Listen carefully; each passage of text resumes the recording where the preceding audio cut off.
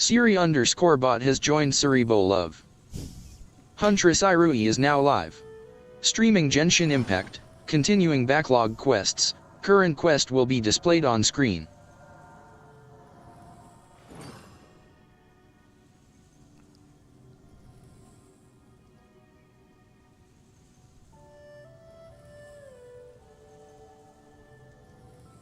Where do you want to go next? If you'd like to see Liyue's tourist spots, I have a few references.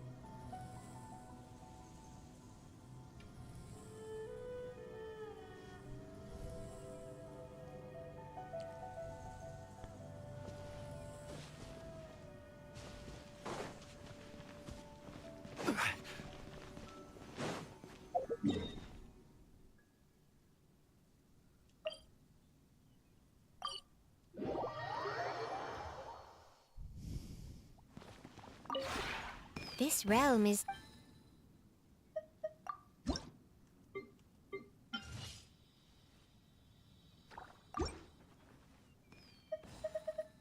If you ever have it... This realm is...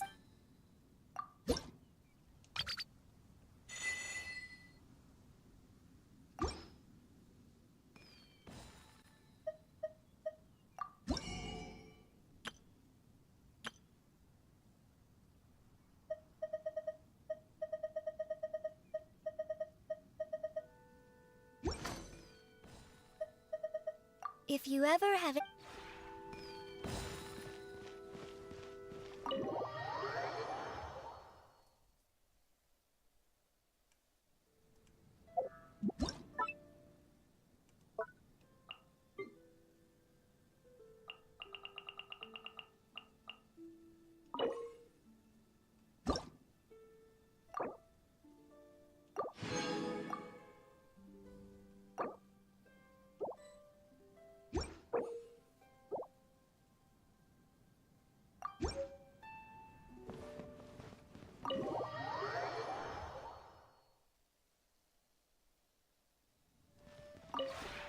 This realm is...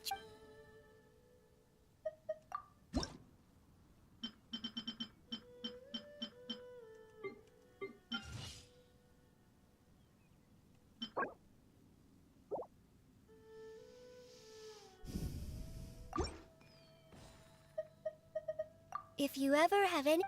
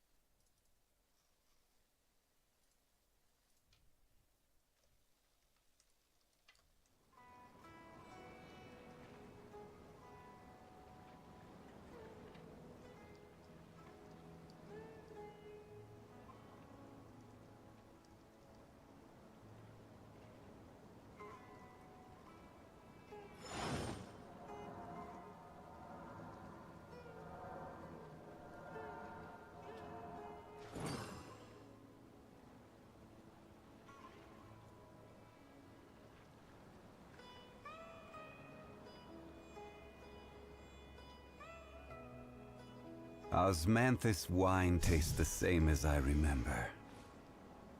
But where are those who share the memory?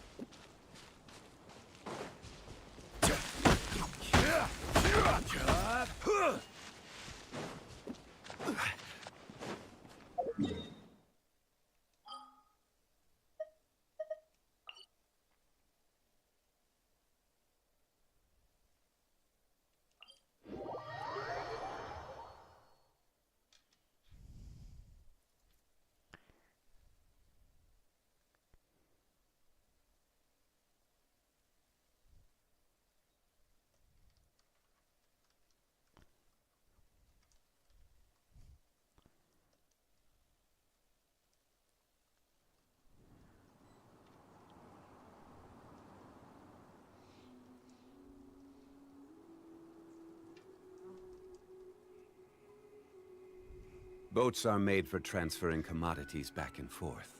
And those that come across Liyue tend to stay.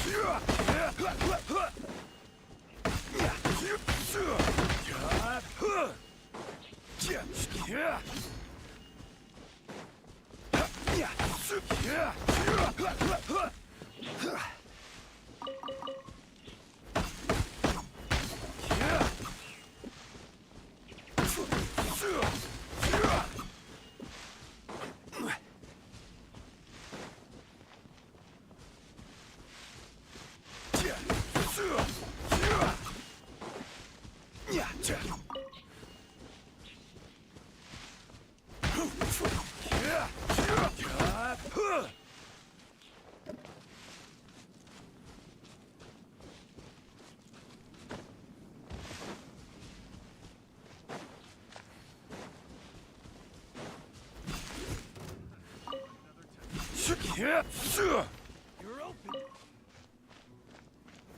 Stabilize.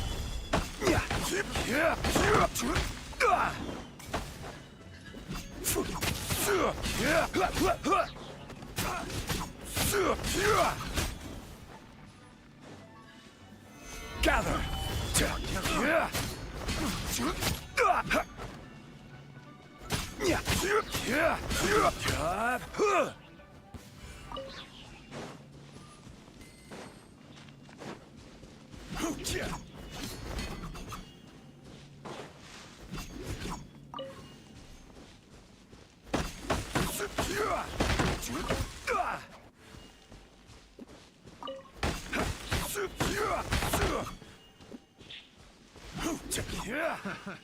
Another test.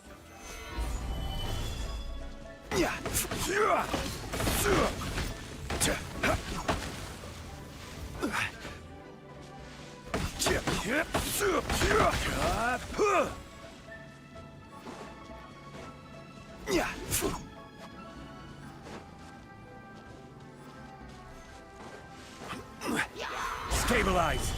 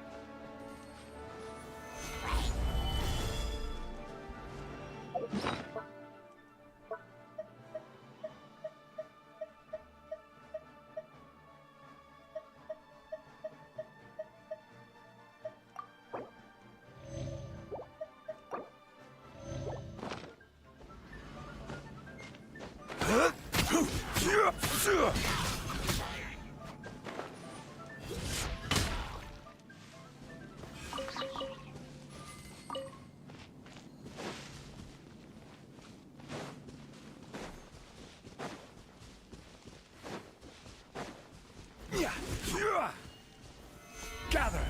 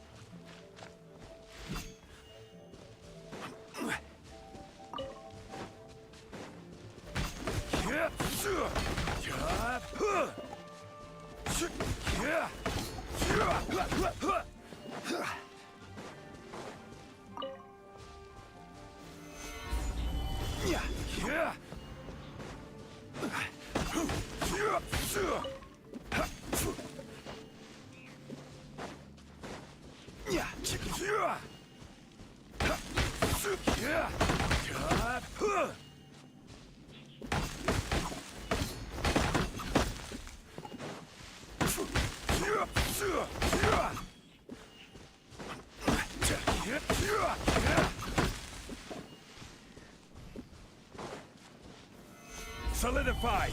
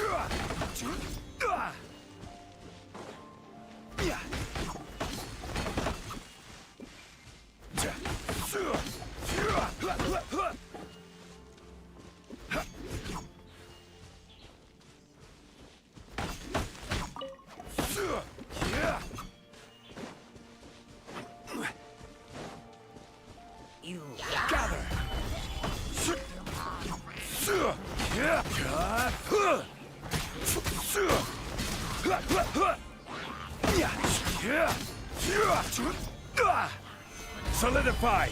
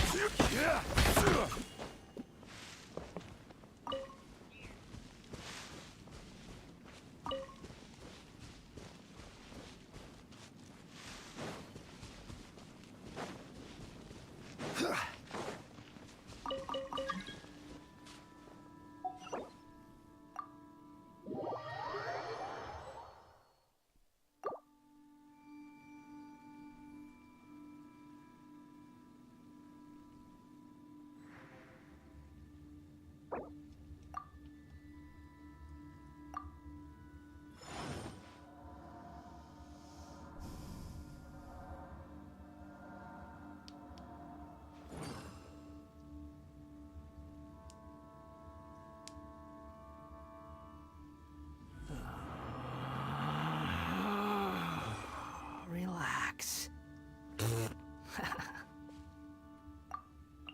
Osmanthus wine tastes the same as I remember. But where are those who share the memory?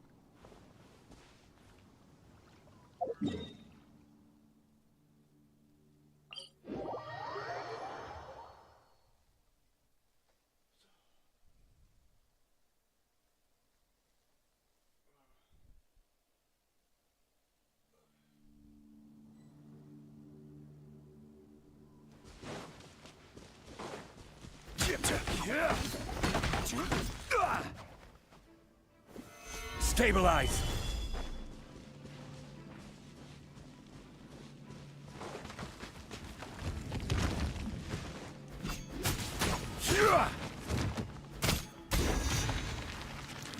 Hi Mr. Demon Anime Man person.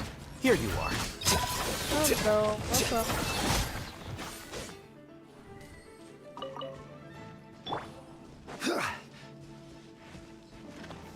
Gather!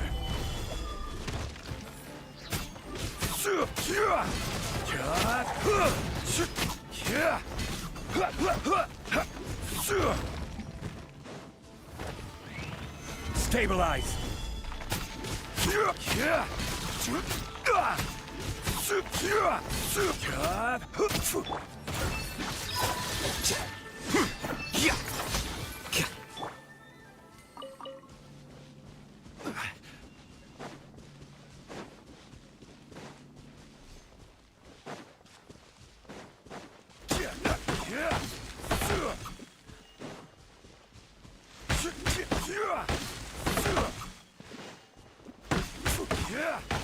Your characters are strong, shocked. Thanks. It usually takes a while to build them.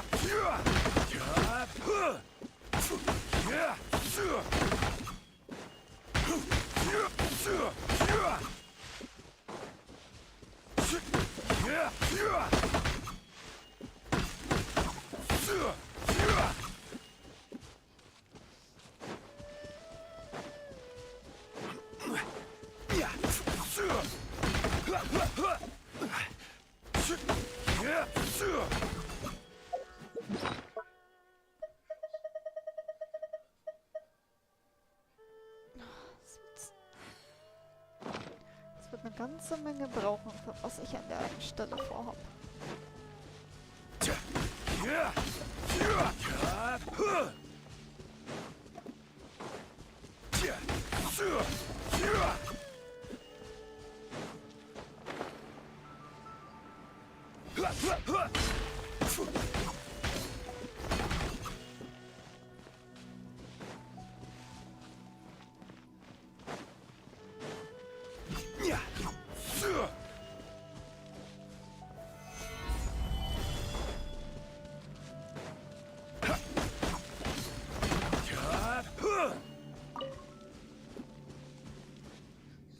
What else?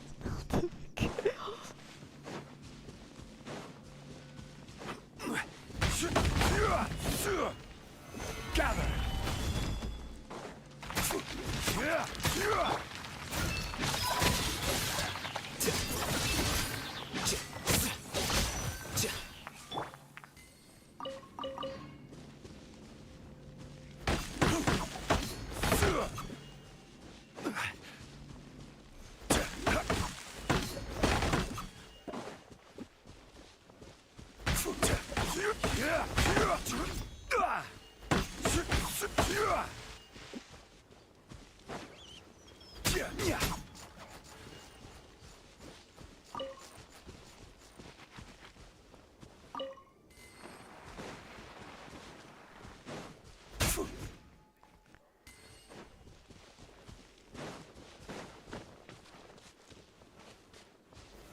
Solidify!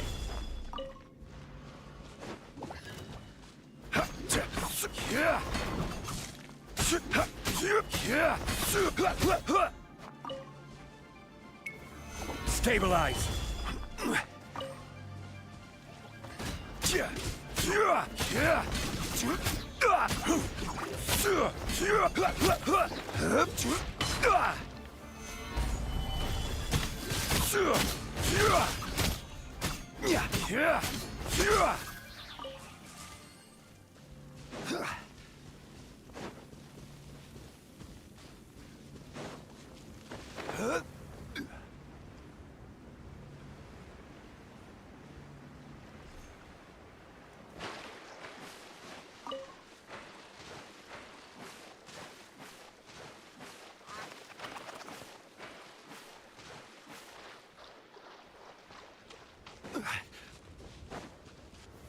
Gather!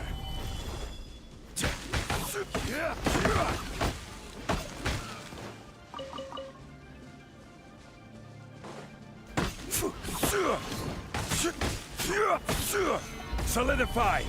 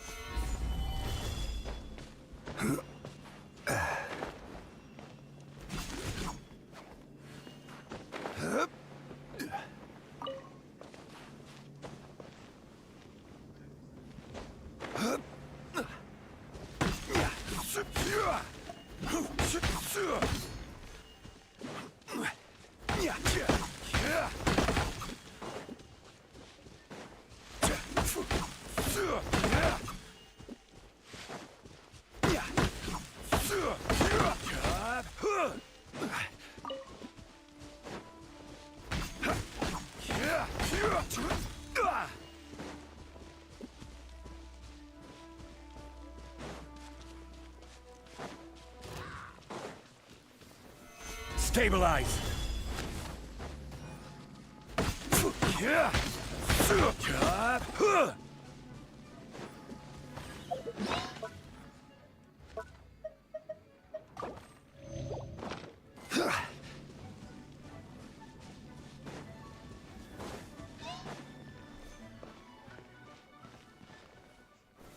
Gather!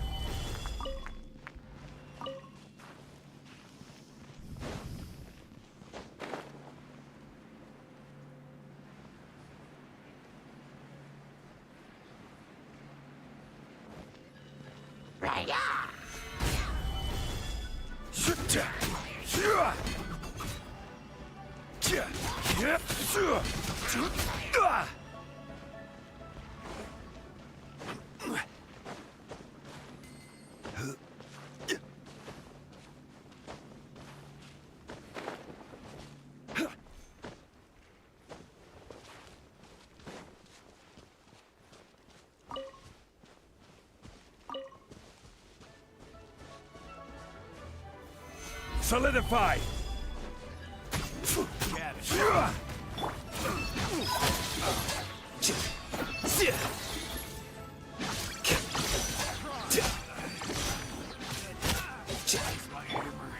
Gather!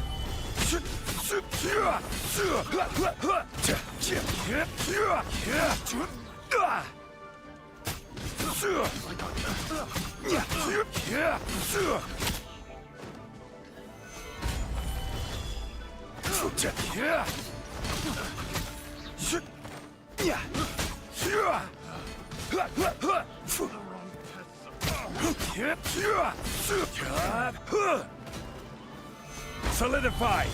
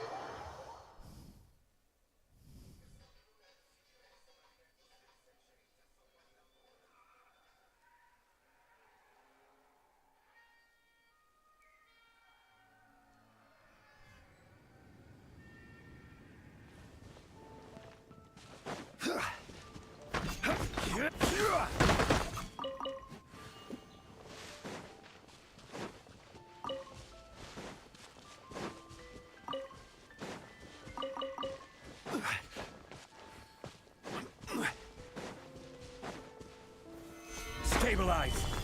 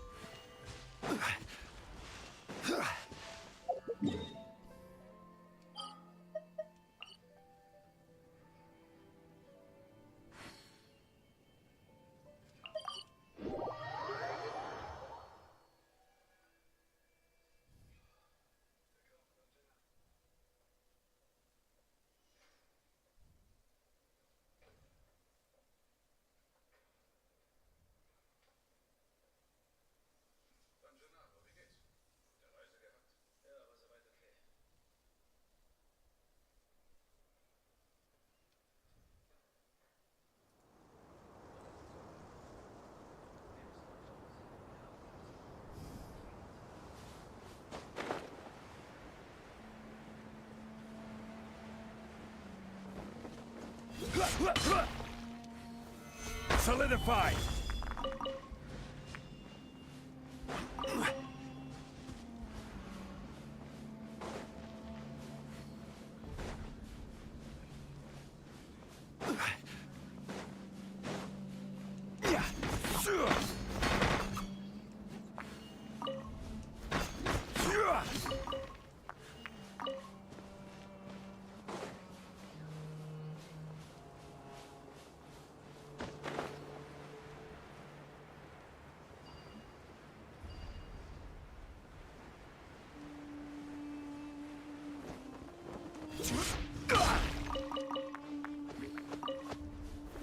Gather!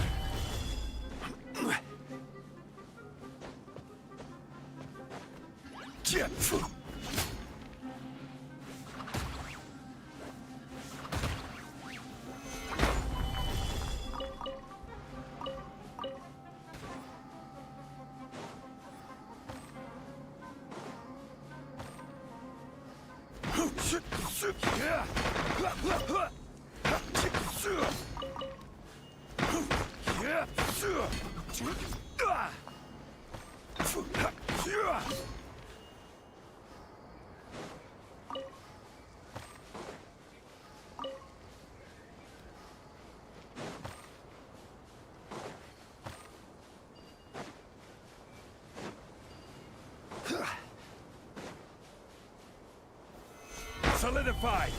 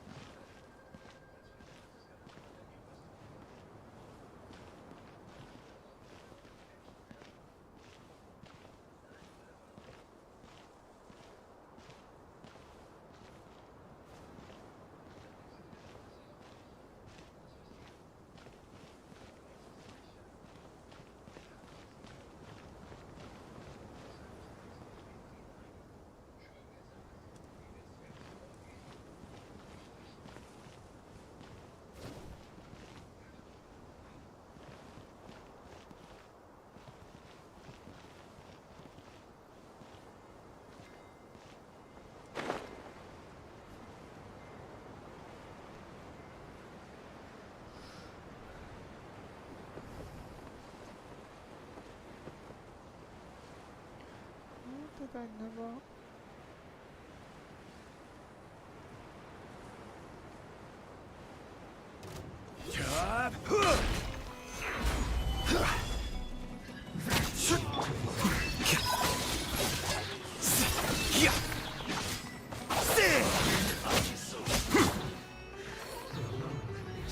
Gather! Diffract!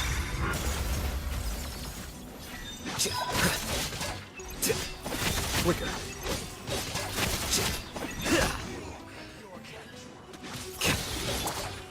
Stabilize!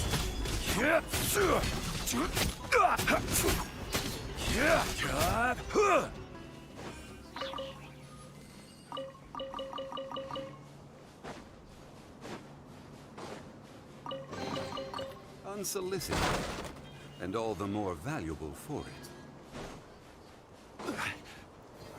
Solidify!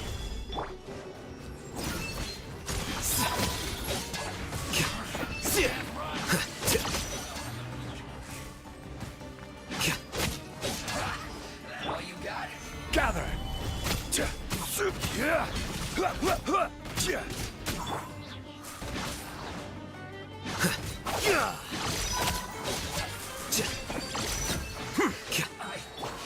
Miscalculated.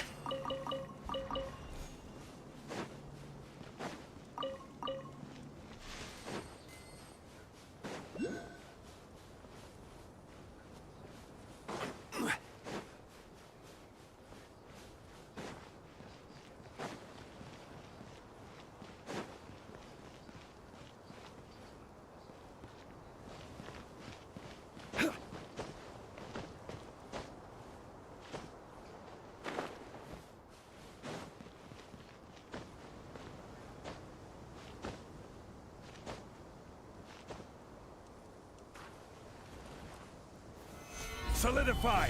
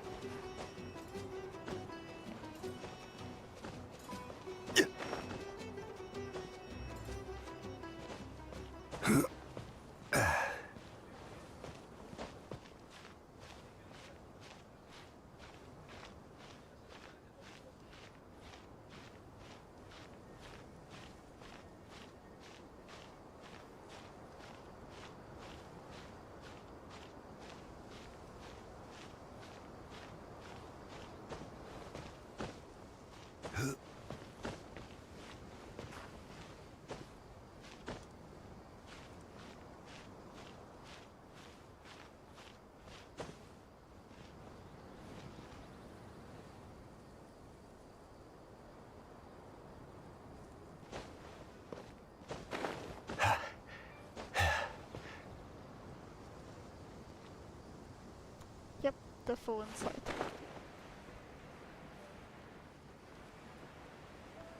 How do I go inside though?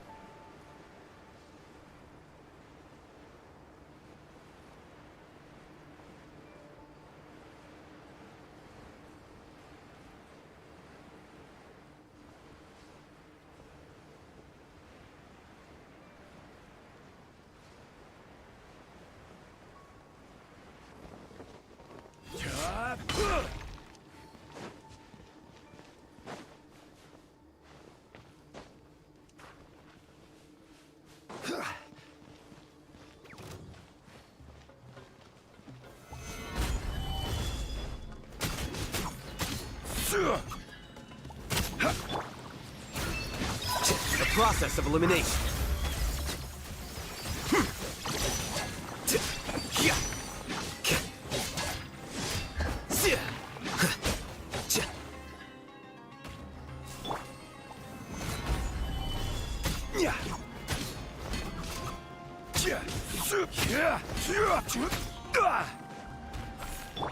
Here you are.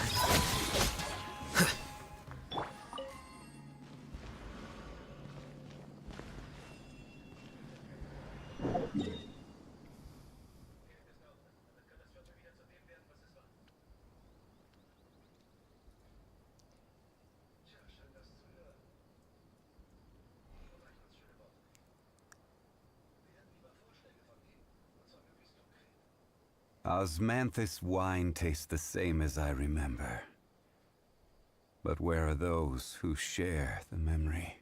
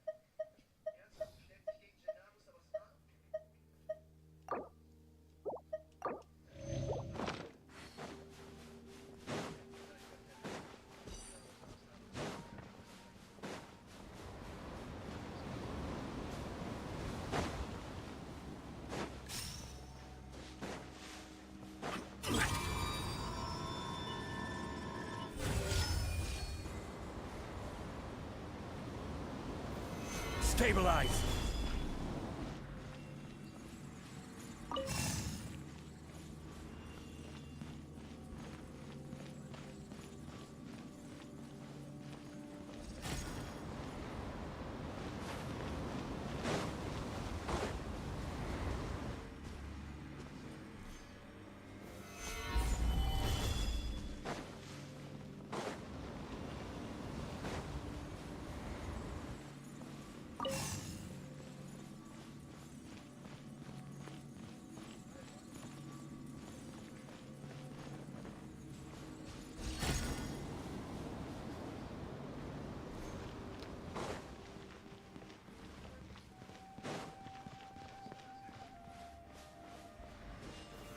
Solidify!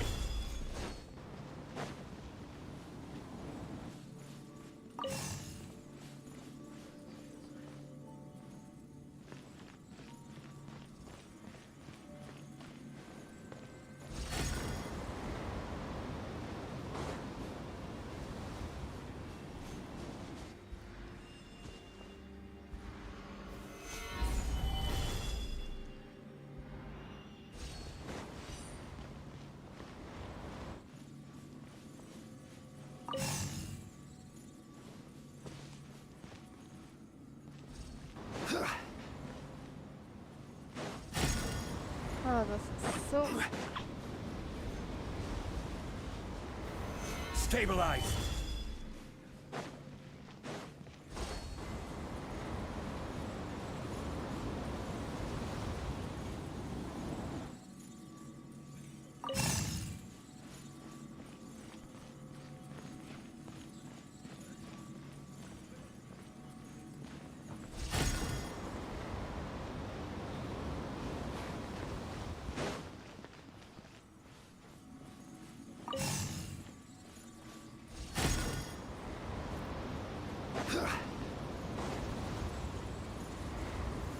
Gather!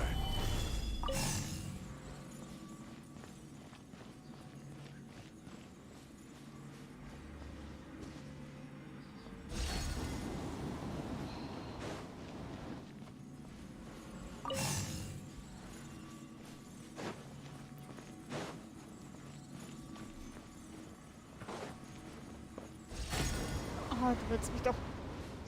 Ich hasse diese Rätsel.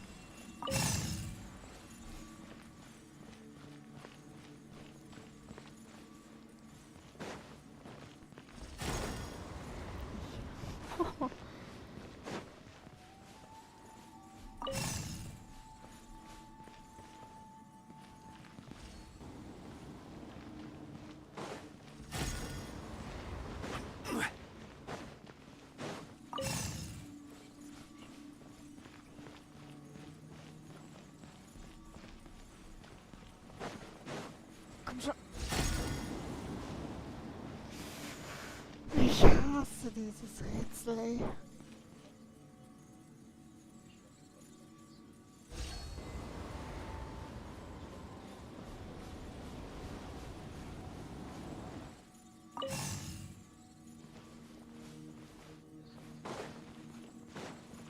Hello Jessica, what's up? Not much. Just currently, like, very getting annoyed by this.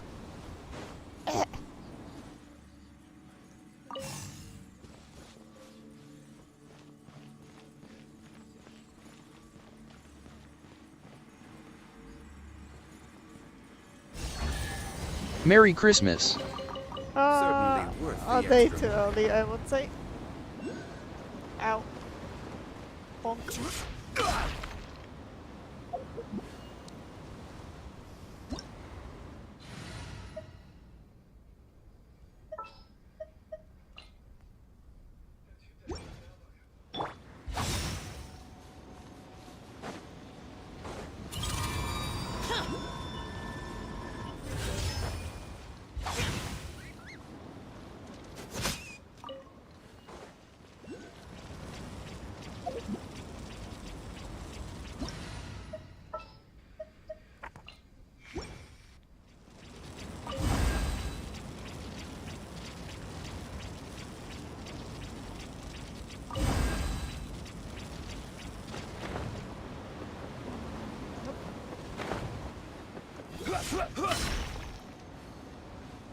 Oh, okay, I see.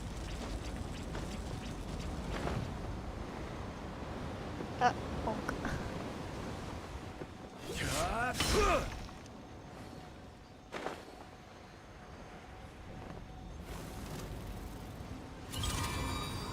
Solidify!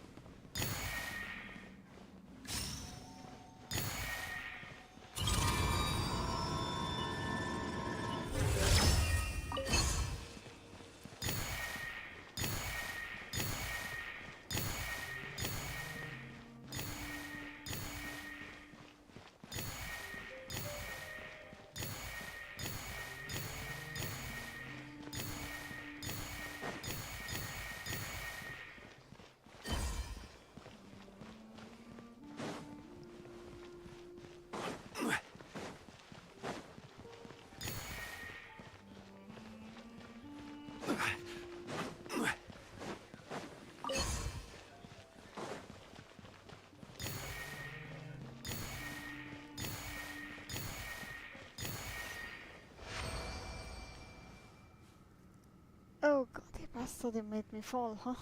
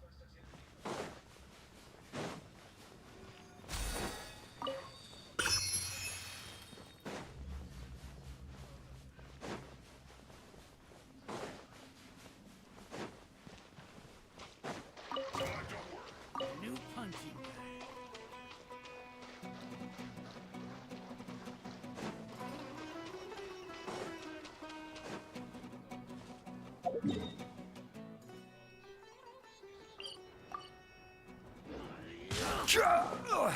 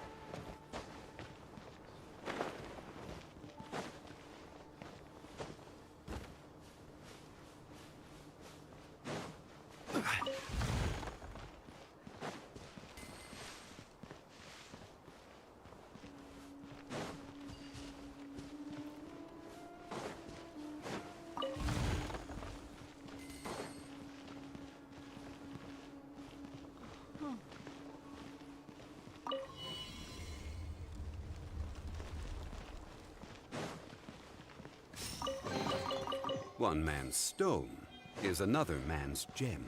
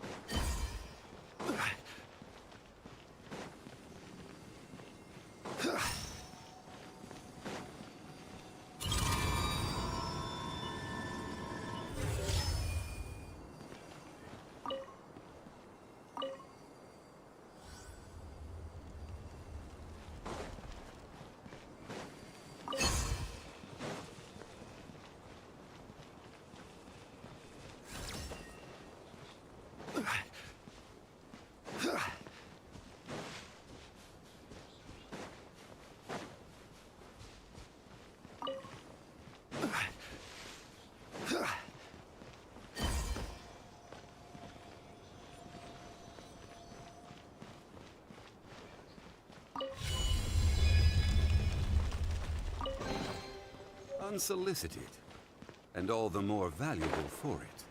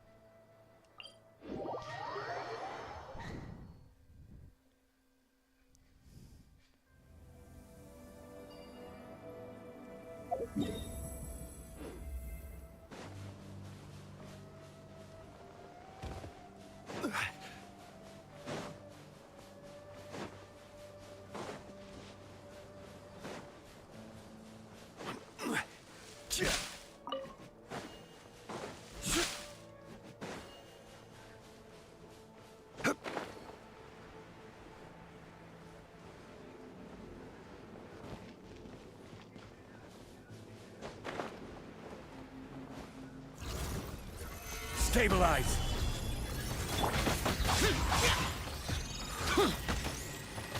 I will have order.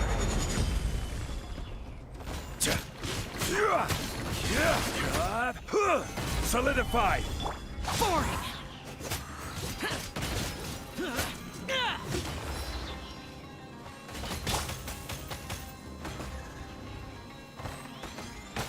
Gather.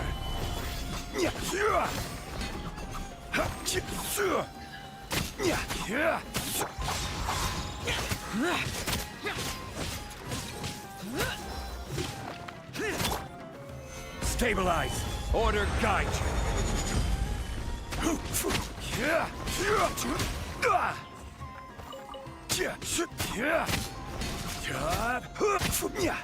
Solidify.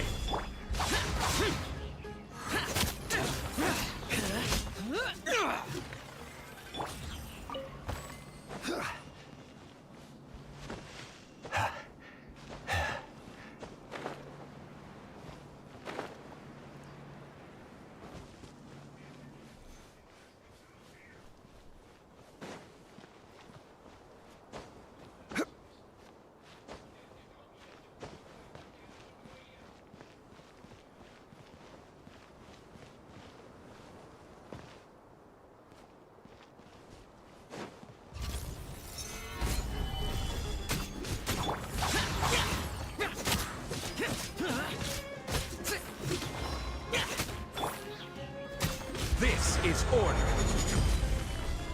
Gather.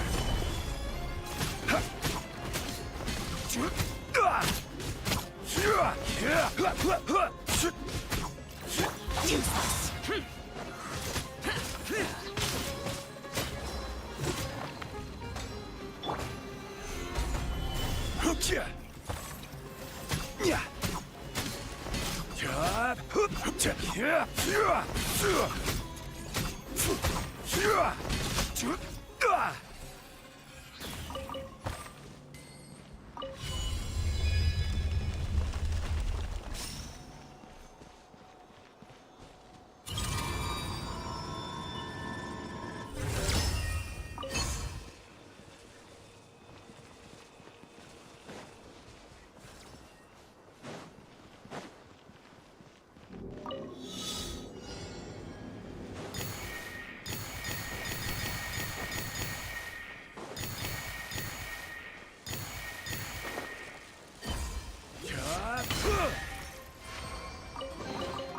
Unsolicited. Stabilize.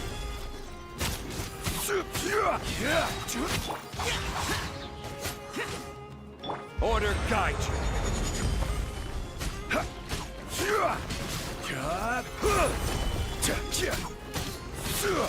Boring.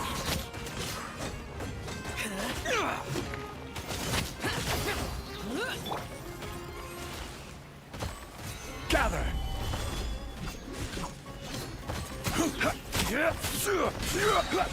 I will have order.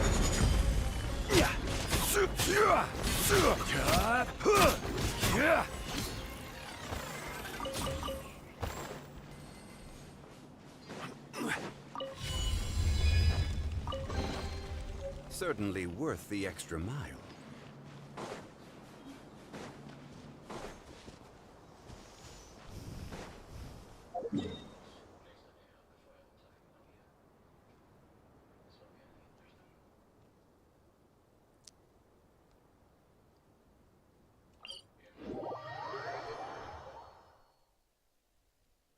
To go next. If you'd like to see Liyue's tourist spots, I have a few references.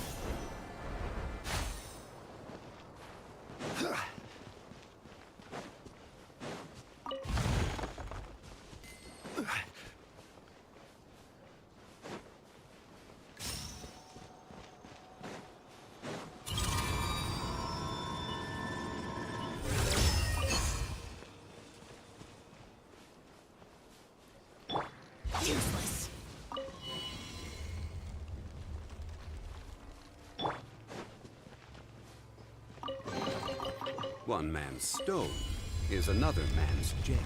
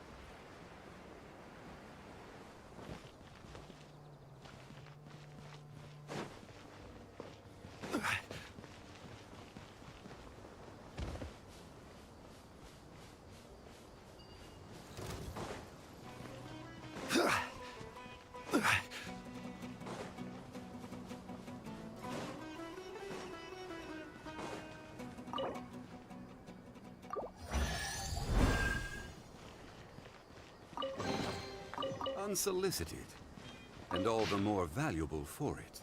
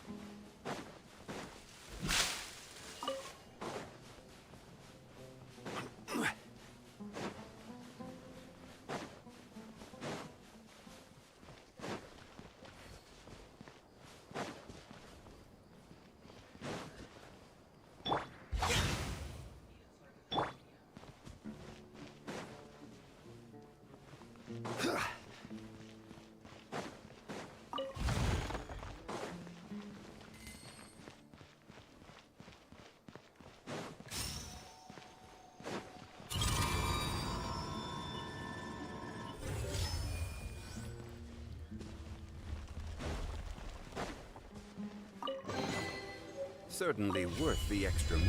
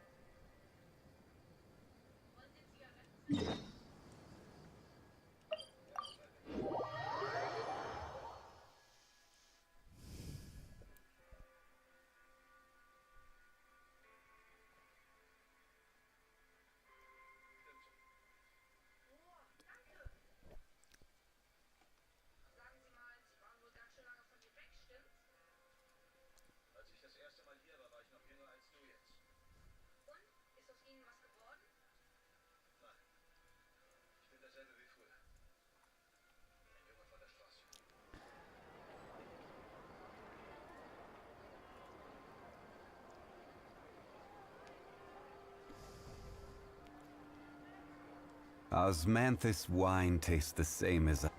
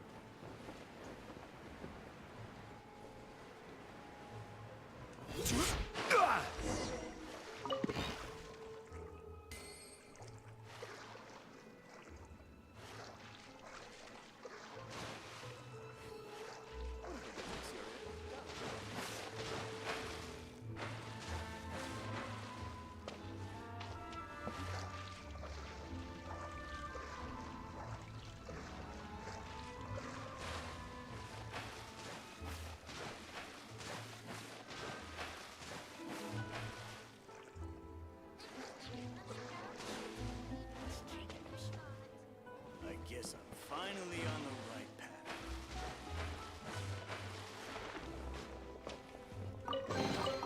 One man's stone is another man's gem.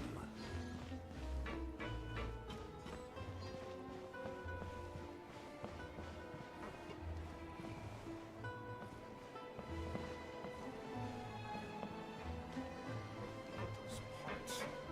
It's taking them finally on the right path.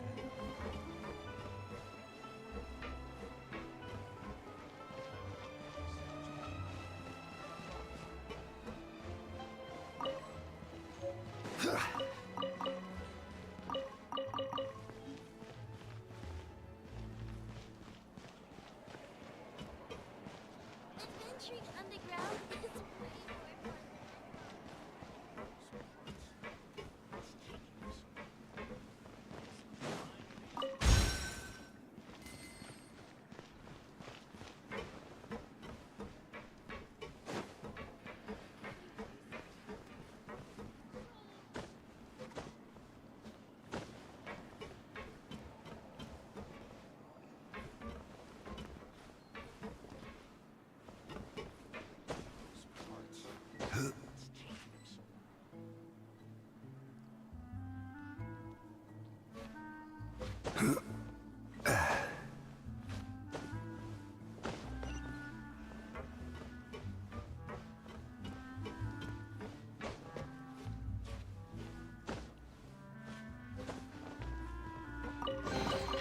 One man's stone is another man's gem.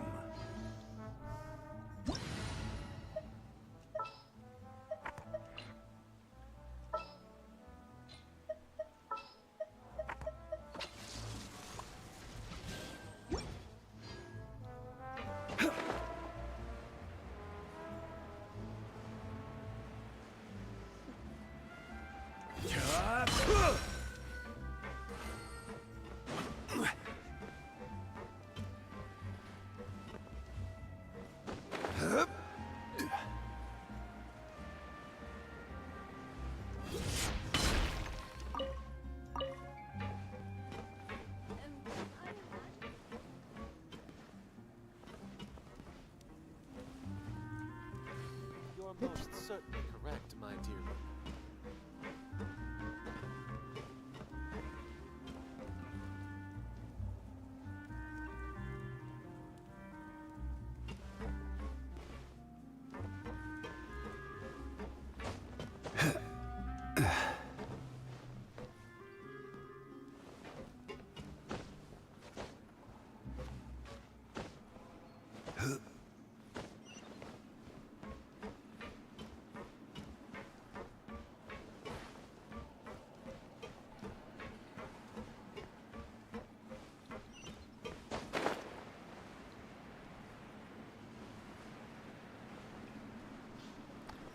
Ask.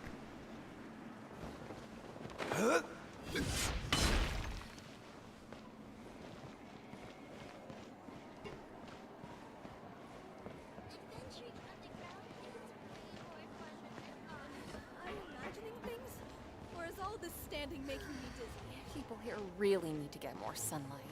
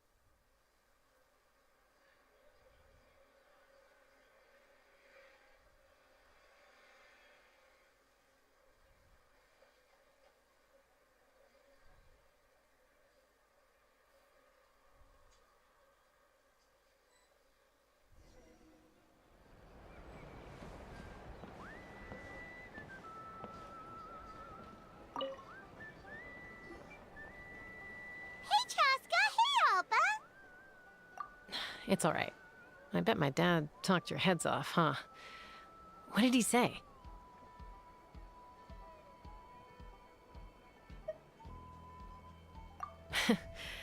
I was sometimes a little impulsive back then. That's putting it mildly. The memories. It feels like it was only yesterday when we brought you back and had Cusco and his family take you in.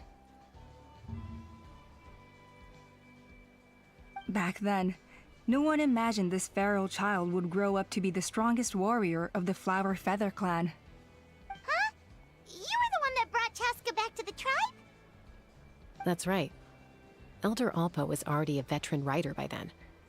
She spotted me while patrolling from the skies and tracked down my Kukasaur mom. Mom agreed it was time I tried to re-enter human society. But I didn't know the first thing about being civilized. I clashed with everyone who had to deal with me. And look at you now. Renowned throughout the land as a peacemaker. How time flies. When the day comes that I can't fly anymore, it will be up to you to look after our tribe and our flying squad. You know me, though. I'm not a natural commander. I'm better off as a lone wolf on the front line. So stick it out at least a few more years, okay? Give Koyer and the others time to come into their own. Oh, stop. Wait, so isn't the leader just the strongest warrior in the tribe? At least Paimon figured that's how your tribe would work. Strength is certainly a core tenet in the Flower Feather clan. But strength means far more than martial prowess alone. If it all came down to individual strength, I'd struggle to call myself a warrior, let alone a member of the flying squad. Any fighter in the tribe could take me down.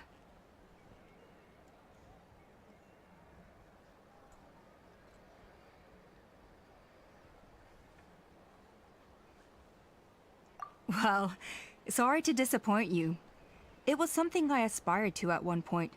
So much so that I went adventuring in the Cinder City, Ashkanatlan, to try and prove myself.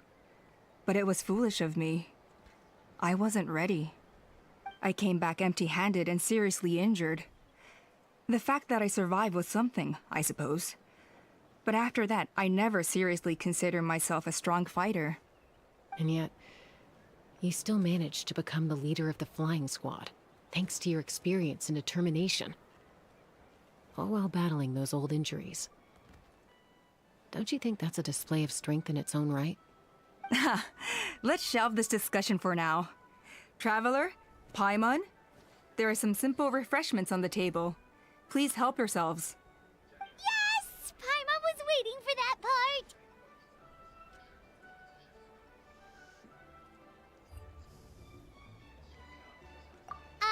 They were for the snack stomach.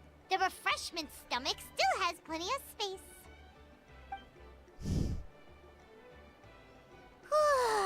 Paimon is so full. Well, if you're enjoying our hospitality, feel free to stay with us as long as you like. Elder Alpa? Something's come up. Hmm? What happened? Is it serious? Shall I deal with it? It's... Some merchants showed up, not from our tribe. They said they're here to discuss some potential collaboration with us. Why now? This is terrible timing. There are a few wingless that we haven't managed to reach yet, and we still haven't inspected the retrial arena. Let me handle the other errands while you meet with the merchants. You shouldn't be trying to do everything at your age. You should help too. Seems only fair after all that food we ate. Huh. Well, much obliged. Chaska, the remaining wingless are all people you know. Let's see. Pishika now manages the floating target balloons. Waska's probably still addicted to eyes on the feathered prize, and Junon spends her days up on the flying platform, staring at the Cinder City. I'll leave you to tell them the news.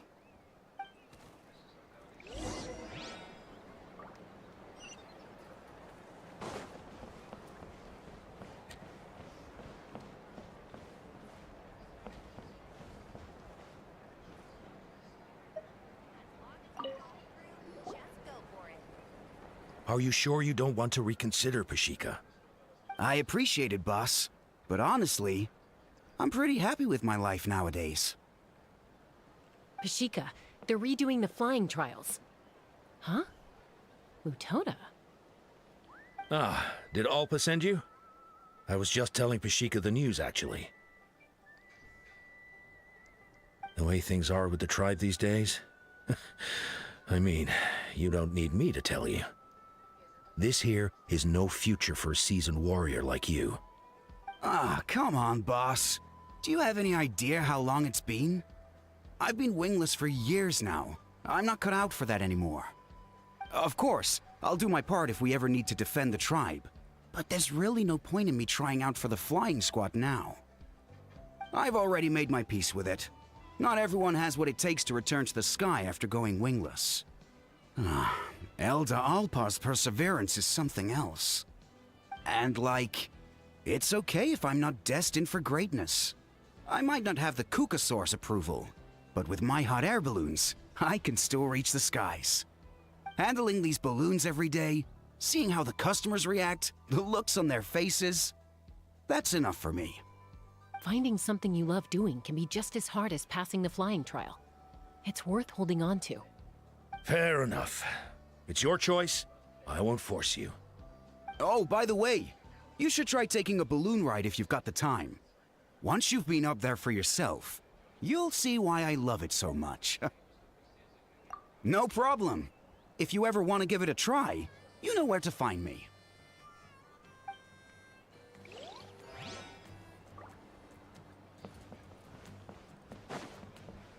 Oh god.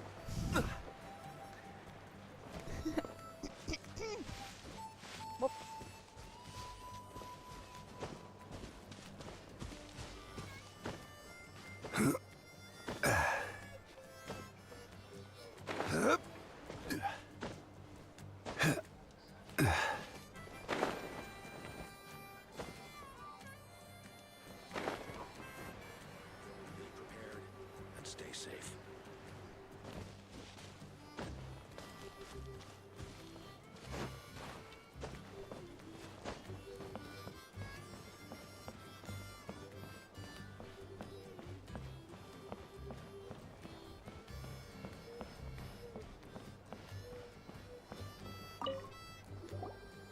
A retrial?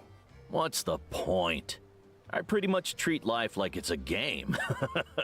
No Kukasaur is ever going to approve of that, no matter how many times I try. Waskar, I can assure you, Kukasaurus wouldn't judge you for something like that. Well, they must be judging me for something. Maybe I lack fighting spirit, or just don't have the talent. Not everyone's a natural like you. Don't waste your time on me. You'll have better luck with the ones who still have their heads in the clouds. In the meantime, I think I'm going to treat myself to a few more games of Eyes on the Feathered Prize. Yeesh, there's wingless, then there's being a total lost cause. He used to be a fierce warrior, actually. But fighting spirit alone won't win you the Kukasaur's approval. Are all Kukasaurs so strict? The ones in floating target balloons and Eyes on the Feathered Prize seem pretty chilled out. It's one thing to hang out and have fun, but quite another to take to the skies with a human life on your back. Giving a ride to someone who's unqualified endangers not only the rider, but also the Kukasaur themselves. If the rider makes a mistake, they both suffer the consequences. So we have a mutual understanding with the Kukasaurs. If someone isn't up to standard, we have to reject them. Even if it means breaking their hearts.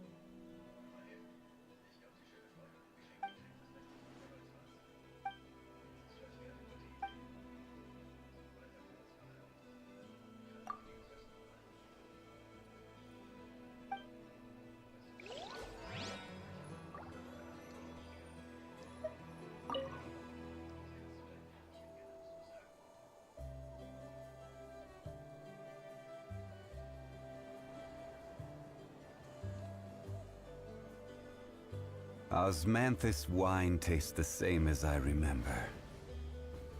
But where are those who share the memory?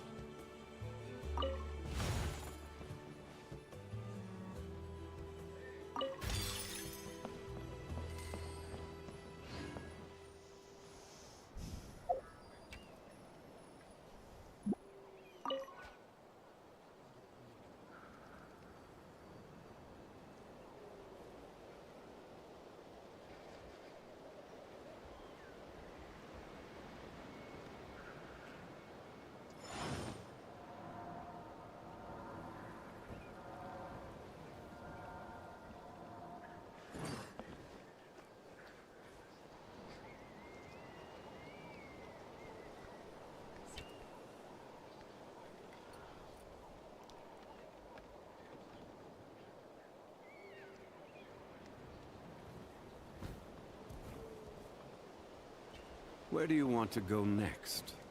If you'd like to see Liyue's tourist spots, I have a few references. Certainly worth the extra mile. That was pure guessing a look. Let's stay safe.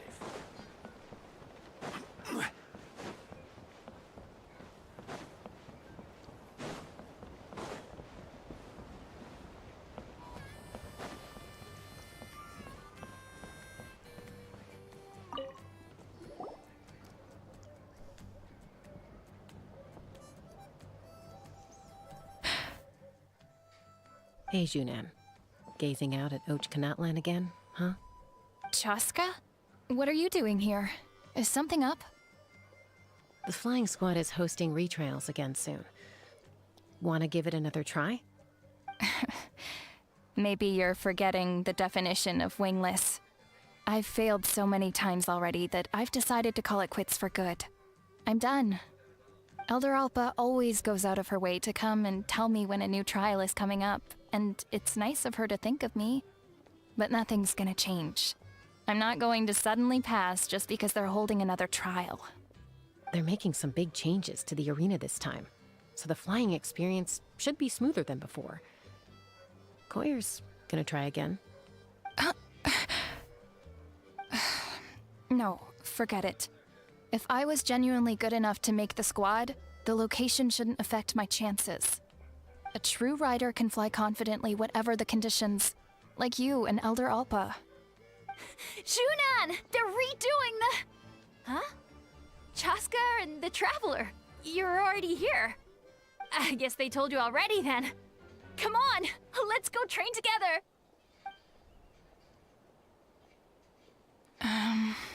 I'm gonna sit this one out. What? Why? But you've always looked up to Elder Alpa. She went wingless after her injury and spent years drifting, but even she came back and made it in the end. If she can do it, why can't you? I mean, I don't have that kind of perseverance. And besides, the last thing I want to do is fail in front of her yet again. Oh, come on. You know you don't need to worry about that. Alright, well, how about we just treat this as you being my mentor? Then will you train with me? I mean... Enough umming and ahhing. Let's just get up in the air and figure it out as we go. Wait! Hold on, slow down! I can't keep up! Well, that's one way to do it. They've been best friends since they were kids. If anyone knows how to get Junan out of a rut, it's Koyer. You helped Koyer deal with her internal conflict, and now she's done the same for someone else. You know, people often talk about how one conflict leads to another and so on. But sometimes in life, things spiral in a good direction instead.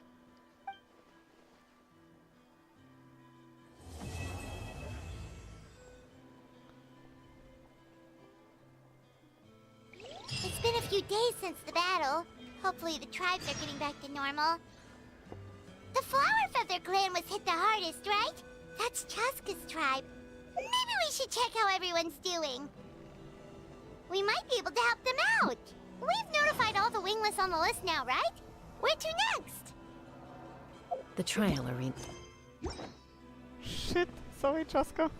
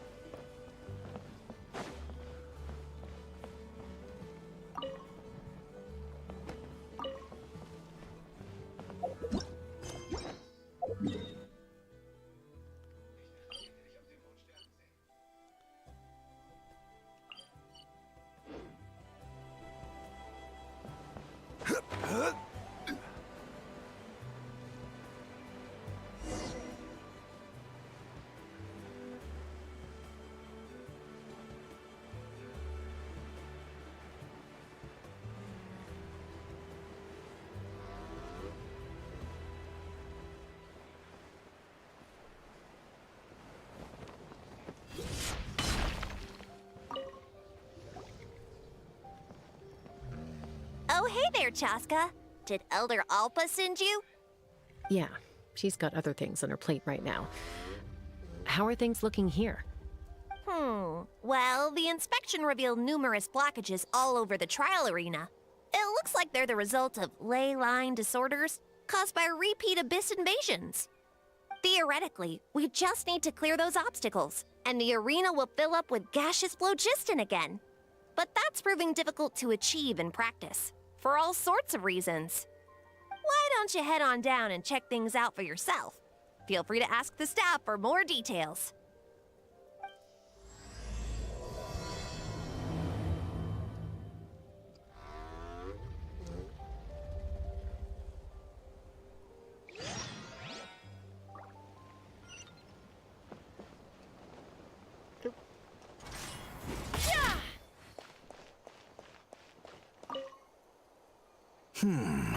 I think it should be possible to clear this spout with just a few hard hits. But there are signs of strange life in here.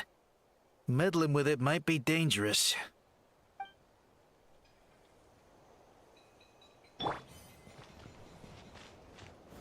Solidify! Hey! Monsters!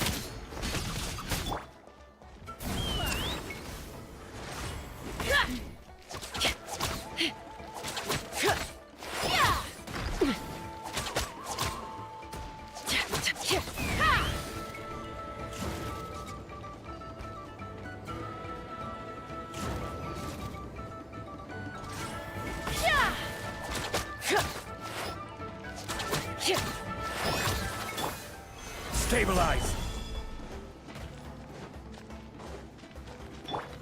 Take me up! Open fire! Open fire!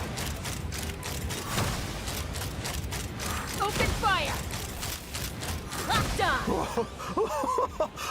I thought I was done for. Oh, this spout should be good now. Thank you very much.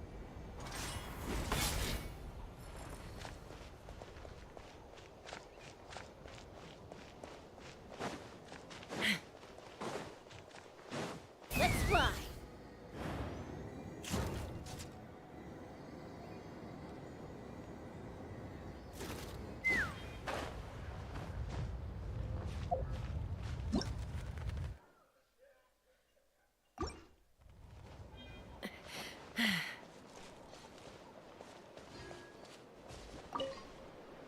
This is crazy.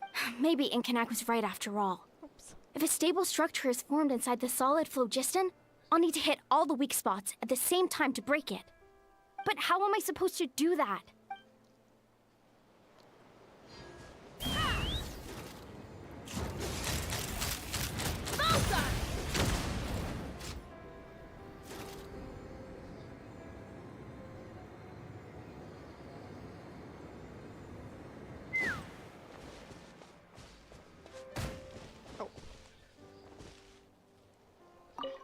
How strange.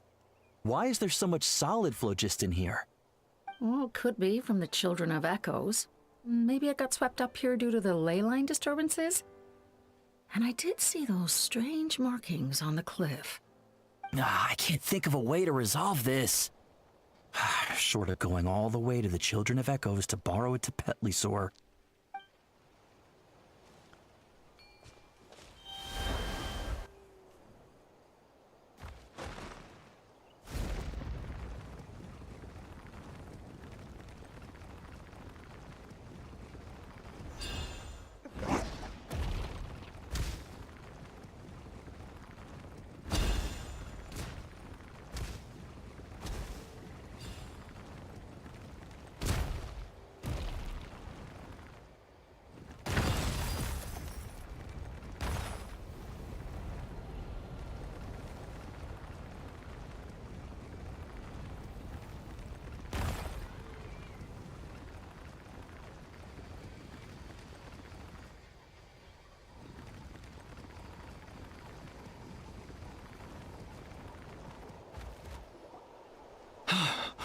Oh, are you here to help? Thank goodness. There's no way I could do all this by myself. So the blockage here has to be cleared using a special bomb, but carrying explosives up that steep slope would be a recipe for disaster. If I dropped it or slipped and fell, I'd be blown to bits in an instant. So, my plan was to transport the bomb to the other side, then send it over in a hot air balloon. All I need now is for someone else to strike the balloon at the right moment, dropping the payload right on top of the spout, and problem solved. What do you think? Simple enough, right? Huh?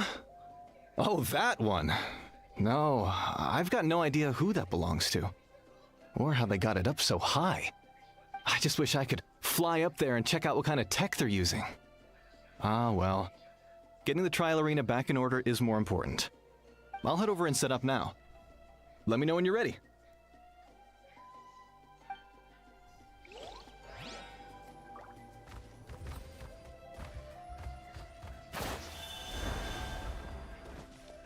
All right, get ready.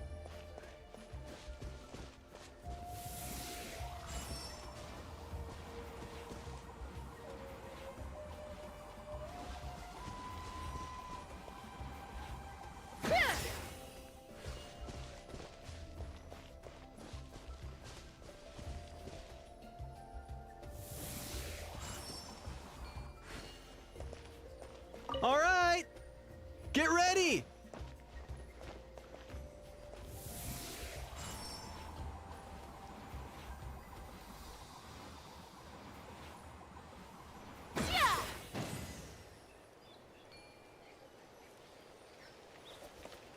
Okay, it did not hit. Okay, I see where it needs to go. All right, get ready.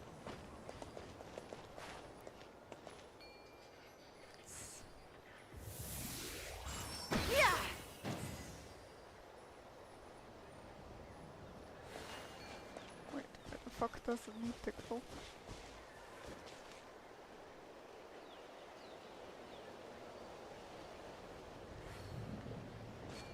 Oh, ich hasse es jetzt schon.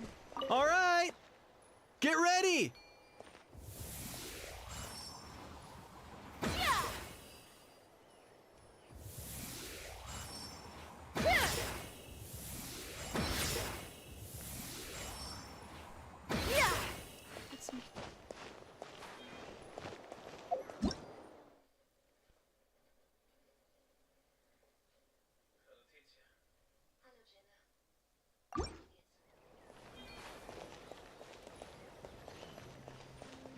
All right, get ready.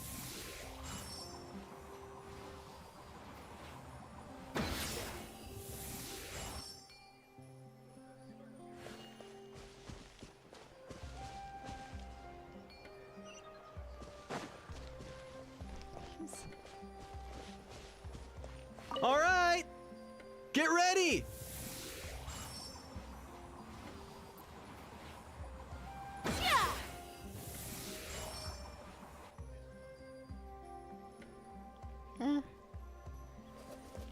I'm really not getting it right now. am I? All right! Get ready!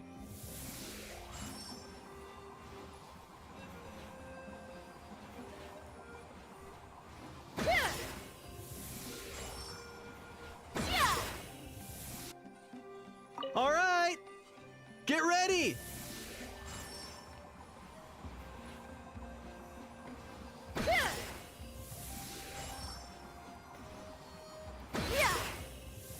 All right! Get ready!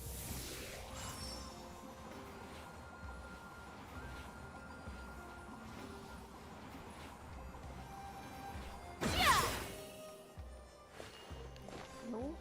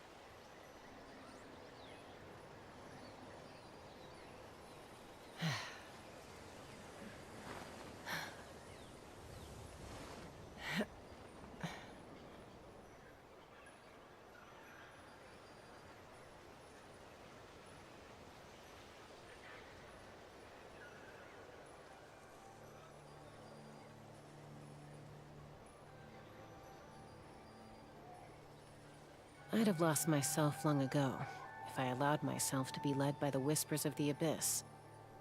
Surviving is tough. Taming the beast within is tougher.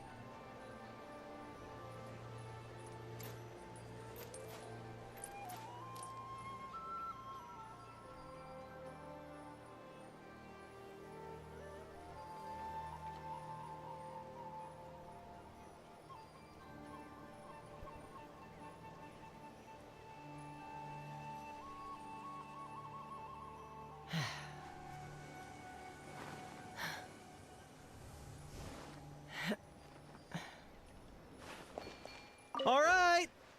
Get ready!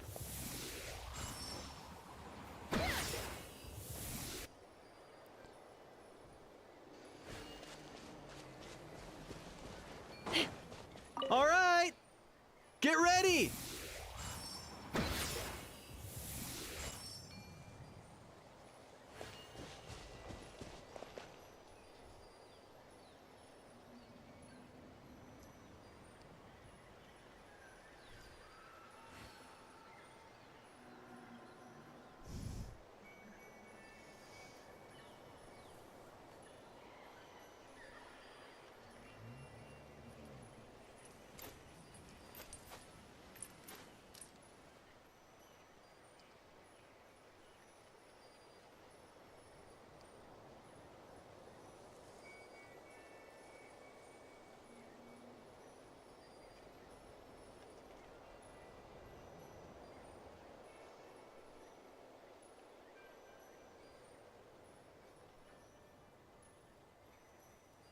When you lose your way, gaining some altitude can bring some perspective.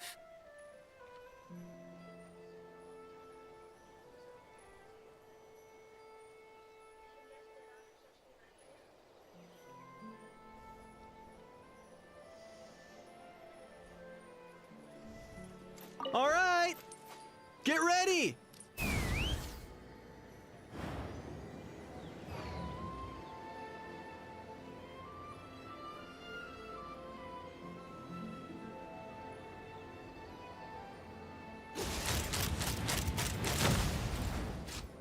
The gaseous phlogiston is being replenished. Looks like all the spouts have been unblocked.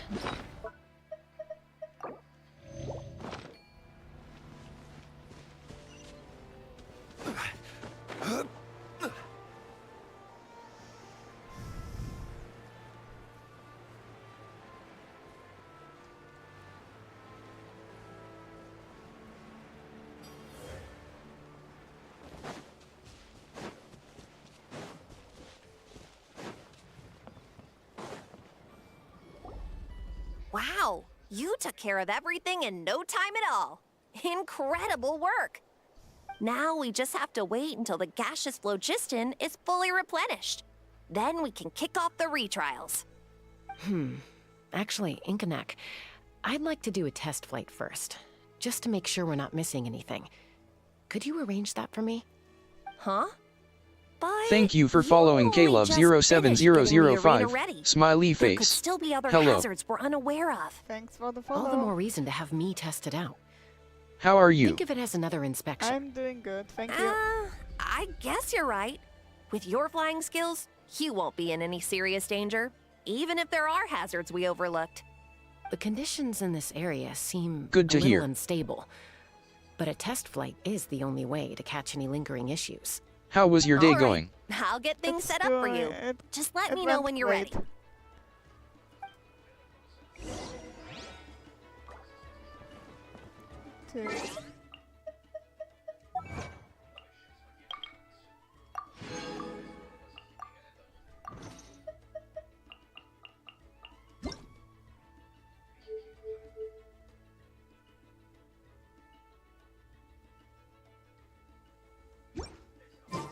Boats are made for transfer. I saw your PFP and Are you model ready? looks awesome 3. This should be a piece of cake for Chaska. Do you draw But still, yourself? Try to be careful. No, I didn't draw it myself. All right, then spread your wings and fly. Let's fly. Giddy up. Oh, I see. Oh, boo. So Oh. you commission it?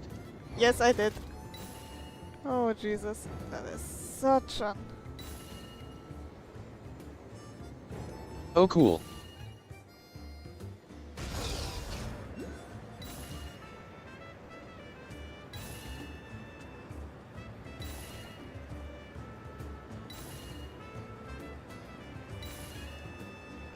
If you don't mind, can I suggest you something? No, you cannot.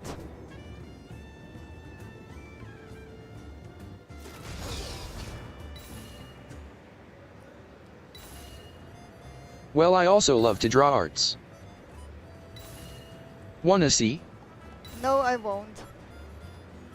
Not interested.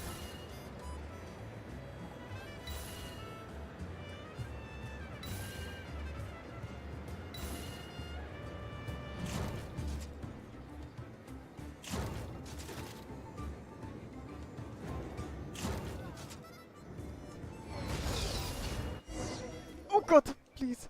That was amazing. Paimon couldn't take her eyes off you. I hope Zhongli is alive. No, nothing major. Give it a few days, and we should be able to conduct the trials.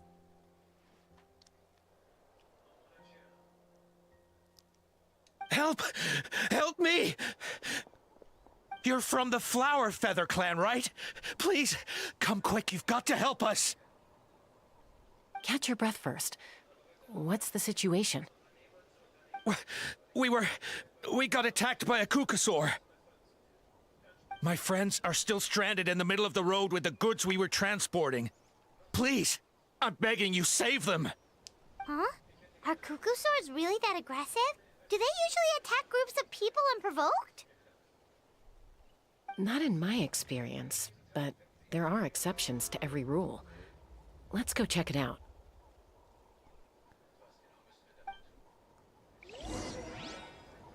Oh, thank God, it teleported me.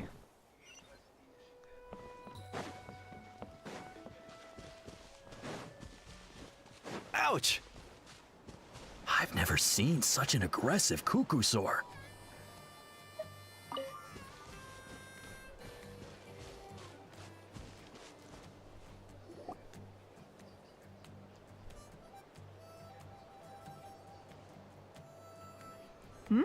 Tasca? Traveler? This is a surprise. Elder Alpa? Huh. So, where's this aggressive Kukusaur we've heard about? Already flew away. Looks like it backed off once it realized that reinforcements were coming. So why do you think it attacked these people in the first place? Was it after the food? No. These merchants are even transporting food. Ah! Thank goodness! The phlogiston wings are intact! Phlogiston wings. Thank you so much for coming to our rescue. These phlogiston wings are our most prized goods. If anything happened to them, it would ruin us. Wait a minute. Are you the merchants that were looking to collaborate with us? Wormy told me about you. Yeah, that's us. So I take it you're Elder Ulpa? I am. You must be exhausted from your journey, not to mention shaking up from the attack. Let me bring you back to our tribe to rest. We can talk business after you've recovered. But Elder Alpa, what about the Kukusaur attack? Well, our guests here weren't seriously injured, and their goods are intact. Perhaps that Kukusaur was just having a bad day. There are so many of them around here. You'd expect something like this every once in a while. I don't think we need to pursue it any further. More importantly, how are the preparations for the flying trials going? Is there— Huh? Did you say flying trials? What a coincidence! Sounds like a perfect use case for our phlogiston wings. You'll be pleasantly surprised by what they can do. Oh, really? Now I'm intrigued. Well then, let's forget all about this Kukusaur attack for now. We have some serious business to discuss.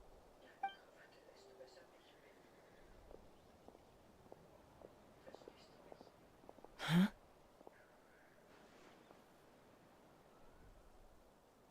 So that's it? That all went smoother than expected. Well, guess we'd better get going. Huh? Chaska?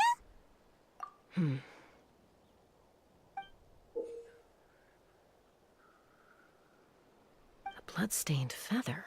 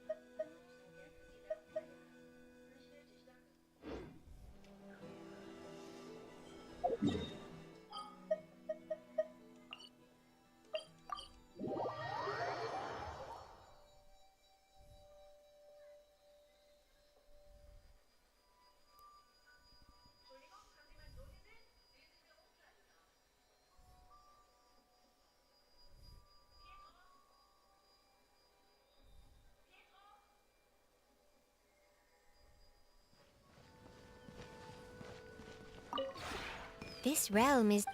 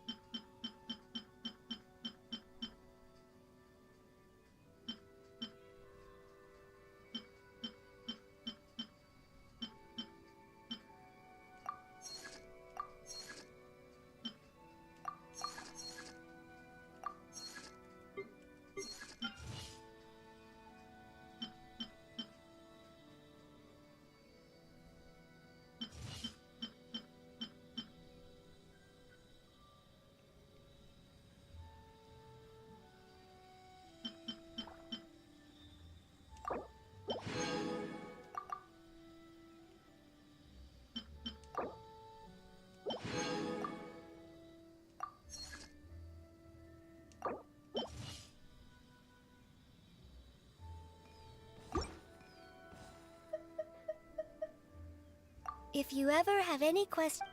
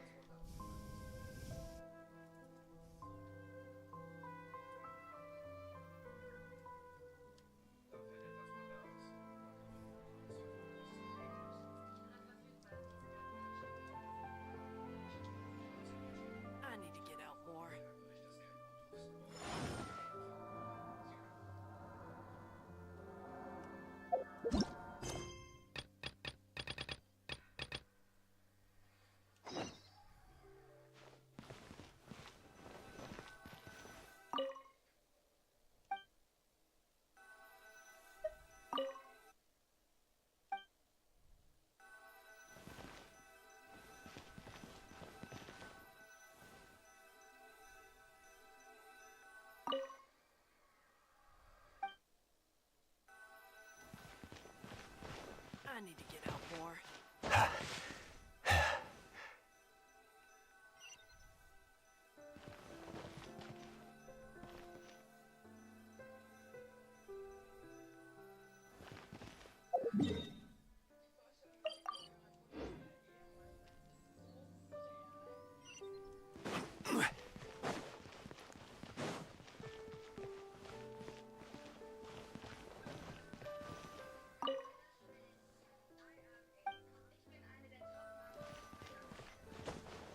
I need to get out more.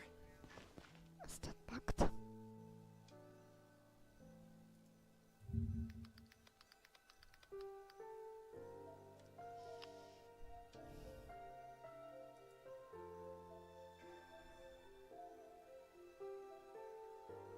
Osmanthus wine tastes the same as I remember. But where are those who share the memory? I need to get out more.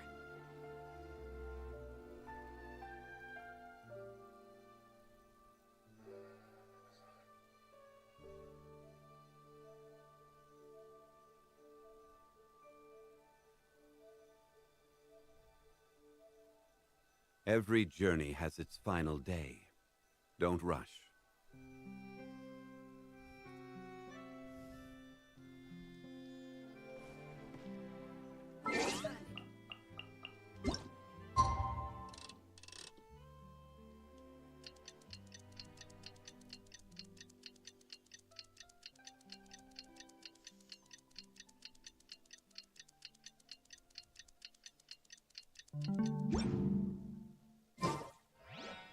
Osmanthus wine tastes the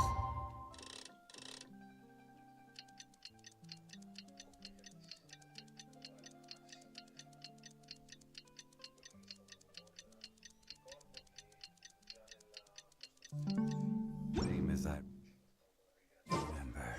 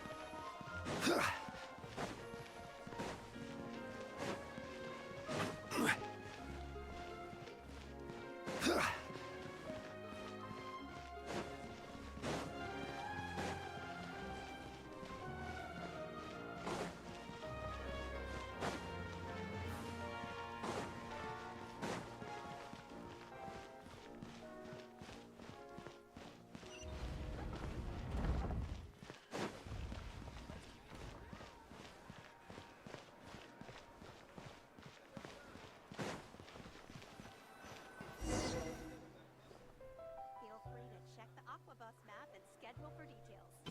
Looks like we're running out of Type 3 screws.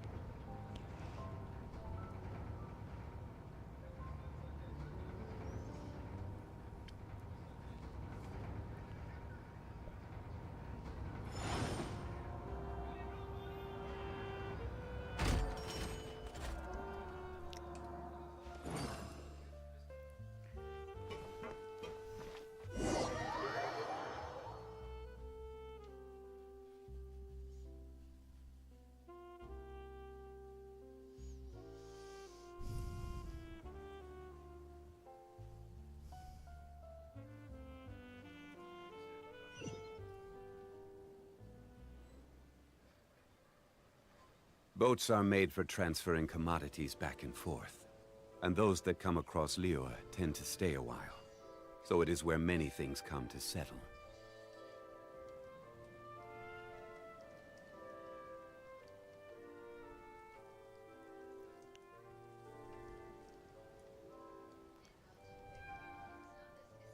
Osmanthus wine tastes the same as I remember.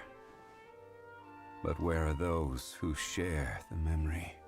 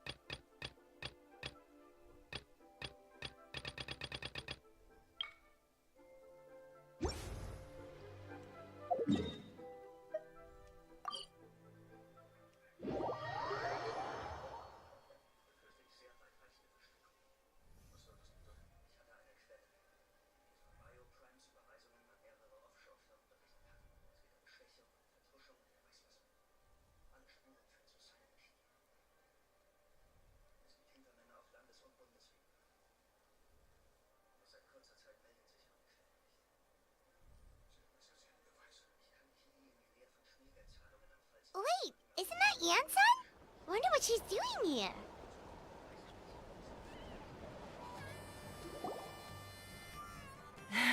I brought all the stuff over, Coach. What's next?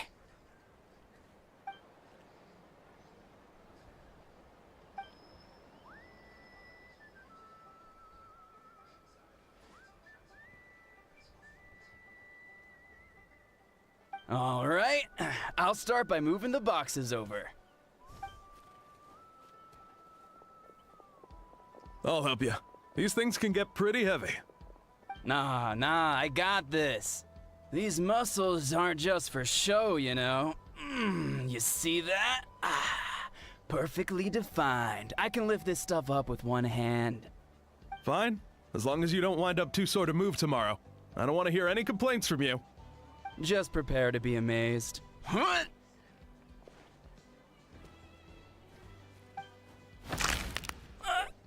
back!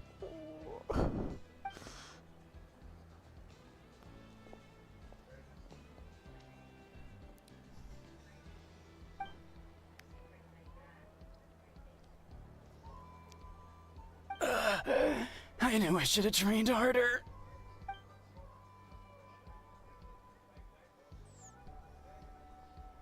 Yansan!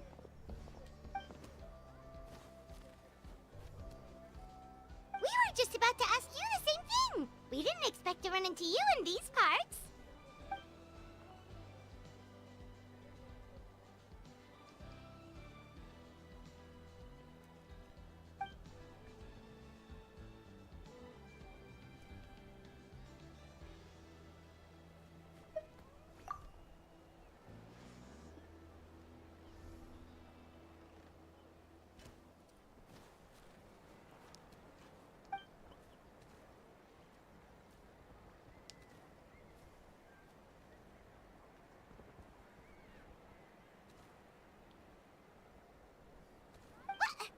What? There's nothing wrong about Paimon's current meal plan. Like today, Paimon just had some blaze meat stew, fried shrimp bean balls, sour sauce kipper, and stuffed and mashed potatoes. That's practically nothing. Kale juice? Wait, isn't that your favorite drink, Traveler? If Eonsan's going to make some for free, Paimon would feel terrible if you won't get to try it.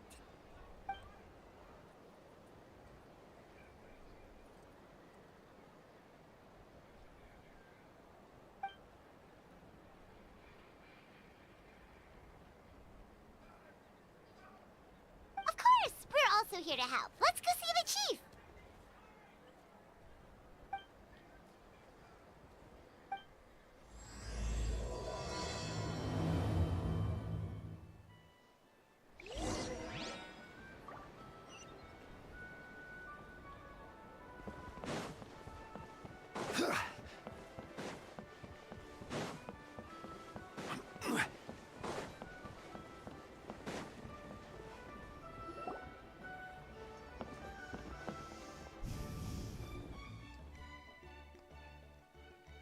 Eon-san, Traveler Paimon.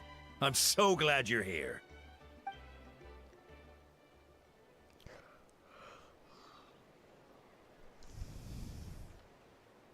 Cold.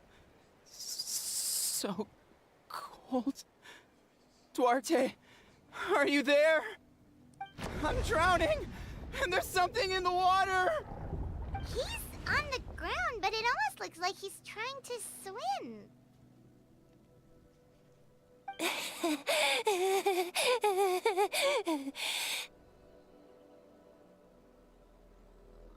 The abyss. The abyss is coming. There are eyes in my hands, and hands in my stomach. And my stomach is full of teeth. It ate all of you. It's coming for me, too. But we haven't been eaten. We're right here.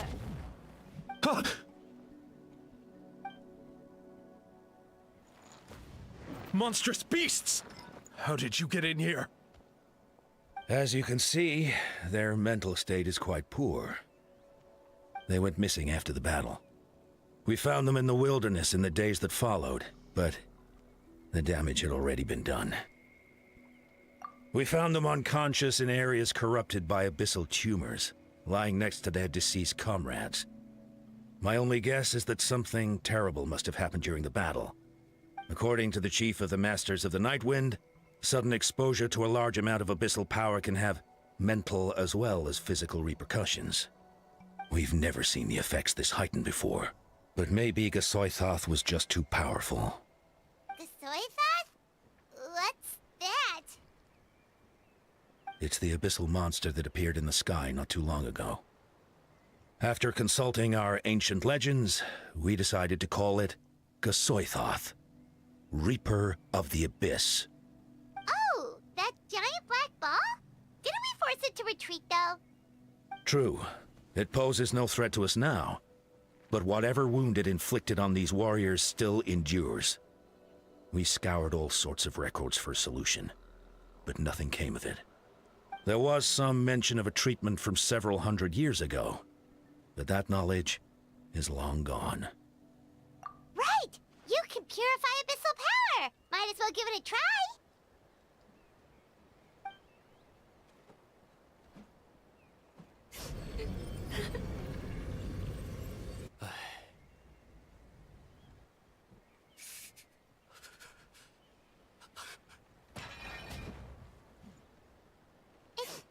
It didn't work?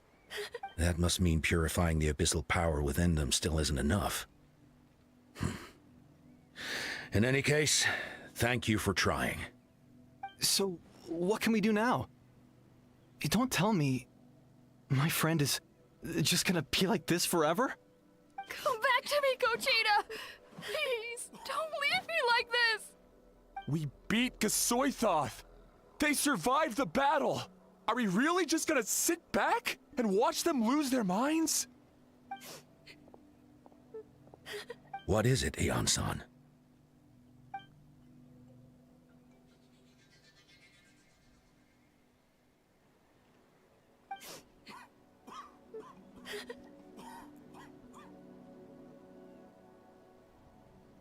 But, Are you sure about this?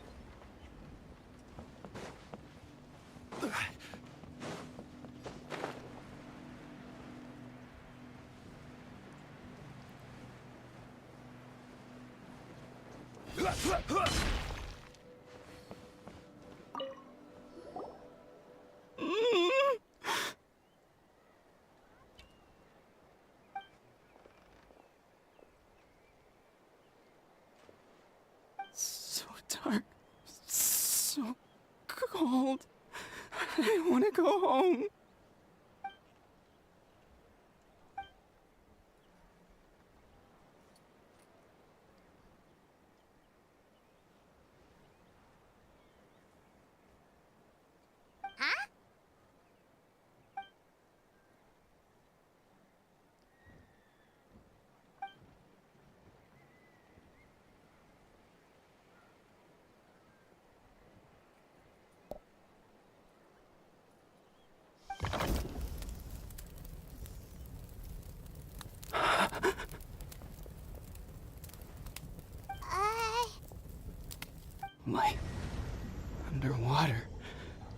Where is it coming from?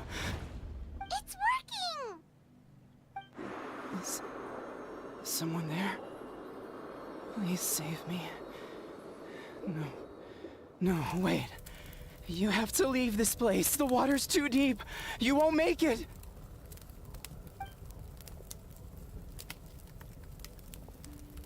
No. Please. Just leave me. Duarte. Oh no, it's not working anymore!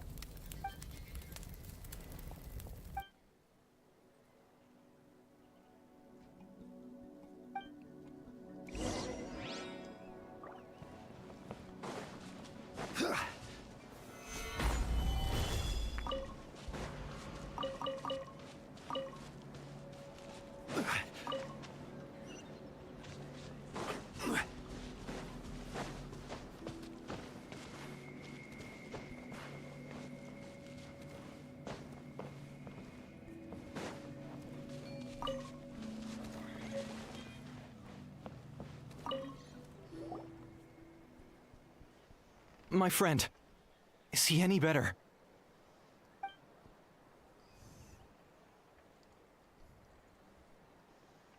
Duarte? Oh yeah, I remember.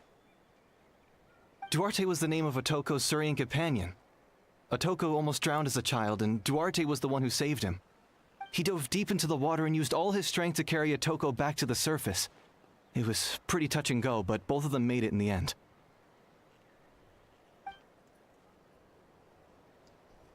Well, you see, Duarte died 4 years ago during an Abyss invasion.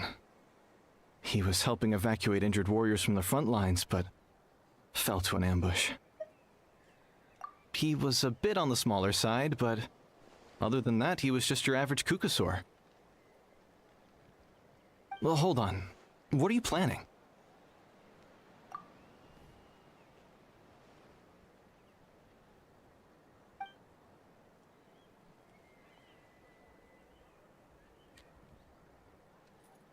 No problem. Thank you for looking out for him.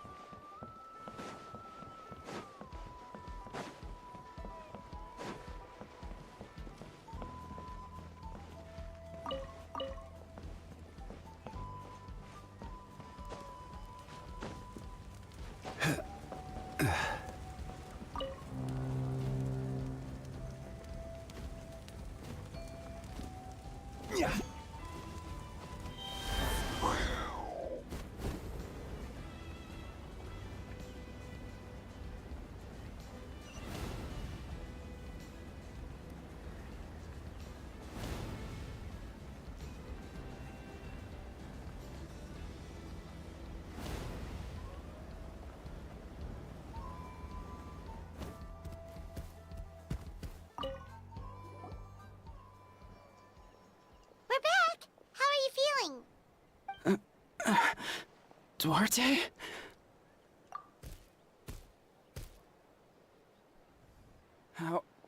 How did you get here? Are you here to save me? It's working!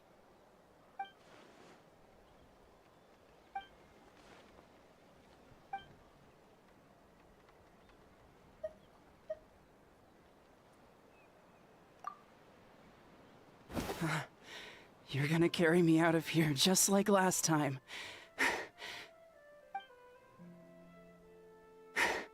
Over a decade later, and you're still trying to save me. I can't believe you made it this deep underwater, but I'm so glad you found me. Once we're out of here, let's split a huge portion of blazed meat stew, just like old times. I owe you for this. We're almost at the surface.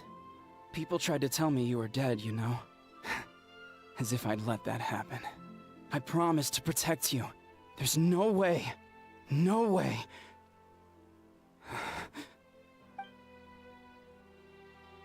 No. Wait. I failed. I...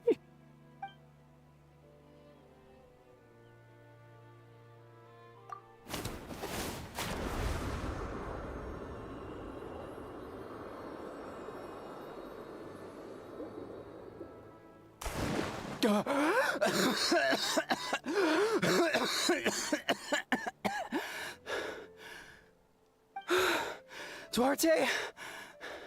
Wait, you're not Duarte. How did I get here? Who are you people? Toko! He's Kaylee. What's going on? All I remember is the battle against the Abyss, and then I was drowning. And a Saurian that looked like Duarte saved me. How did I get here?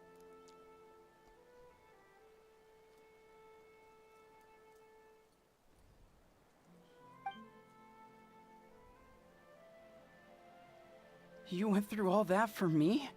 While all I did was cause trouble for everyone? I'm so sorry.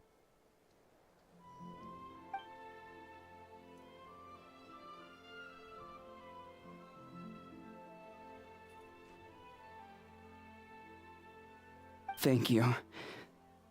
I appreciate that.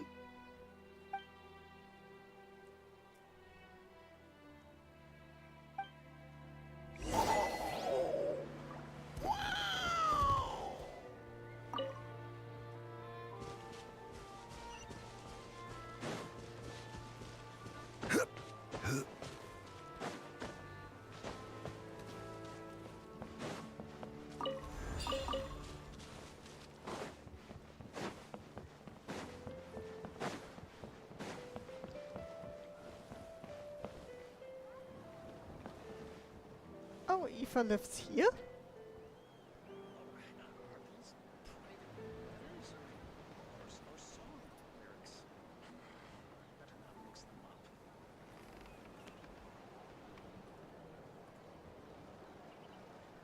Every journey has its final day. Don't rush.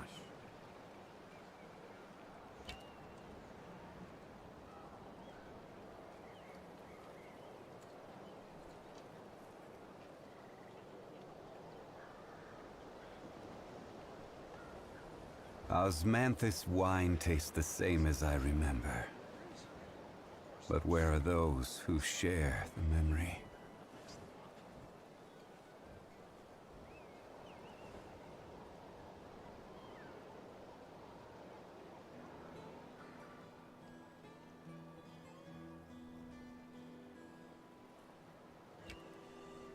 Where do you want to go next? If you'd like to see Liyue's tourist spots, I have a few references.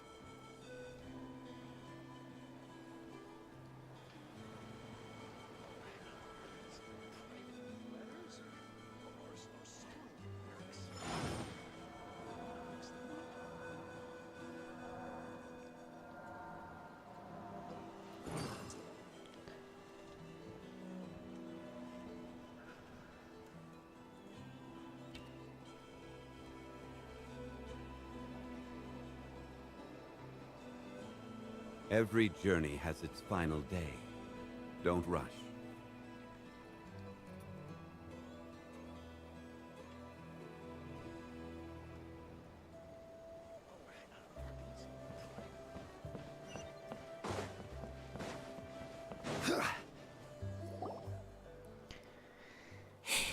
It's coming for me.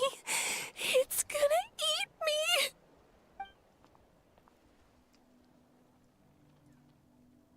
It's no use. It'll just come back. Nothing can stop it. Nothing can stop the abyss. It will devour everyone. One day, we'll all be reunited in the pit of its stomach. Maybe it's just Paimon, but she seems to be in even worse shape than Atoko. She can talk to us, but nothing she says makes any sense. She also seems really afraid.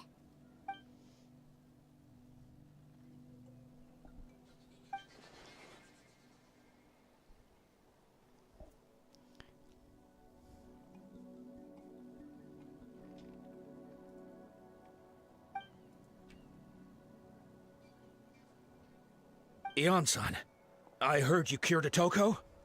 I'm so relieved. Is there anything I can do to help? If you need extra hands, I can...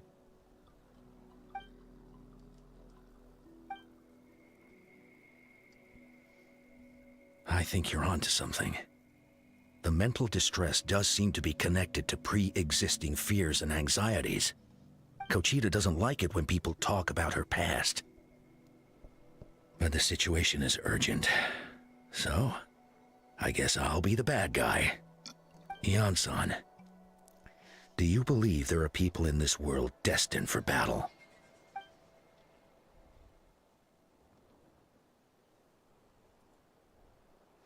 Then, what about people destined to be unfit for battle? When Kochita was little, her parents died fighting the Abyss. She was only 11 or 12 at the time, and her brother, even younger still. The two saw their parents collapse in a pool of blood as flames roared and spread all around them. Kochita trained hard to become a warrior, but still found fighting Abyss monsters too difficult to handle. She and her brother were left with severe trauma after the incident. Pain and fear that they could not get over no matter what. But isn't Kochita one of the warriors who fought the Abyss? Didn't you find her unconscious out on the field? Yes, we did. You see, something changed within her several years ago when the Abyss attacked our tribe and broke into her home. By the time the guards rushed to the scene, they found her standing there, weapon outstretched, hands trembling. Her brother huddling behind her for safety, and the Abyss monster dead at her feet. She didn't even look at it, and just kept repeating the same thing over and over. You're the only family I have left. I won't let anything happen to you. She became a completely different person after that. She earned a reputation as a very capable warrior, and fought countless battles against the Abyss. We all thought she overcame the trauma, and we were so happy for her. But now it seems like even if she buried it deep within herself, the fear still never left her.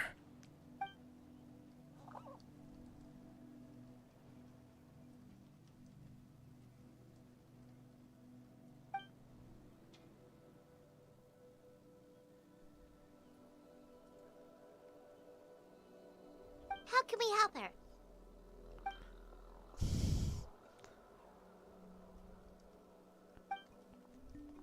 Quali?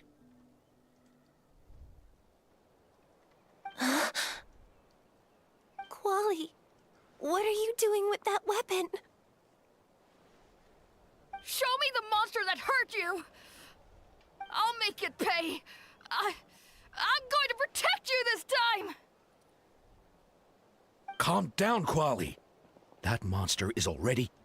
I can do it! I don't care what it takes! I just want her to get better. She's the only family I have left. Family?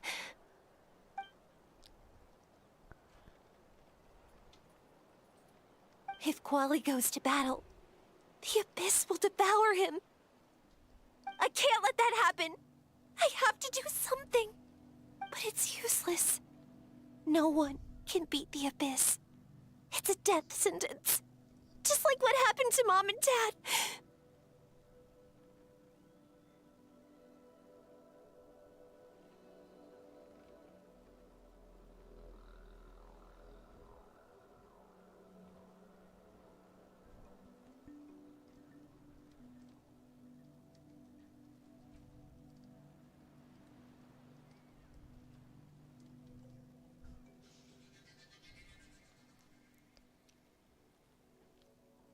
But I'm no warrior. I'm just a coward. Still, I have to protect Quali. What should I do? Kochita.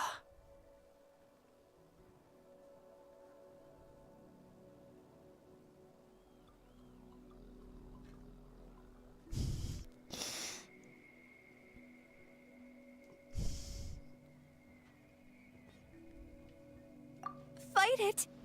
One more time?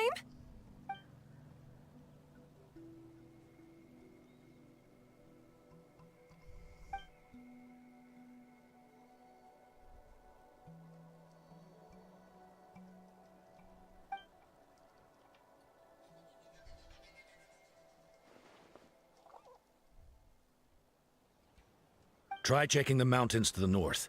A few fled in that direction after the battle. I dispatched a team to clear them out, so most of them should be gone. But there might still be a few stragglers.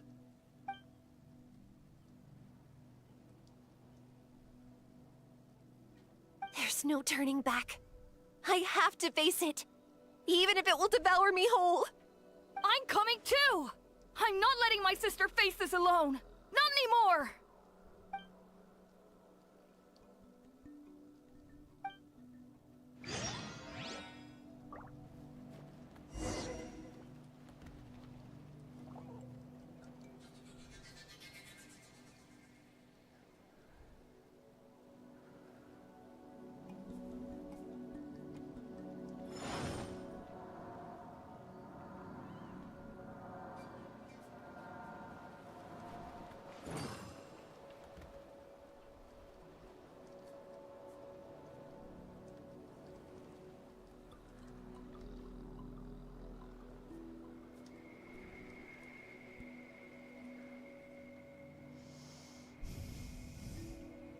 Osmet.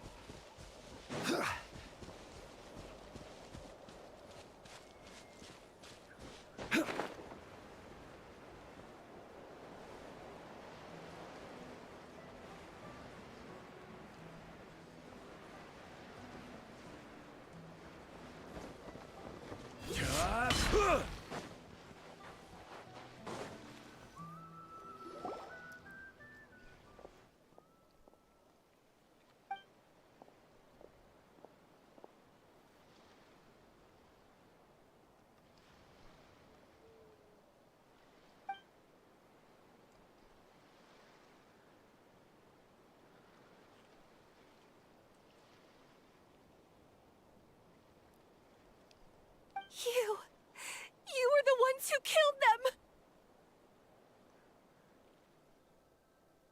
As a kid, I thought my parents were invincible. They were always so strong and gentle. They seemed like the most powerful people in the world. But I can still see the image of them collapsed at my feet that night. The raging fire, the smoke, the smell of blood, the sound of my brother's cries. It's all burned into my brain. They told me to run, and I could see the fear in their eyes. I've been running from my fears ever since. But why didn't my parents run? It must have been because... You can do it! Because of our family. When you have someone to protect, there's no backing down. No matter what. Gather! Stay up! Let's help her out!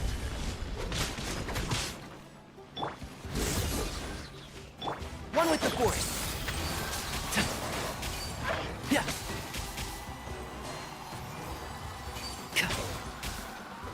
Let's nip that in the bud. I can do this. I have to do this.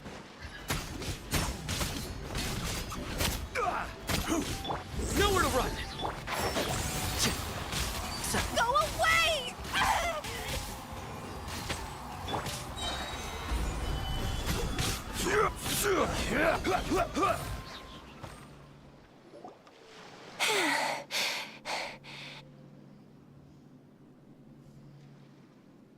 Where are the rest? Where are they hiding?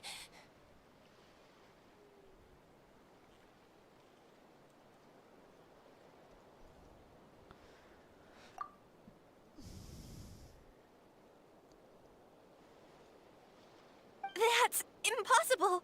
They were gigantic beasts crawling with eyes, ready to devour everything in sight. No. Wait. What am I saying? Abyss monsters are not actually that scary. I've defeated them before. I know I have. She's back to normal! Kuchita! What just happened?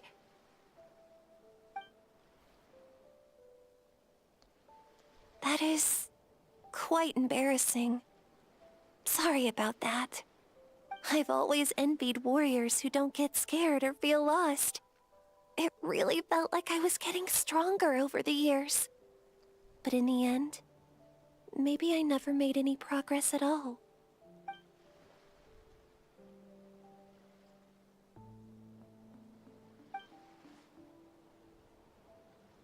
Even though we're both scared of monsters, you were always the one who stepped up to protect me.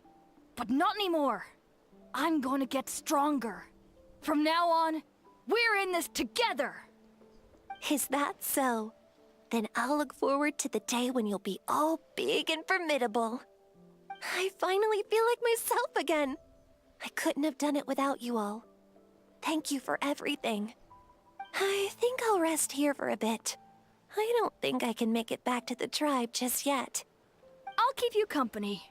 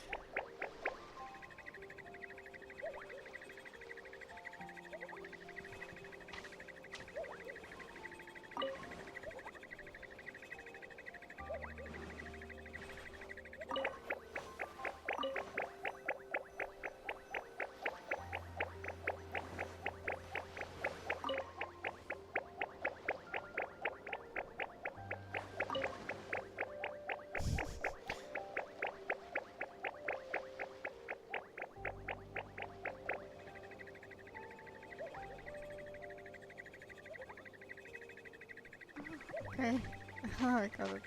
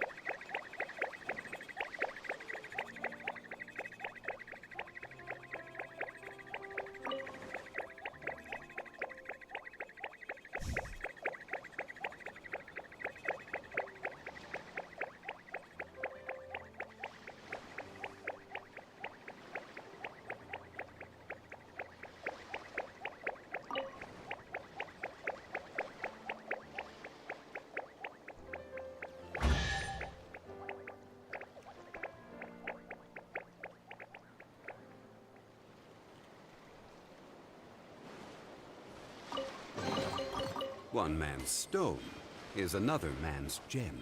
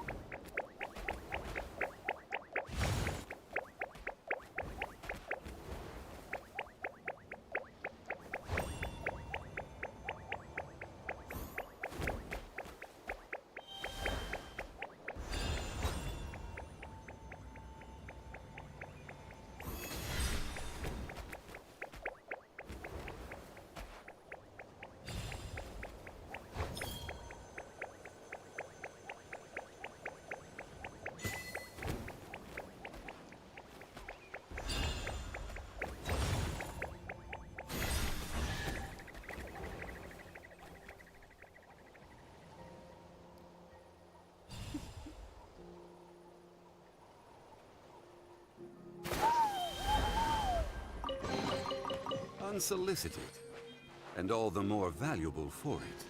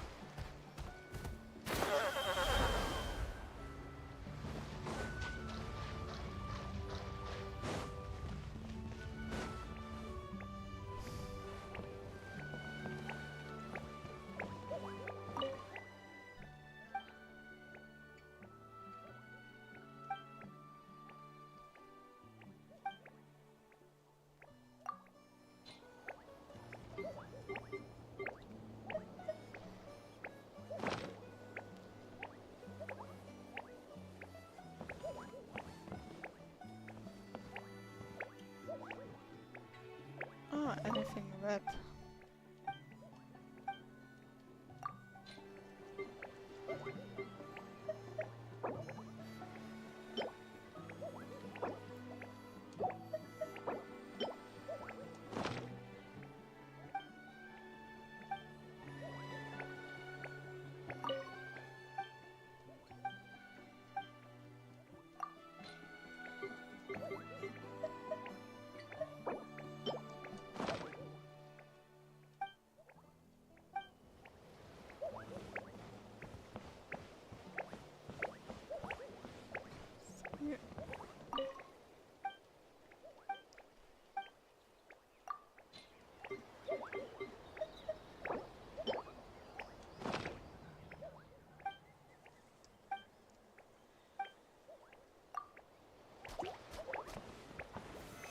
Solidify!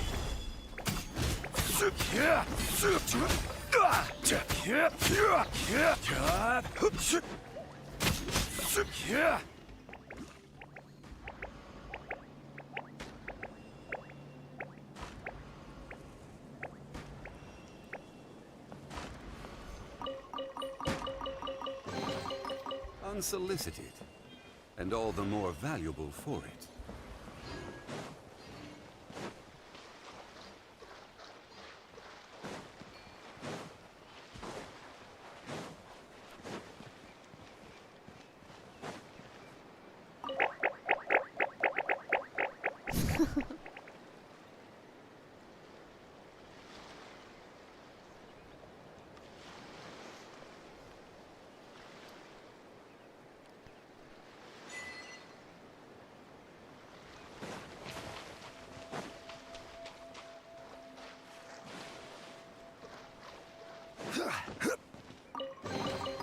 One man's stone is another man's gem.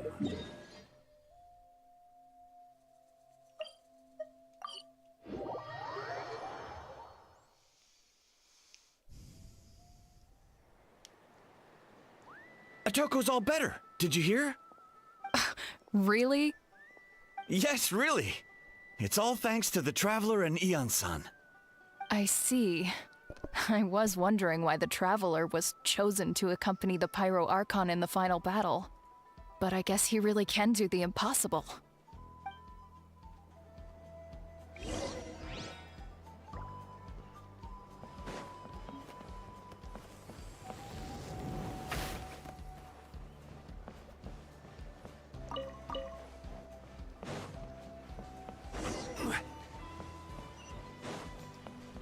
So all those rumors about the Traveler really are true.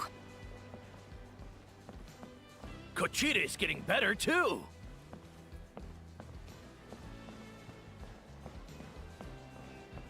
Koichi, give me a hand for a sec. Right. Koichi's not... She's not here anymore. That hurts.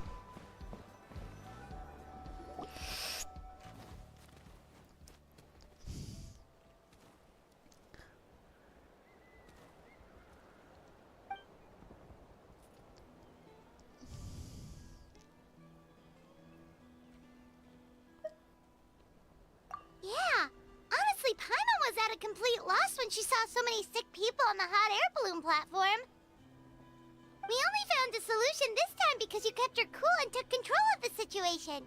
You deserve most of the credit.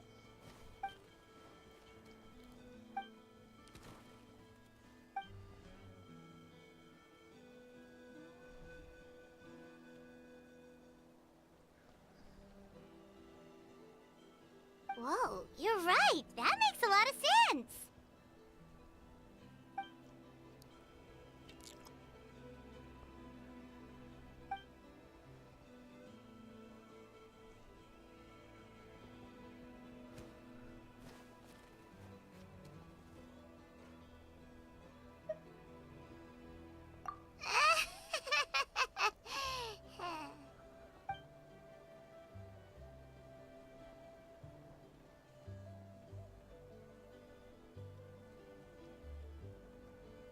That sounds like something Paimon could do, but would that really change anything?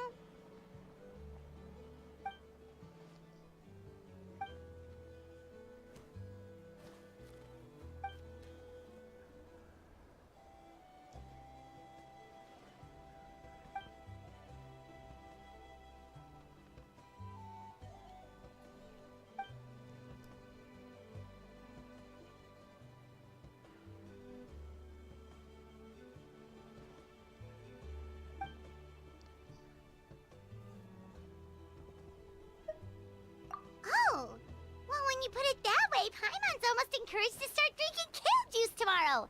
No, today. Paimon will start today. You're amazing, Ann-san. You really make Paimon feel like she can do the impossible. Maybe your true strength is giving other people strength.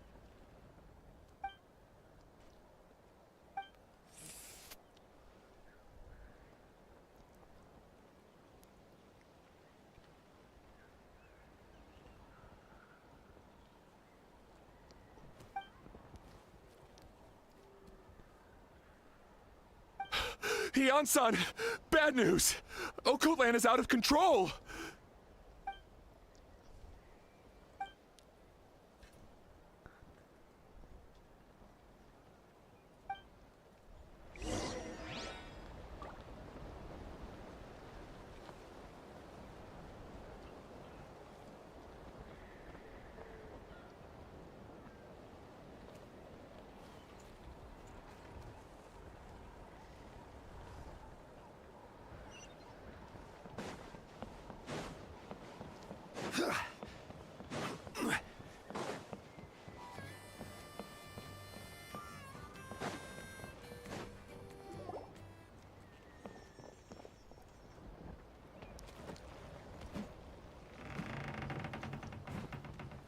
What are you doing, Occult Land?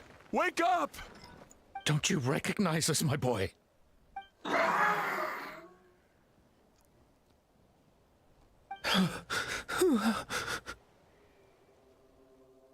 The Abyss monsters are everywhere. Everywhere.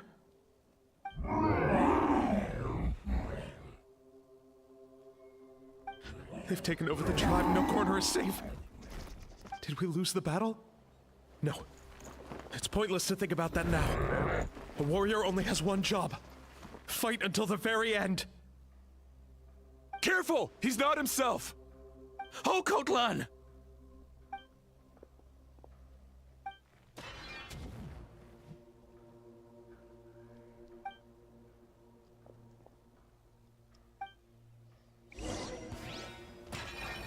Stabilize! I will have order! He thinks we're Abyss monsters? Hey, it's okay! We're not the bad guys! Come on! Wretched Abyss! Get out of my tribe! Mom, Dad, are gone. This is my final battle! Gather!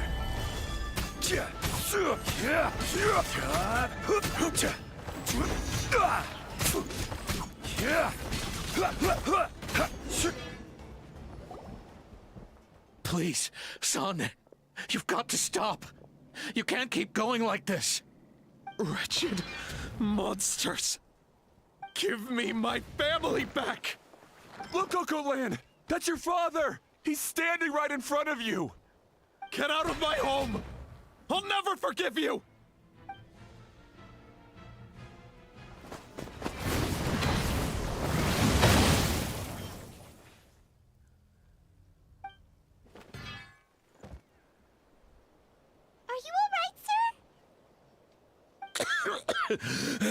I'm fine.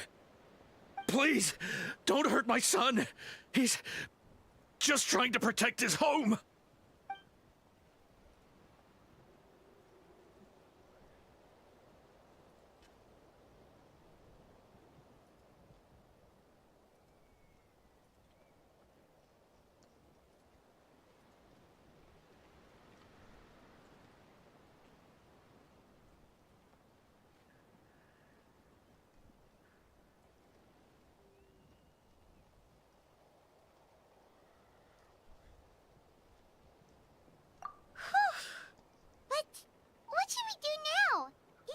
From the other two, it's like he can't hear us at all. He keeps calling us monsters. We're basically enemies to him now. Occult Land.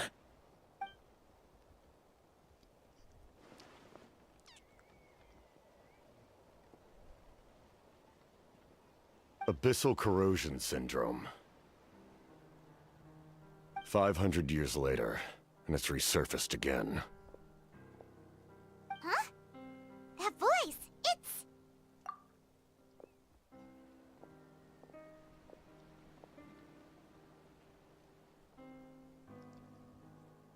Direct contact with high concentrations of abyssal power causes irreversible mental trauma in most people.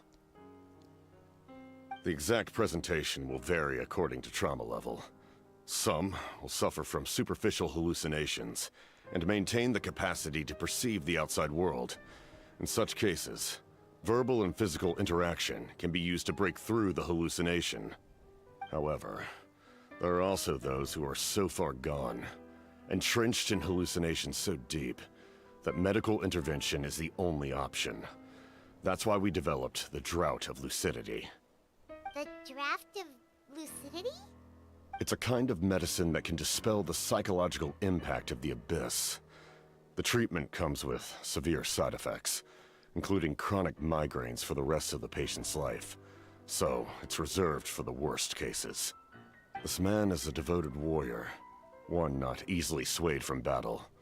That is precisely why it's so difficult to pull him out of this hallucination. If you trust me to be true to my word, give him this. Wretched monsters! Setting up an ambush! Give me your worst. It's either your end or mine! Hurry! He's awake! Please, give him the draft. My son thinks he's alone in this world. In his mind, all his family and comrades are gone, and only enemies remain. There's nothing more painful for a warrior than losing everything you fought so hard to protect.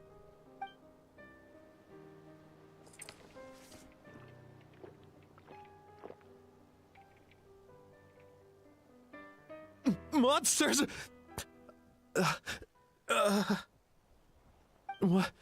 What's going on? Dad? What are you doing here? My head hurts. I just had the strangest dream. I dreamt the Abyss took over the tribe. It's all right, my boy. It was just a nightmare. Let's go home. You need a good night's sleep. But first, I want to thank you for saving my son.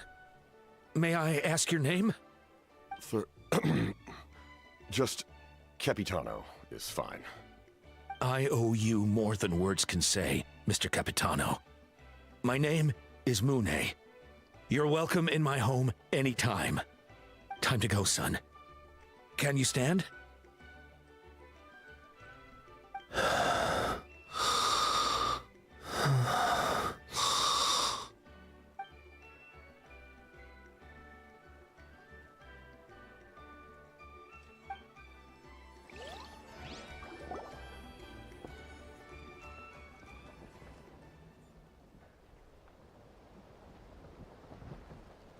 Thank goodness everything turned out all right.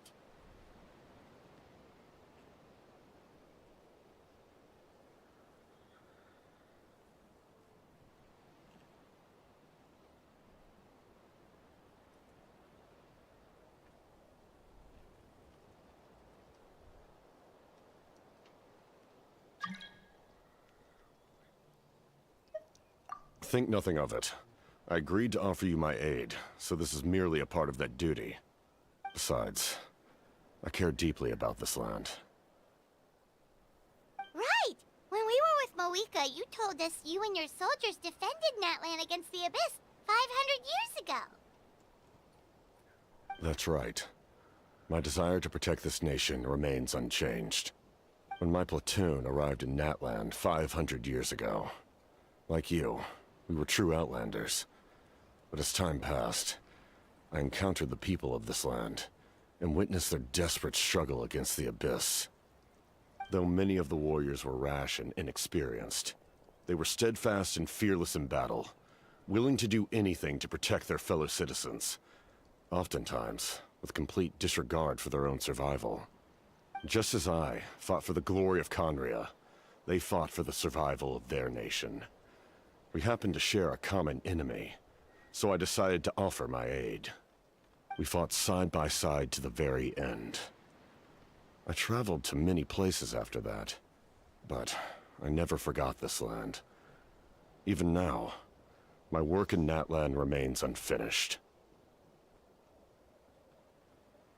They remember who I used to be. The Sentinel Knight, who fought with the Masters of the Nightwind. Still, I prefer to leave all that in the past.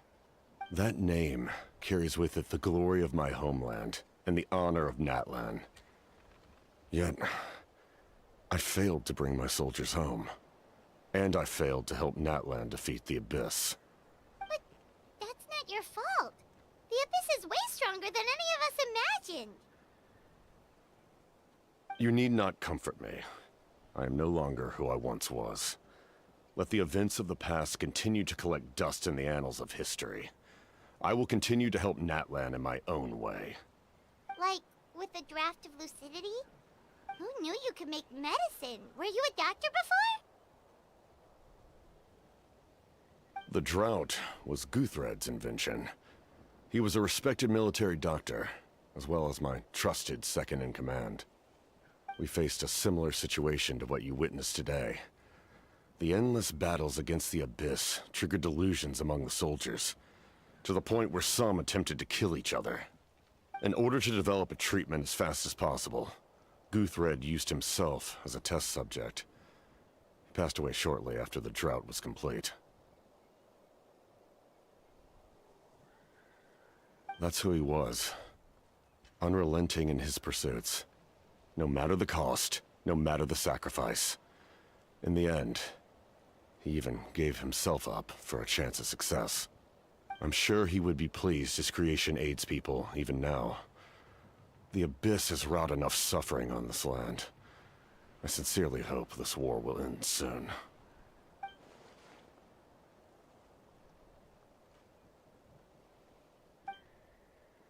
Stop worrying about other people's survival, about their losses and sacrifices. You just need to win. That must be why I've returned. For this moment. Please finish what you set out to do, Commander.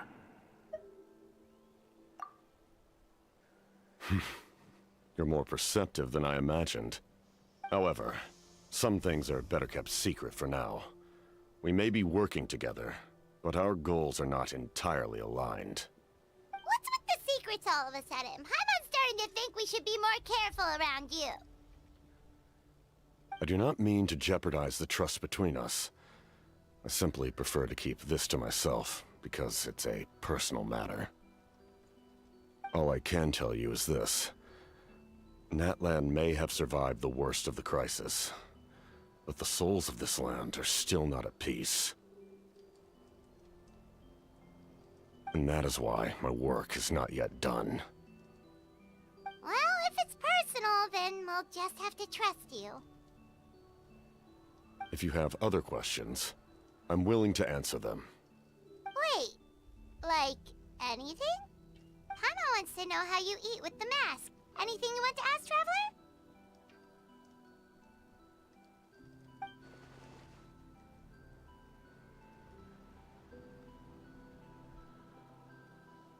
Natlan must pay the price for Mawika's use of the Ruler of Death's power.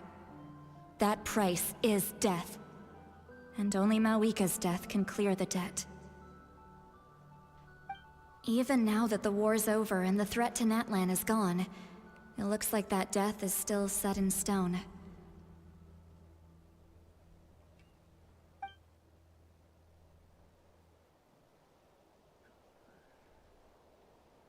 In the garden cultivated by the gods, flowers and weeds grow side by side. When the weeds compete for nutrients in the soil, the gardener intervenes to inhibit their growth. I'm not one to pass judgment based on my own standard of right and wrong. But it is an undeniable fact that she is responsible for my suffering, as well as that of my people. If that explanation is too difficult to understand, allow me to show you exactly what I mean.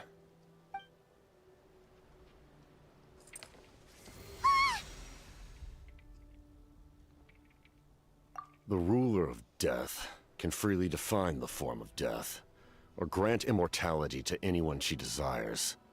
Her power is a rule in and of itself. Faced with such an overwhelming level of power, it can feel hopeless to resist. But I am of the belief that, in this world, no destiny is unchangeable, no death inevitable, and no rule unbreakable. So, before the final moment truly arrives, we must fight harder than ever.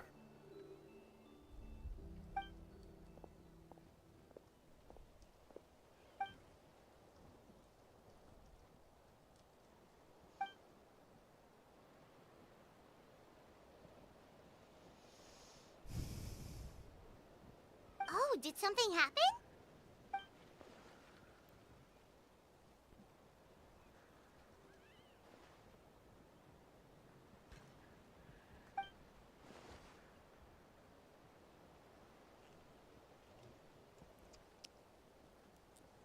This is a critical time for you, Traveler. It's best not to delay, so let us end our conversation for now. Best of luck to you all. Goodbye.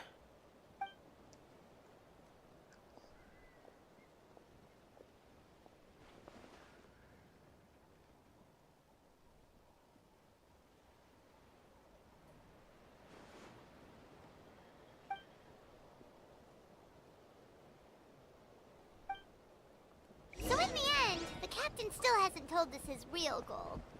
He kind of reminds Paimon of someone we met recently. Oh, right, the Lord of the Night!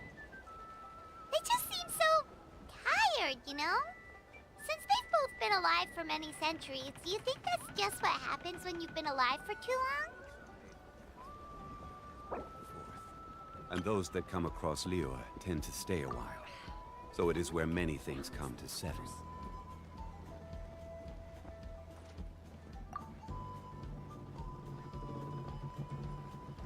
Osmanthus wine tastes the same as I remember. But where are those who share the memory?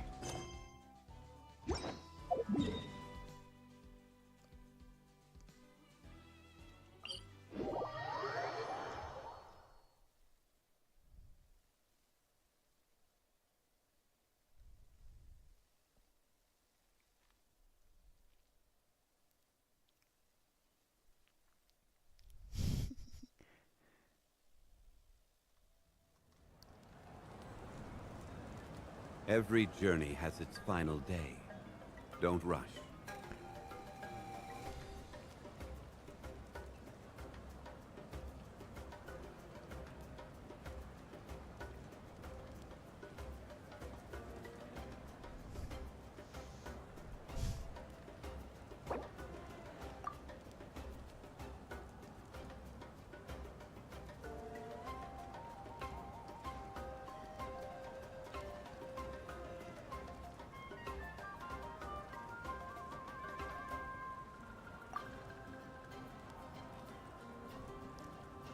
Osmanthus wine tastes the same as I remember.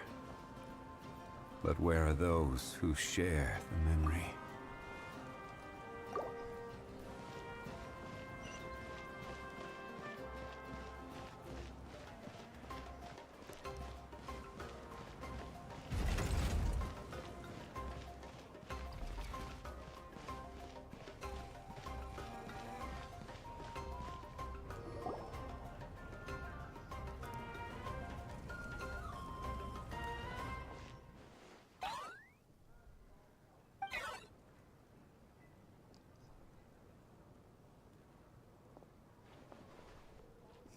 Goodbye. Thanks, Kanich.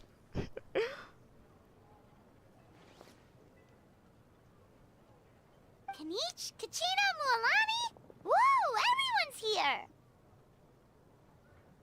Reunited at last. Did you miss us? I brought candy and cookies to share. Of course we missed you!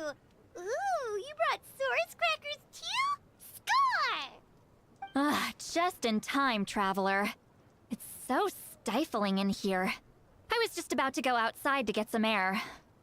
It's the same temperature outside. Anyway, how was the trip here?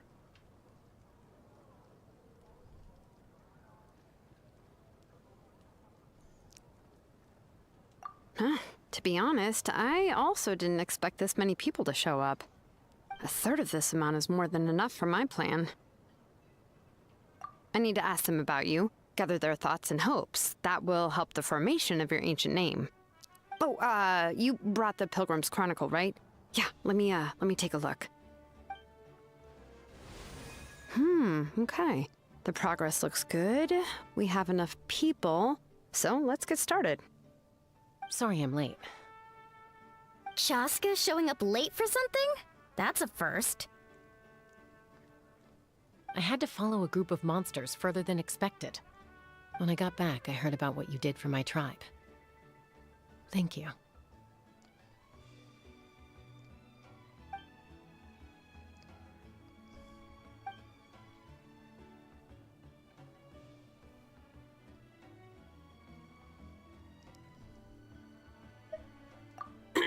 Okay, let's save the pleasantries for later. Everyone's here, so let's get started. All right, let me remind everyone what's going to happen. I need each of you to stand before the Pilgrim's Chronicle and share your stories about the Traveler. Your words will be recorded and become a part of the Traveler's ancient name. Any, questions? Nope. All right, then to start things off... Hold on. Remember what we discussed? Oh, right, I almost forgot. Traveler, Paimon, you, can't be here for this part. Huh? But why? We want to hear what everyone has to say. I need people's true thoughts and feelings. It's best if the subject in question isn't involved. It's much more difficult to express those feelings to someone's face. People get shy in those situations. It's just how it is. You're right. Just like when Paimon doesn't have enough more to pay for her meal, but she's too embarrassed to tell the Traveler, so she has to make up some excuse. So basically, you want us to leave the Pilgrim's Chronicle here and wait nearby? Oh, don't worry. This shouldn't take long. Everything Shilonen said made sense, but did you see St. Lolly's reaction back there? She was definitely the one who decided we should leave. But staying out here is just making Paimon even more curious about what everyone's gonna say. Anyway, you're gonna have an ancient name soon. Ooh, that's so exciting! Feels like we've been in Natland for quite a while already, doesn't it? You're right! If only Paimon could say a few things about you in there. Well, looks like you're about to have that chance. Shilonen, is everything all set? Almost. We're just missing one last thing. You've been by the Traveler's side the longest, Paimon. We need to hear what you have to say. But Paimon's not from Natland. Oh, it doesn't matter. As a Traveler's companion, your contributions are extremely important. You're the perfect person to finish the story. Sorry, Traveler. I just need to borrow Paimon for a second. It should be quick.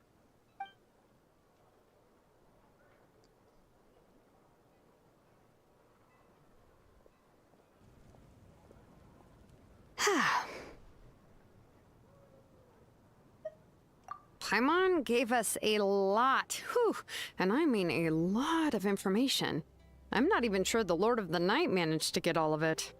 Well, we've been to 6 nations already. Here, you can have the Pilgrim's Chronicle back. I'll need it when I forge the name, but you can continue your adventures in the meantime. And when the time comes, I will forge you an ancient name unlike anything that's come before, so that you, Mawika, and Natlan as a whole can finally put an end to this endless war.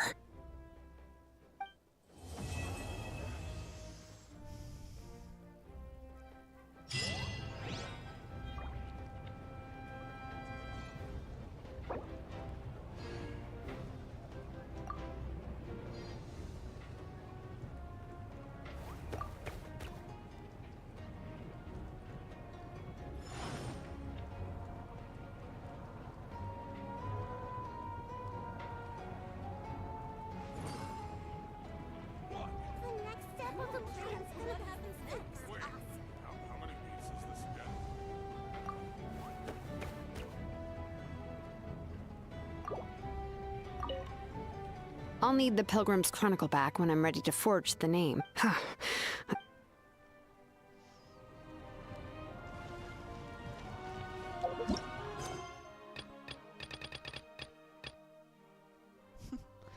Well, now it's time to go.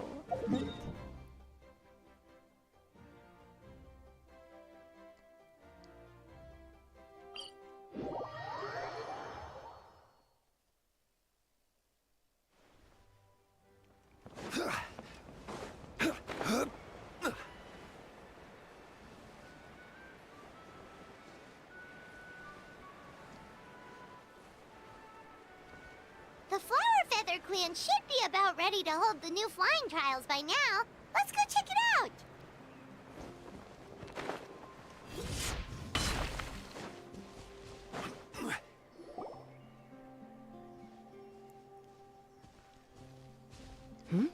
Ah, Traveler and Paimon. You came. Yep, and it looks like we made it just in time! Although, can't say the same for the Cuckoosaurs. Bit of a low turnout, huh? Yeah, you'll see why soon enough. All right, get ready. 3, 2, 1, fly! Whoa! We're really flying! I feel light as a feather.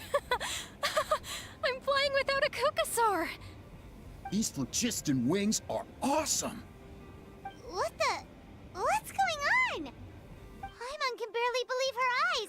How did they fly all on their own? The merchants we ran into that day were selling a product called phlogiston wings. It's a flying machine worn on the back. To operate it, you just use a handheld trackball that controls the flow of gaseous phlogiston. That's incredible!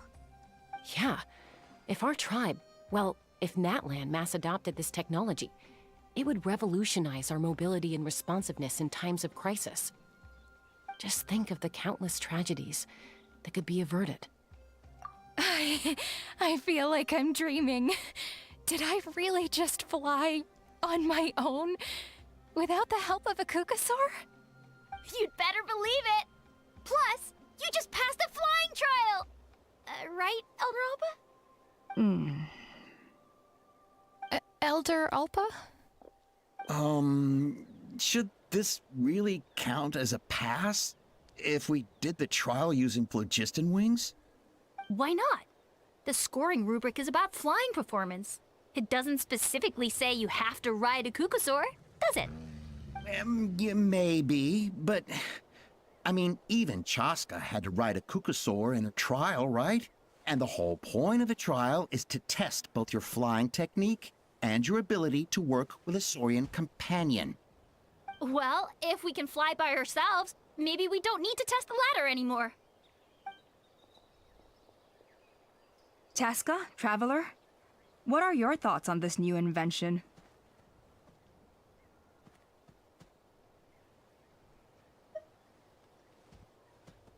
Right? That's what I think too.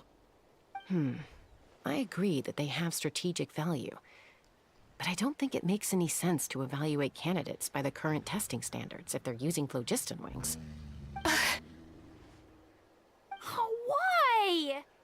Shunan finally mustered the courage to go through with this, and now you're saying it doesn't count? We don't have any experience using these wings in battle, nor is it immediately obvious how to incorporate them into the existing systems in our tribe.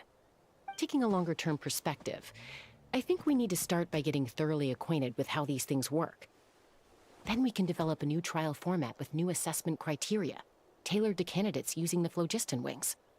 You all raise valid points. But Chaska, while your proposal sounds perfectly reasonable, it would probably take years to put it into practice. We lost so many people in that war. These phlogiston wings could be exactly what we need to strengthen our forces and boost morale in this trying time. And as for real-world battle experience, there will be plenty of opportunities to gain that. I have high hopes for you, Junon. Huh? Hey, stop staring into space! Say thank you! Oh, thank you. Thank you, Elder Alpa. You have nothing to thank me for. Remember, the way you got your wings back was by relying on yourself. Oh, Elder Alpa! Bad news! Cuckoosaurs are attacking the merchants again! Again? Okay, everyone, stay put while I... Huh? Chaska?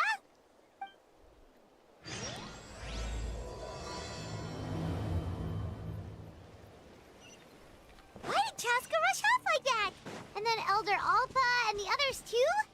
Anyway, let's go see what this is all about.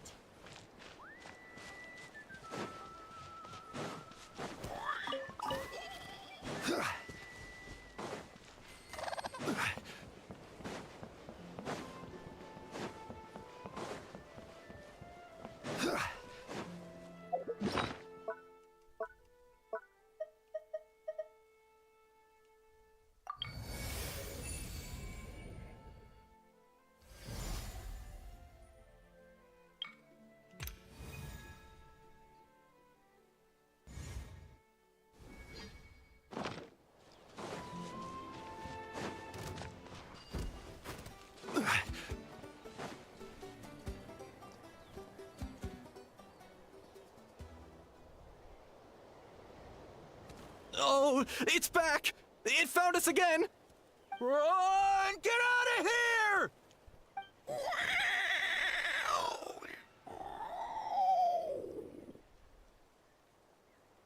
Curses.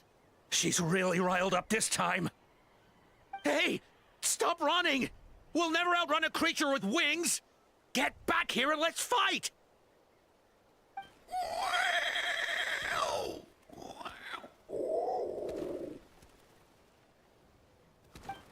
Stop! All of you! Chaska! Oh, wonderful! Quick, get rid of that thing!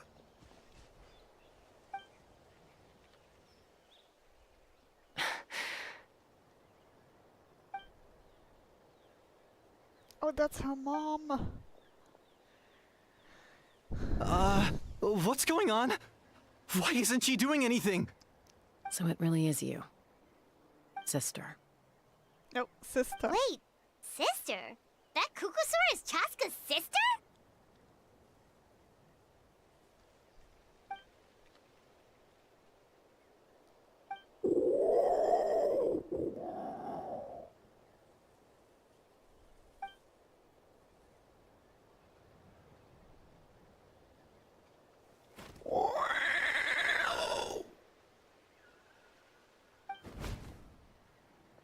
Koya, wait! Is Chaska gonna be okay? Should we go check on her?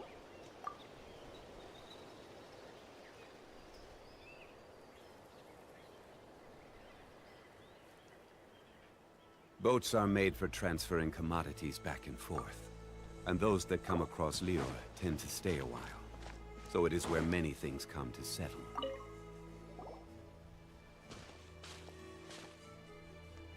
Chaska, are you okay? I'm fine. Sorry for making you worry. No point. She's an expert at hiding her tracks. Once she's shaken you off, you'll never catch up to her. At least, I always used to lose to her at hide-and-seek when we were kids.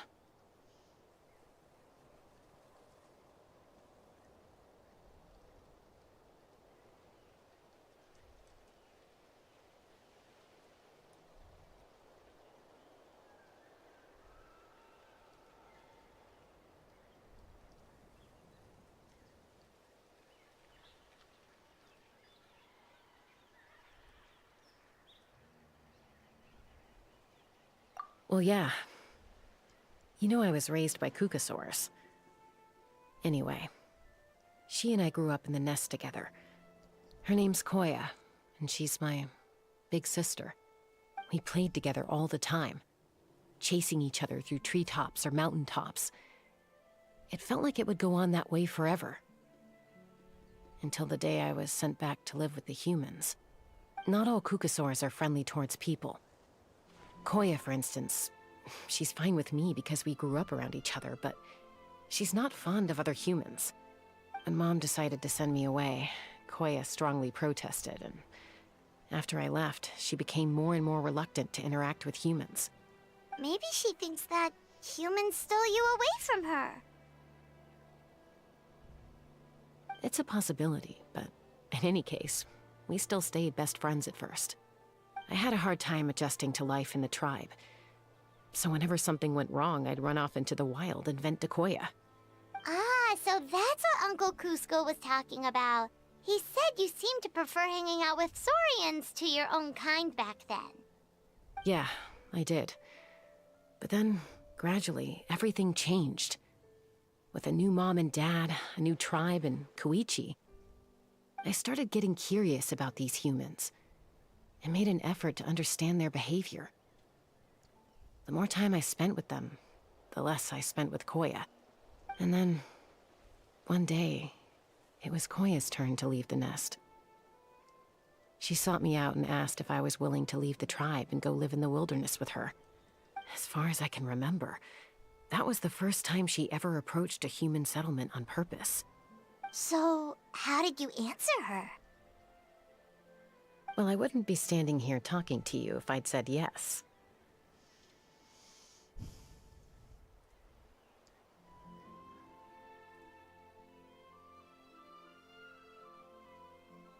No, I was torn. On the one hand, I'd already made up my mind to embrace my new family and accept my human identity. But I also knew that Koya wasn't a fan of humans, and I didn't want to disappoint her. She took my hesitation as an answer. She saw it as a personal betrayal, threw a huge fit, and then flew off. We hadn't seen each other since, well, until today. Not for a lack of trying, though. I tried asking Mom where Koya's new nest was so I could talk things out with her. But Koya had already asked Mom not to tell me where she'd moved to. It must be hard for Mom, being stuck between her two daughters. So I didn't press the issue. And I didn't go looking for her. If things carry on like this, I need to make sure I find her before anyone else. Even if she doesn't want to see me. For now, let's bring the wounded back to the tribe. And see what Mutota and Elder Alba have in mind.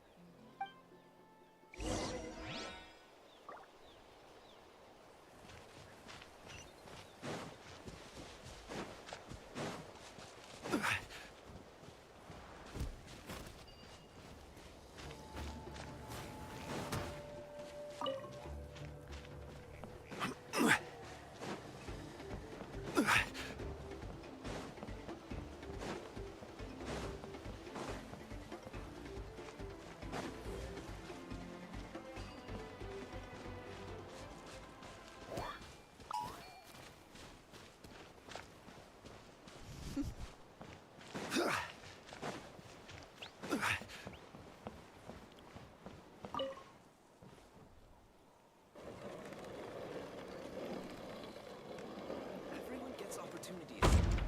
I just never took the ones I had.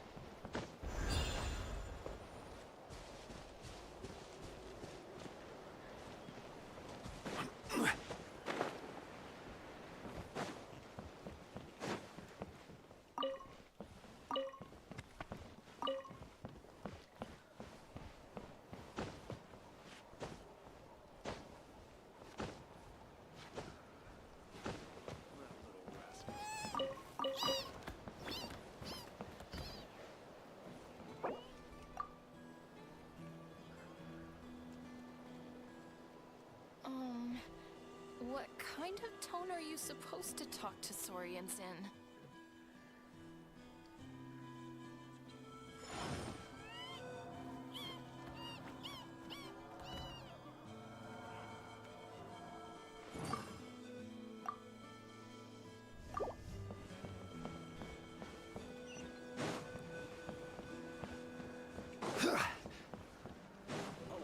Are these private letters?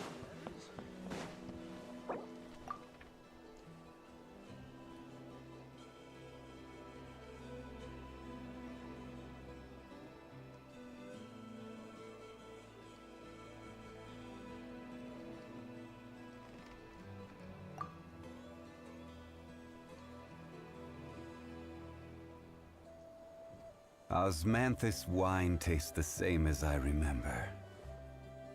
But where are those who share the memory?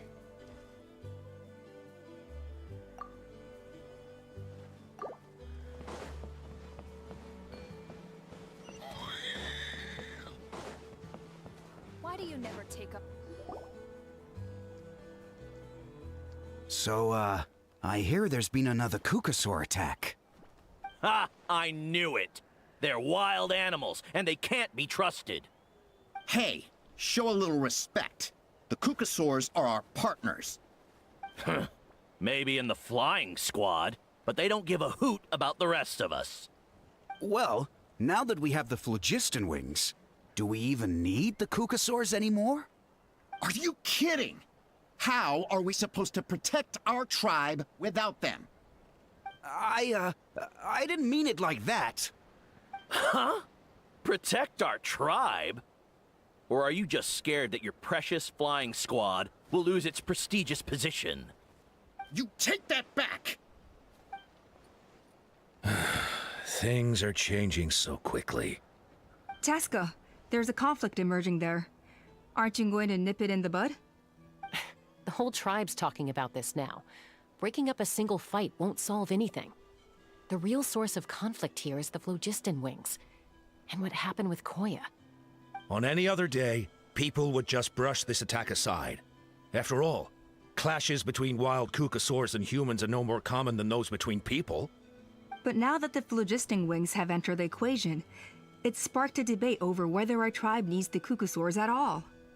I worry that we risk repeating the mistakes of the Cinder City.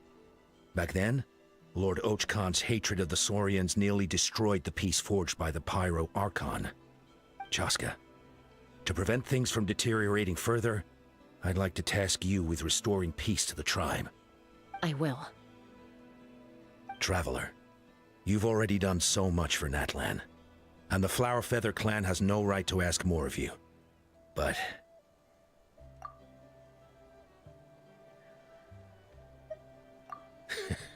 looks like I was making a mountain out of a molehill.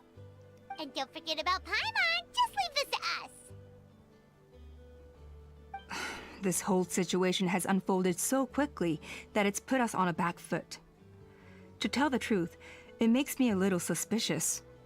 You think someone might have orchestrated all this? It's possible. Leave it with me. I'll look into it. Also, Chaska, could you try to keep a low profile while you're out there digging around? We don't want to give our hand away. I'll do my best. Okay, so where should we start? This all began with Koya's attacks. If we can find out what led her to do it, that should give us something to work with. Unlikely. Given how she reacted when I showed up, I don't think she's forgiven me. If you want to resolve a conflict through dialogue, sometimes you need a third-party facilitator. Let's go see my mom.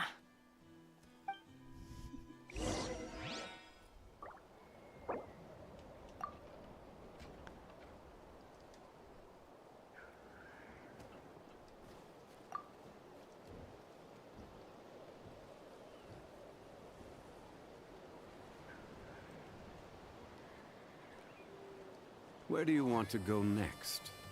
If you'd like to see Liyue's tourist spots, I have a few references. Osmanthus wine tastes the same as I remember.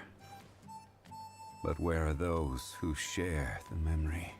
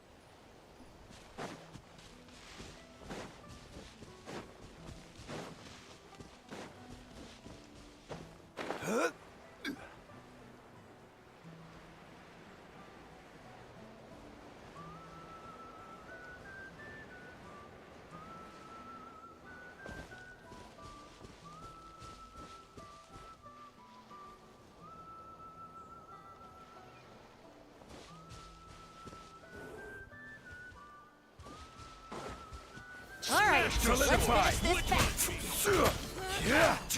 fast. This is order.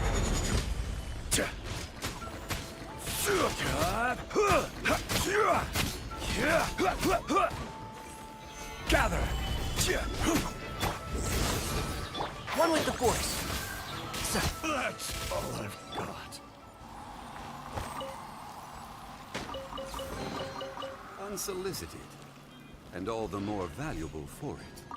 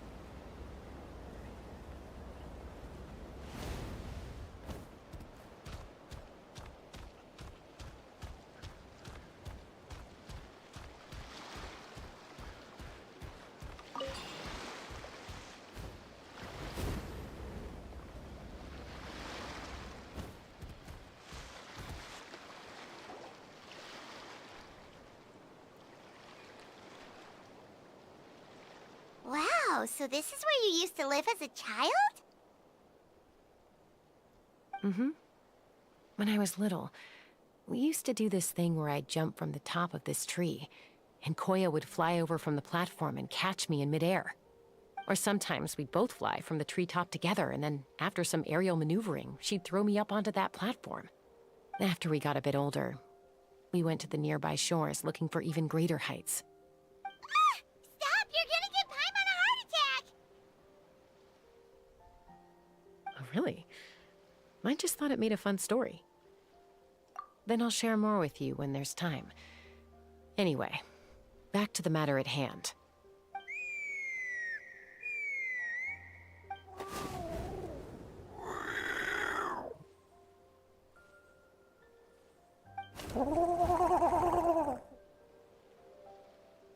Hey, Mama Bird. I'm back. My last visit was only a week ago, wasn't it? See? I visit you more than I visit Papa Cusco. I brought a couple of friends with me. These are the Traveler and Paimon.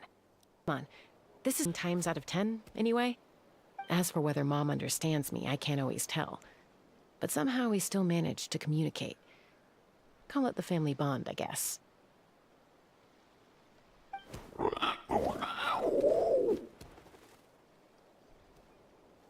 Don't worry. I'm doing well, but I think Koya might be in some trouble.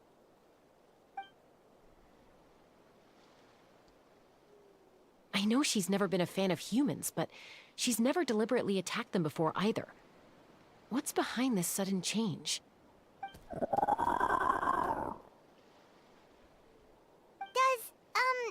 Auntie Chimpu know anything? Doesn't look like it. Koya hasn't visited her in a long time. Then, could you please tell me where she's living nowadays? I really need to talk to her. If this animosity between her and the tribe continues, then the next time there's an incident, I don't know if I'll make it there in time.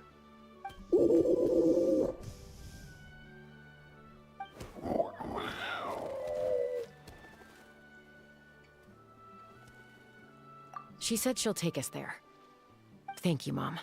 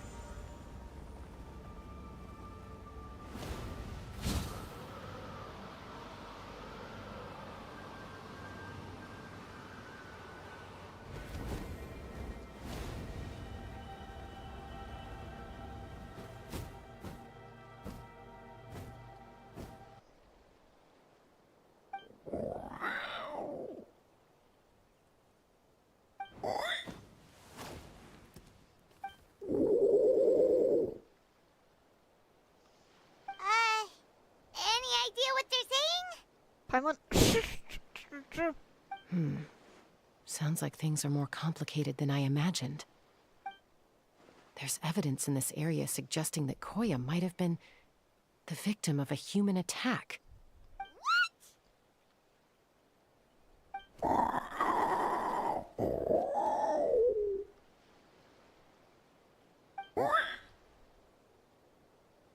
No! It's Chime, Koya's child. The attackers kidnapped her. They came over the sea, under the cover of night, and they took Chime. What the heck? Who would do such a thing? I searched day and night, and finally found them.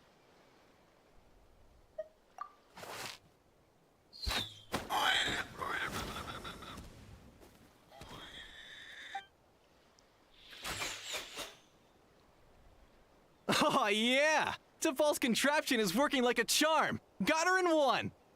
Hey, there's another one! Wait, is that the one that got away last time? Who cares? Just get them all! T'Pol pays us per catch.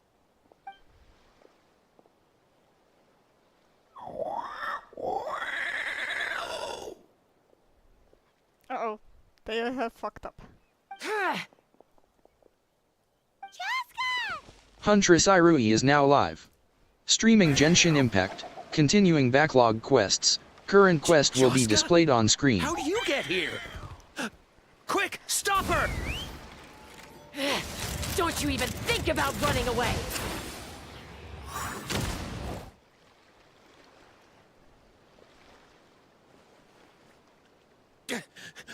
Don't come any closer, or I'll...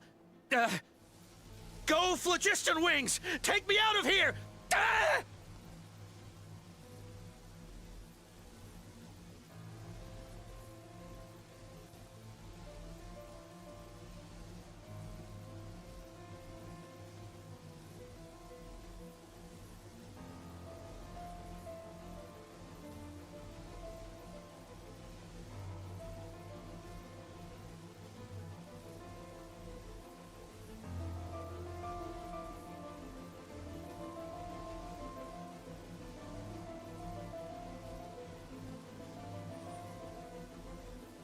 Still active, okay. Uh-oh, looks like it malfunctioned! This is bad. Mom and Koya are already injured. And if that thing explodes right next to them... Help! Elemental energy suppresses it! Please, someone! Get back!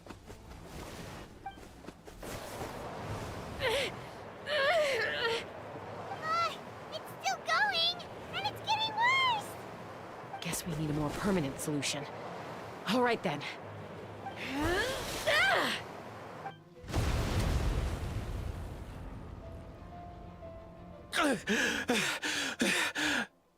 That was too close. I thought I was gonna die. Oh, I like that. That can still be ranged. Answer us honestly. Were you the ones who attacked Koya before?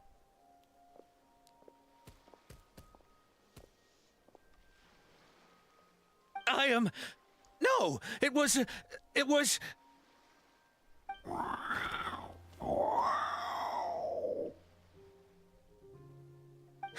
Well, she says it was you. Just tell me, who sent you here? It was T'Pol! He told us to catch all the wild Kukasaurs we can find. Hello, welcome. He also said that this Kukasaur has become a thorn in his side, so it needs dealing with urgently. T'Pol? Huh. Sounds familiar. But where from?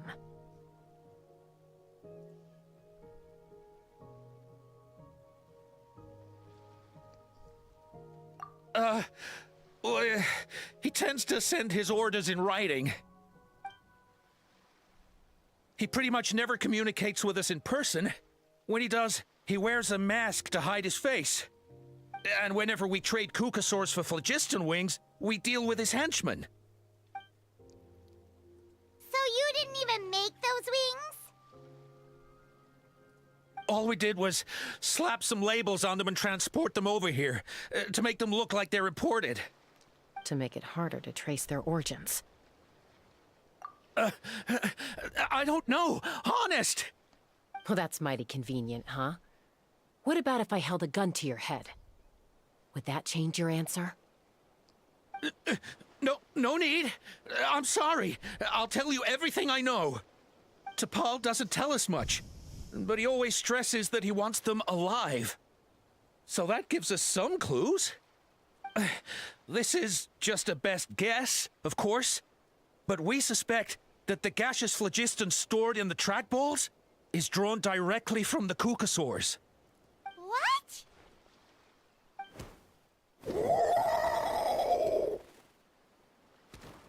Easy now. You're still injured. Hey, keep talking. Yes, ma'am. So, the gaseous phlogiston has to be highly refined in order to power the phlogiston wings. The slightest imperfection can have disastrous consequences, as you just witnessed. But the Kukasaurs have a natural ability to process gaseous phlogiston. So, if you use them as an intermediary, then...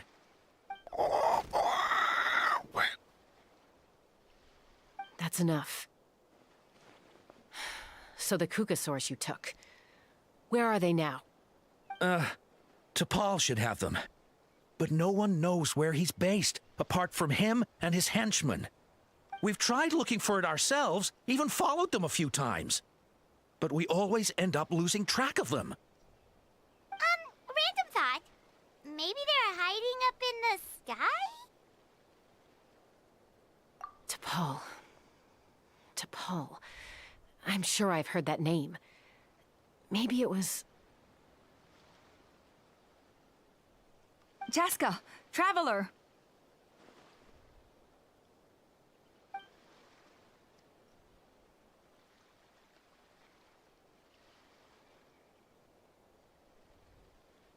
That voice!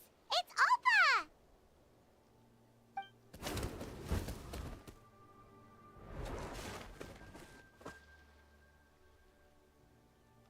Elder Alpa? What brings you all the way out here? Well, I was patrolling nearby when I heard the sound of an explosion. What's going on?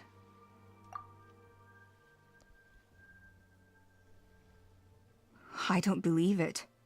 Elder Alpa, does the name T'Pol ring a bell to you? I feel like I've seen it written down before. Maybe in a list of candidates for the flying trials? Huh?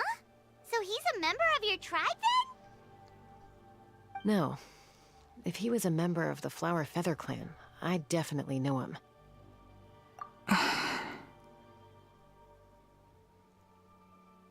Now that you mention it, I do remember a young man from outside our tribe who came to participate in our flying trials once. You were away on a mission at the time, which is probably why you don't remember him. He was a craftsman from the Children of Echoes, but he'd always dreamed of soaring the skies, so he wanted to join our flying squad. The Children of Echoes? That's rare. But despite his best efforts, he unfortunately failed to pass the trial and gain the Kukasaur's approval. In the end, he went wingless and returned dejected to the Children of Echoes. Wingless, huh? Maybe he invented the phlogiston wings to get revenge on the Kukasaurs. Perhaps. Or maybe it's simply his way of dealing with his regrets over his past flying endeavors. Either way, it doesn't excuse his abuse of the Kukasaurs. I'm gonna take these guys back and expose the truth to the tribe. It's time for this conflict to end. Easy, Chaska. Remember what I said about keeping a low profile? The ringleader still hasn't shown himself, and this man's allegation about powering the phlogiston wings with Kukasaurs is only speculation. Bringing these men to the tribe now won't win over any current supporters of the phlogiston wings. In fact, it may even escalate the conflict further. After all, many are mistrustful of the Kukasaurs after recent events. Is that why T'Pol waited until now to try to capture my sister? I don't know. I mean, he did tell us to spread negative rumors about the Kukasaurs and slip some mora to anyone opposed to them, but... But Koya only attacked humans because they stole her child! Nevertheless, we will be hard-pressed to change people's minds while emotions are running high. Unless we have irrefutable evidence. Bravo! My thoughts exactly. In the meantime, leave these men with me. I'll escort them back to the tribe. I'll take the other members of their crew into custody, too. They won't get another chance to stir up trouble. Fair enough. I guess finding T'Pol is gonna be the key to resolving this conflict. Let's hope the Children of Echoes have some info on him.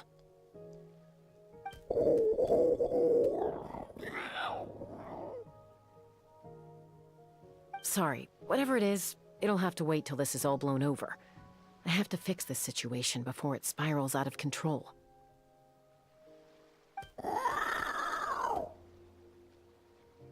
Mom, Sis, rest up and get well soon. I gotta fly.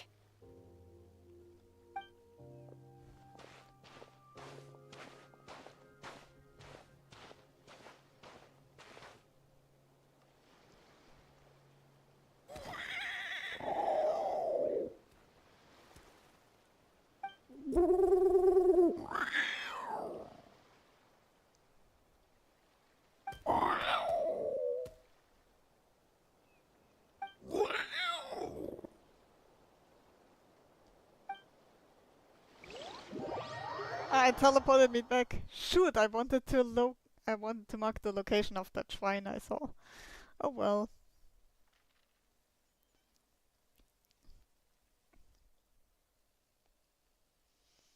Yep, it did teleport me back. Ah.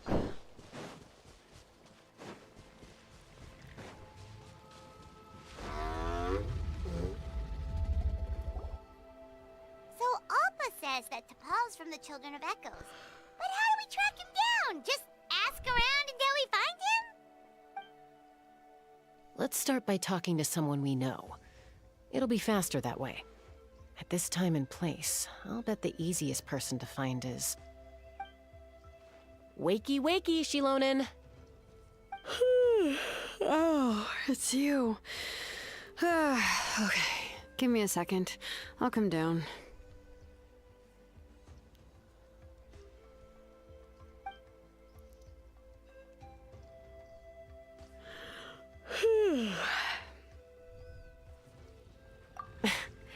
I climb trees to fly further and see farther. I don't usually stop for a nap. Well, we're not all like you. Always full of energy, even after flying around all day. Yeah. So, you've come all this way and interrupted my precious nap time. Might I inquire as to, why? I'm sorry, Shilonen, but it couldn't wait. Does the name T'Pol mean anything to you? He's a craftsman, apparently. Huh. T'Pol. Yeah, that rings a bell. I think that's Puma's child. Nope, I'm afraid you're a few years too late. Why are you looking for him?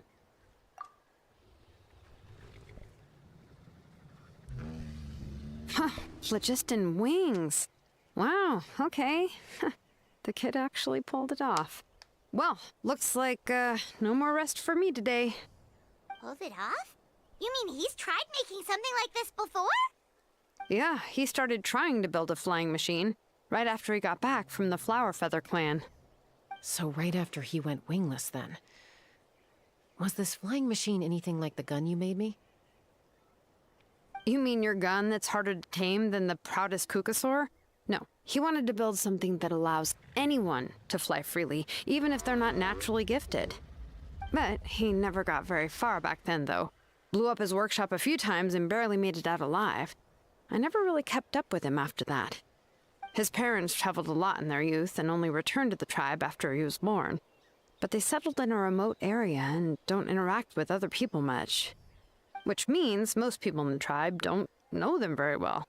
Your best bet is to chat to his direct family. I'll, go get Puma. Wait for me in front of the workshop.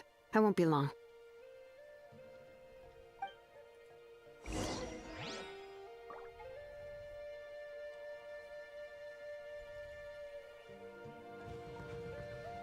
Ich have dir in DM geschickt. Falls du Zeit hast, schau mal rein. Wold Deichner was fragen carrot.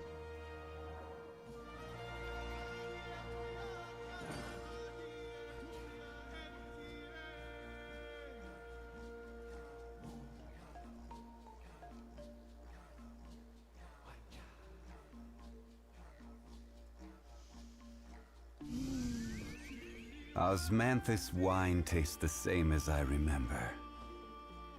But where are those who share the memory?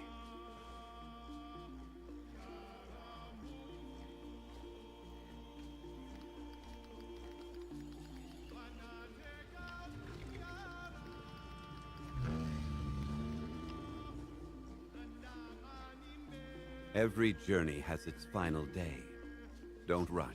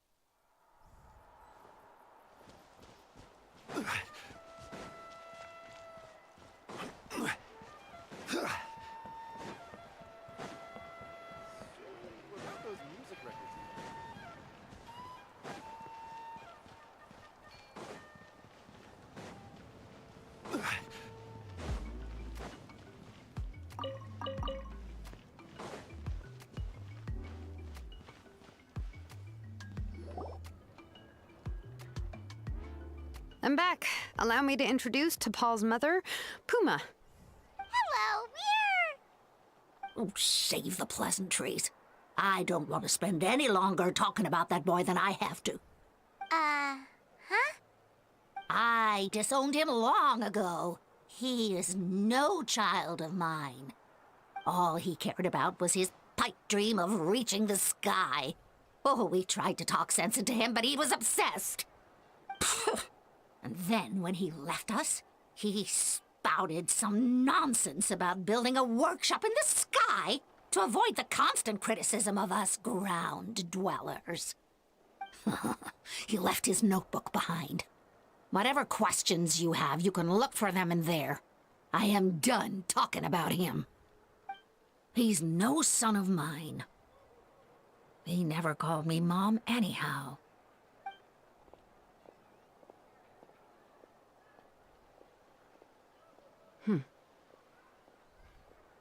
Wow, they've really fallen out. Paimon sure wasn't expecting that. Her husband, T'Pol's father, he passed away recently, and T'Pol didn't even bother to show his face at the funeral. If you ask me, that was probably the final straw for Puma. I'll go keep her company. If there's anything else you need, just come and find me. Thank you.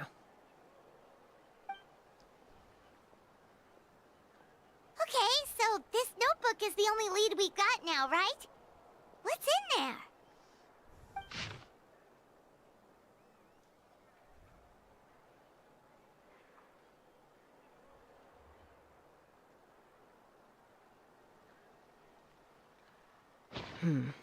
Some early designs for the phlogiston wings, and some theorizing about an airborne workshop.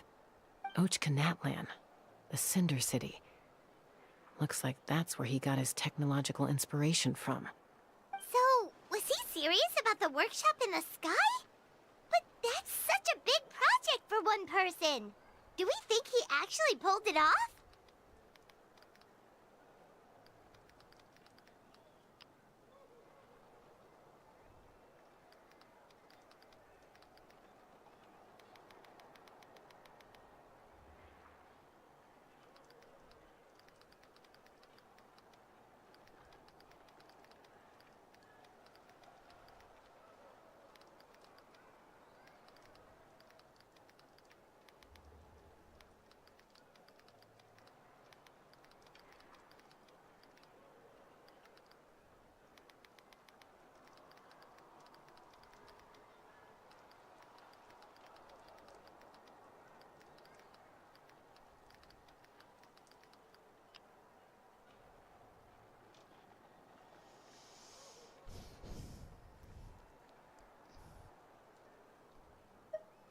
Oh, yes!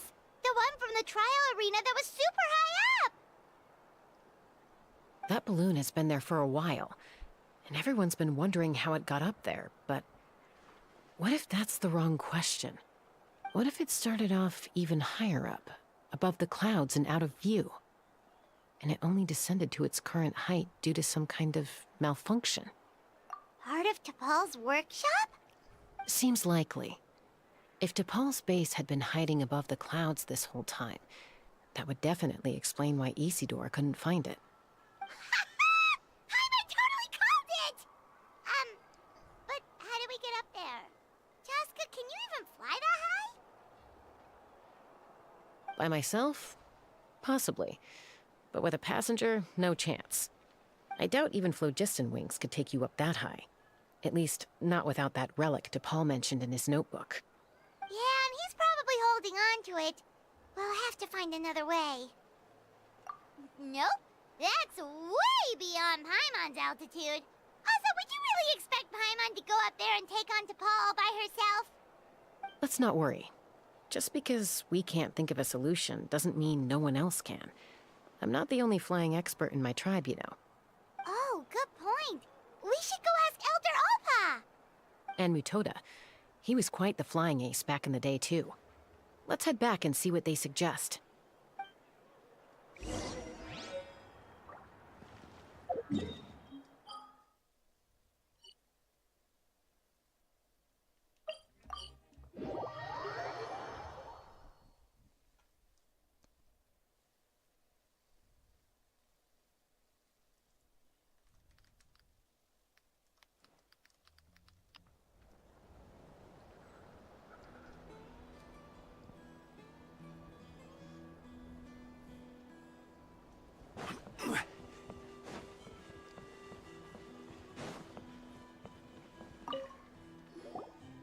Chaska, you're finally back. Things are getting really tense in the tribe. Have you made any headway with your investigation? Some people even think we arrested the merchants just to support the flying squad and crack down on the phlogiston wings.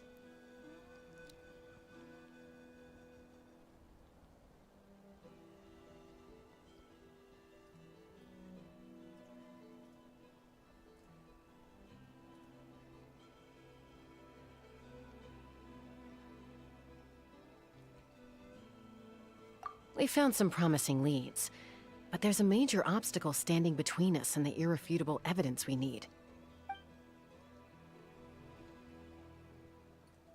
A relic from the Cinder City? So Och Khan's still managing to sow discord, even after all these years. An airborne workshop and a hot air balloon above the trial arena. And that's where you're trying to get to now?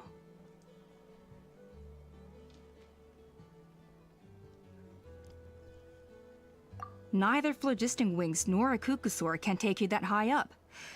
Do you really think that's where T'Pol is hiding? You know what? There might just be a way. Really? Do you still remember those spouts in the arena? When they were all blocked, the gaseous phlogiston was trapped and unable to flow. But now, it's flowing freely. If we were to block them up again... You mean all of them except the one at the very top of the arena? To build up the pressure there? Precisely. With all the gaseous phlogiston flowing through one spout, it would create a high-pressure wind current. And then we just ride it up into the sky! Yes, it has its risks, but with Chaska's abilities, I think she could manage it. It's an extremely risky approach, but I agree that it's feasible. If you want to give it a try, check with Inkanak at the trial grounds. She can explain how to block the spouts. Chaska, if anyone has a hope of seizing this evidence from the high heavens, it is you.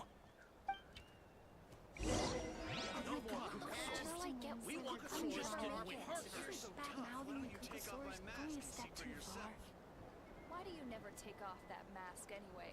You got a huge scar or something? No more Kukusaurs. If you want phlogiston wings, Kukusaurs are our partners.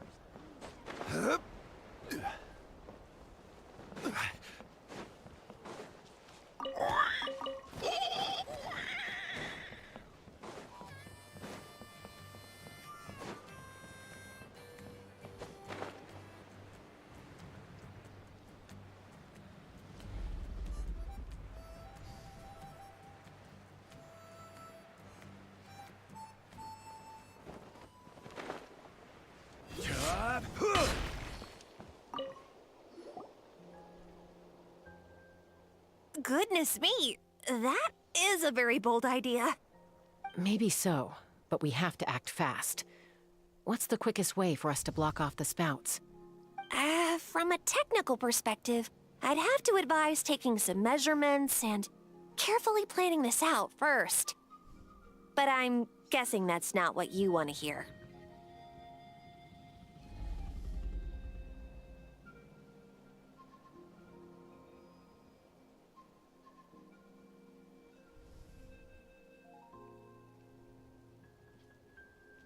Then we'll have to take the rough and ready approach. See the solid phlogiston over there? Our prior inspections revealed that some kind of stable structure has formed inside, making it highly damage resistant. It's not without its weak points, but unless they're all struck at the same time, the structural integrity won't be threatened. So, what happens if we do strike them all at once? It'll collapse. Okay, I see where you're going with this. Yeah, you got it. As long as you hit all the weak spots at once from the right angle, the solid phlogiston will fall right on top of the spout and block it up. You're right about rough and ready. Sounds like my kind of plan.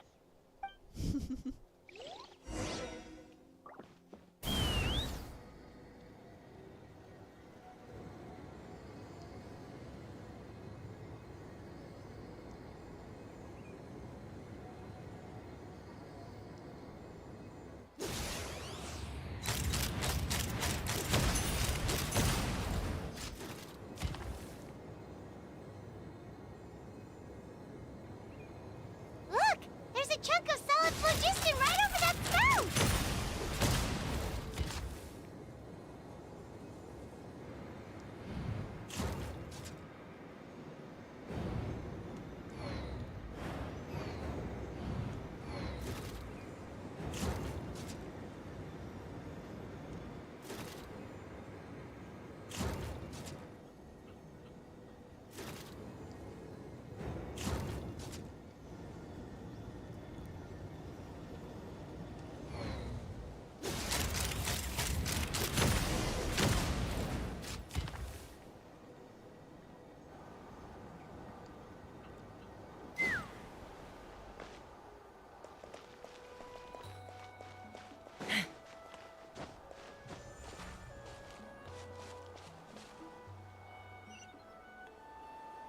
Let's fly!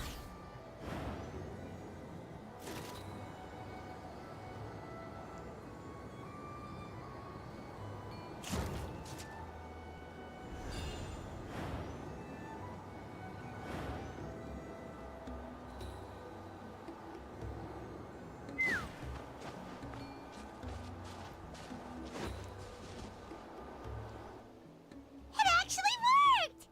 But wait, how are Paimon and the Traveler supposed to get up there? Koya can give you a lift. She's actually been following us this whole time.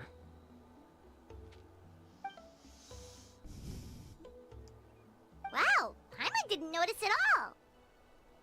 Well, probably because she didn't want to get too close to humans. Or maybe just me. But right now, we need her power.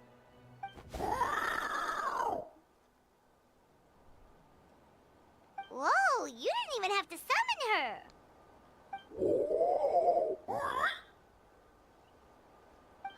Yes, up there. That's probably where Chime is. All right, let's go have a little talk with this T'Pol.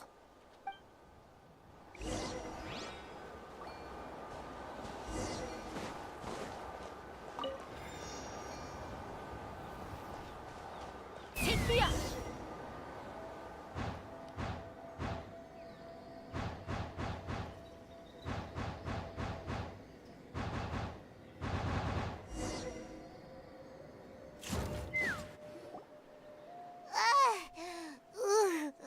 Paimon's never flown that fast before. She feels so ready to throw up. Aha. Just as I thought. It might look like a regular hot air balloon from the outside, but up close, it's clearly been heavily remodeled. And sure enough, it only descended below the cloud line because the custom-built machinery malfunctioned. I should be able to figure it out with T'Pol's notebook. Thankfully, I know a little DIY from fixing up my guns when they're having issues. Mm-hmm. That should just about do it. Now all it needs is a nice hard kick. Maybe that works on your guns, but, huh? We're really moving!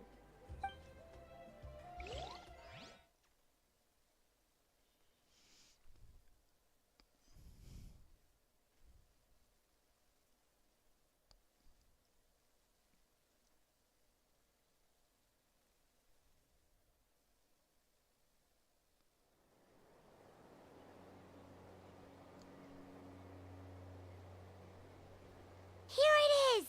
The workshop in the sky! Oh, you gotta see it to believe it.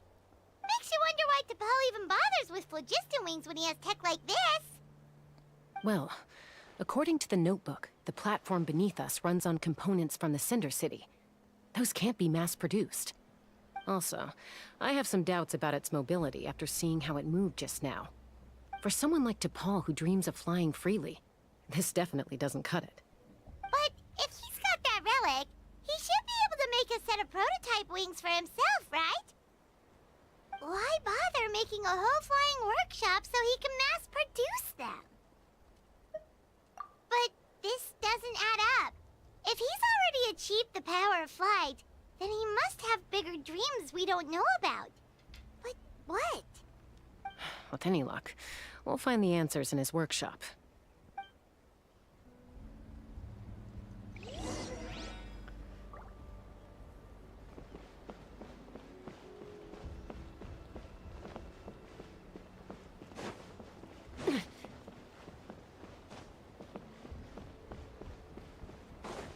I'm looking around for any chests.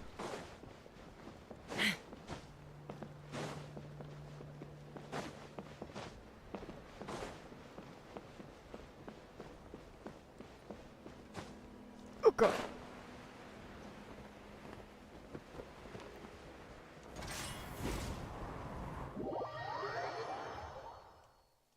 It had to fucking happen. Oh man.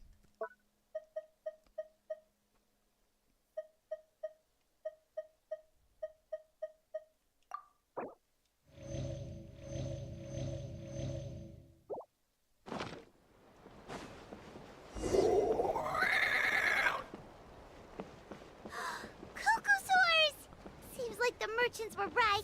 T'Pol's using them for his own ends. I'll bet that mechanism on top of the cage opens the door. Let me give it a try.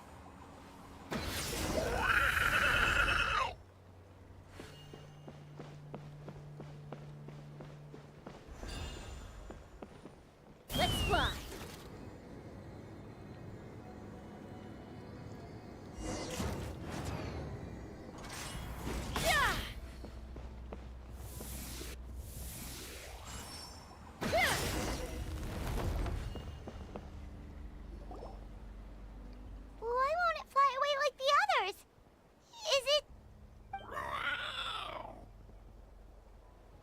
She's still breathing, but barely.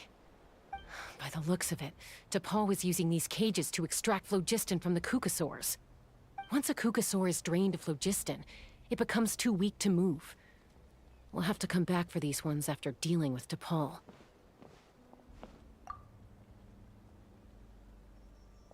Let me see. Looks like a record of his phlogiston research. Log number 330. With the support of... I was finally able to launch the airborne workshop. Even though it relies on the relic for 80% of its power supply, I've at least taken the first step. Log number 348. Research on the relic is progressing well. I should be able to replicate the technology and scale up production very soon. Has proposed a name for this groundbreaking invention. The phlogiston wings. I think I'm getting close. Soon, I will achieve my dreams. Log number 377. Encountered some issues with the new, smaller model phlogiston wings. The gaseous phlogiston showed some volatility during the refinement process. Thinks we should proceed at a more cautious pace with the refinement experiments. But but after so many past failures, I have to prove that I will succeed this time. Log number 114 ran an experiment using cucosaurs to refine gaseous phlogiston. It was a success. Log number 117. I've started recruiting merchants and hunters to capture wild cucosaurs. Log number 121. Major breakthrough in the efficiency of phlogiston yield. Huh? So many parts have been crossed out!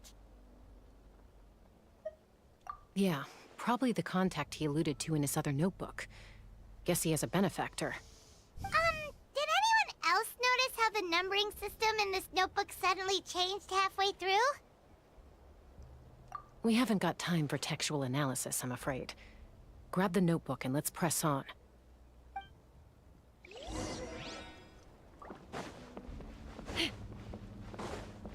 Huh. Never seen one of these before. Looks like this was built with the Cinder City components, too. You're not thinking of giving it a nice hard kick, are you?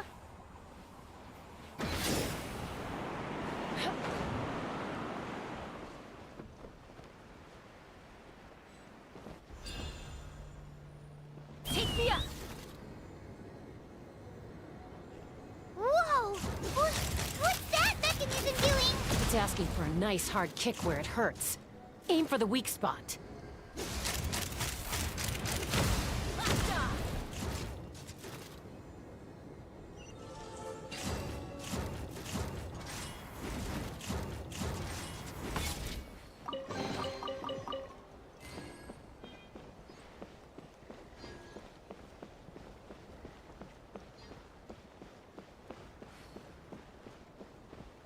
What are they doing here? It's T'Pol's henchman. He must have brought them here using the relic in his prototype wings.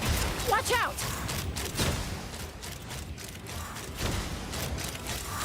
Bullseye! Bullseye!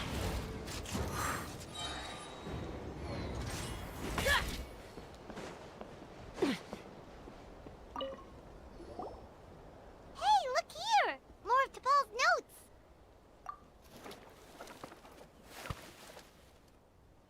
Log number 403. Introduce me to some new comrades who fully support my ideas. I told them that some Saurians are blessed with wings, and some people with natural gifts, while the less fortunate among us can only look on longingly as they seize the skies. But I also told them that progress can erase individual differences. Think of the tools humanity has made to fight back against wild beasts. The law we have put in place to even the playing field between the strong and the weak. I promised them that our research will be the new frontier of human progress. With our phlogiston wings, the power of flight will no longer be for a select few to enjoy. Imagine a world where the skies are for all to share. I only hope that when we finally achieve this goal, we'll be proud of me. Imagine a world where the skies are for all to share. Yes, what a wonderful world that would be. If only it were possible. We could respond faster. And so many tragedies could be prevented. But T'Pol, what about the Saurians you're draining dry of phlogiston? You're not sharing the sky, you're stealing it!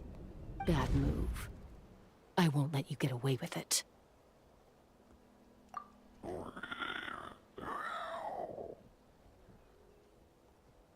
I'm fine. Let's keep moving. I don't think we'll find anything else here.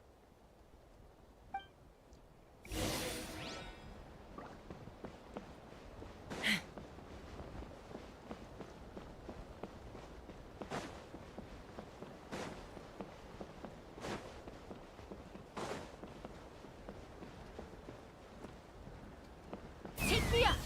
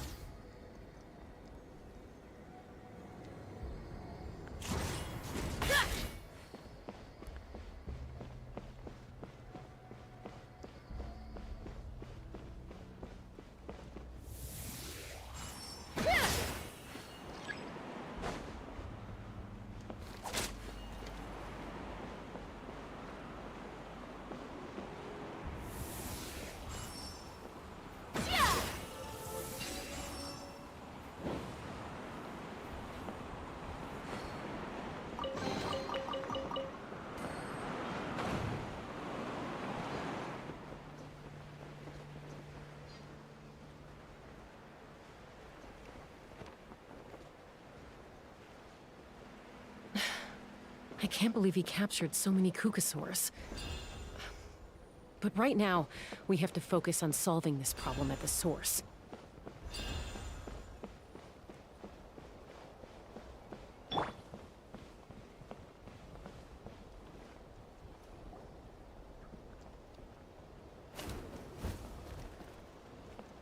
Looks like we've reached the center of the workshop. And still no sign of Koya's baby.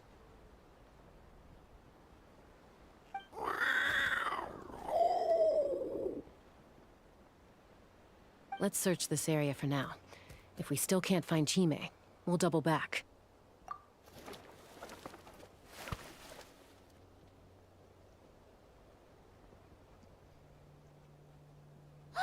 Chaska, Traveler, come quick! What is it? Did you find Chime? Not yet, but look! It's another one of T'Pol's notebooks! All right.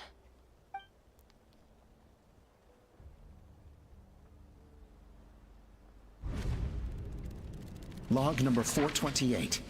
We decided to restart the experiments on phlogiston refinement, but without telling. This is the final obstacle to the success of the Phlogiston Wings project. We cannot fall at the last hurdle. Log number 436. Earlier today, suggested using Kukasaurs as an intermediary to extract refined phlogiston. It's certainly feasible, but...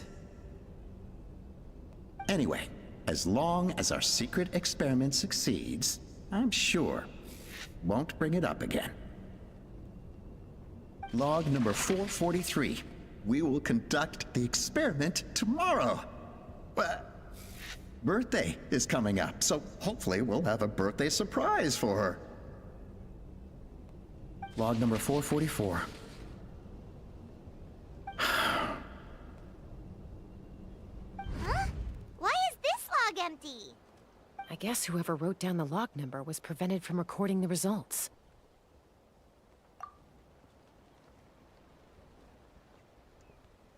Log number 0. We lost many comrades in the accident. Among them are friends, lovers, and children. But we cannot stop now.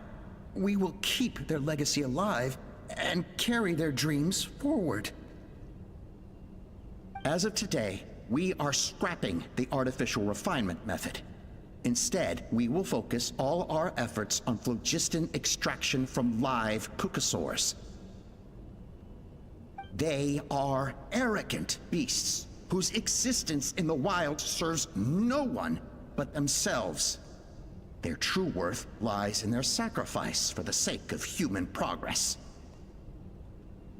To facilitate our operations, we will gradually move the airborne workshop closer to the Flower Feather clan, even as we continue to expand it.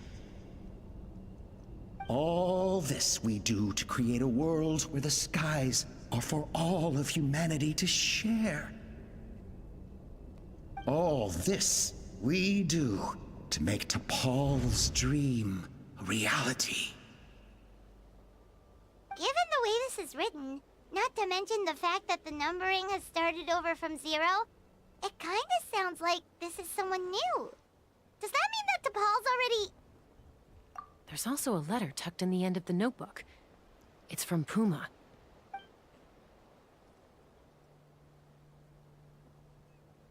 T'Pol, I don't know where you are right now, so I don't know how to reach you.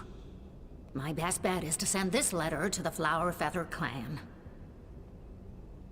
Your father is gravely ill. Oh, I know we've had our differences in the past, but he is still your father. Won't you come and visit him? Please. I know you never liked him and cared even less for me. All you ever yearned for is the sky. And your birth mother. But we'll still be waiting here for you if you do come back. This may be the last chance you'll get to see your father. So Puma's not T'Pol's real mom? Huh. Well, she did say he never called her mom, but I might assume she was just venting. We know that T'Pol's father passed away quite recently, and this letter looks recent.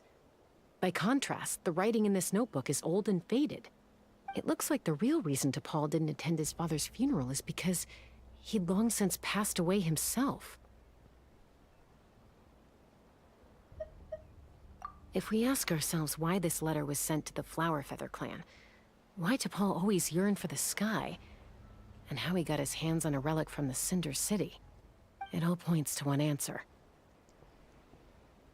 That's right. T'Pol was my child. He was born during my days as a wingless wanderer. His birth gave me new hope. I wanted to become the kind of mother who spent her days as a valiant rider, soaring the skies. Not an aimless, wingless nobody. But his father wanted to settle down, to give his child a safe, sheltered life in his tribe. We fought about it constantly, until the love we once had for each other was gone. He started a new family, with another traveler who was also looking to return home. And I went back to the Flower Feather clan, alone. Alba? I had no idea that despite being raised among the children of echoes, my child still harbored dreams of the skies. Can you imagine, Chaska? The joy and surprise I felt when he showed up at my door, asking to join the flying trials. Or how proud I was when he said he wanted to prove his own worth, rather than relying on my position as elder. And then the anguish that overcame me when he was rejected by the Kukasaurs and became wingless, just as I had after my injury. You've got a lot of nerve showing your face here. Don't take this the wrong way, Chaska. I'm not here for a fight. I just want to talk. Isn't that your preferred way to resolve things? I trust you've learned of T'Pol's wish on your way here. A world where the skies are for all of humanity to share. If only his dream can be realized, no one will ever have to lose their wings again. Our aerial prowess will be greater than ever before. War will never again come at such a great cost. The loss of Koichi is a tragedy that need never be repeated. So tell me, Chaska, do you really wish to see the phlogiston wings forever grounded and gathering dust? Nothing you've said excuses all the conflict you've caused. You mean the argument back at the tribe? It was a necessary measure. Sometimes this is the only way to accelerate the pace of progress.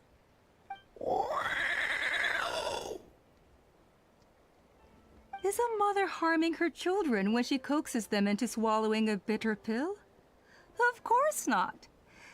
It is a brief moment of suffering for the greater good, and the child would come to understand this in due course. The phlogiston wings are that bitter pill. We will never progress as a tribe if we cling to the scraps the Kukasaurs offer us. Once the people have embraced the phlogiston wings, they will never look back. Even if they learn how the refined phlogiston is sourced. They will convince themselves that the sacrifice of a few Kukusaurs is a small price to pay for our dominion over the skies. But this I had not anticipated.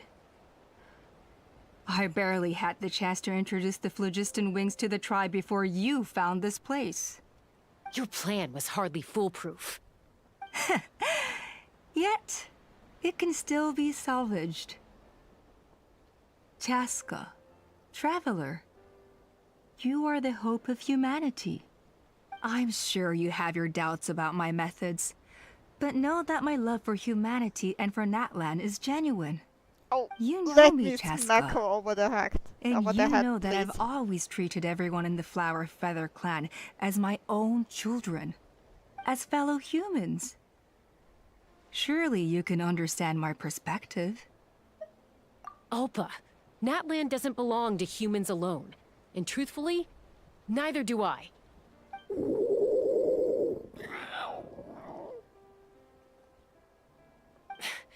How many times has the Abyss invaded Natlan now? And yet despite how much stronger it is than us, Natlan still stands as a nation of humans and Saurians. Peace imposed by force will crumble in a matter of days, because social bonds are what hold a civilization together. Weren't you the one that taught me that? And yet you would break the bond we share with our Saurian companions to take more power for ourselves? That's as stupid as hacking your own arm off to use it as a club. They are wild beasts, driven purely by instinct. How could they possibly understand human social bonds? Ugh, how did someone like her ever become a writer?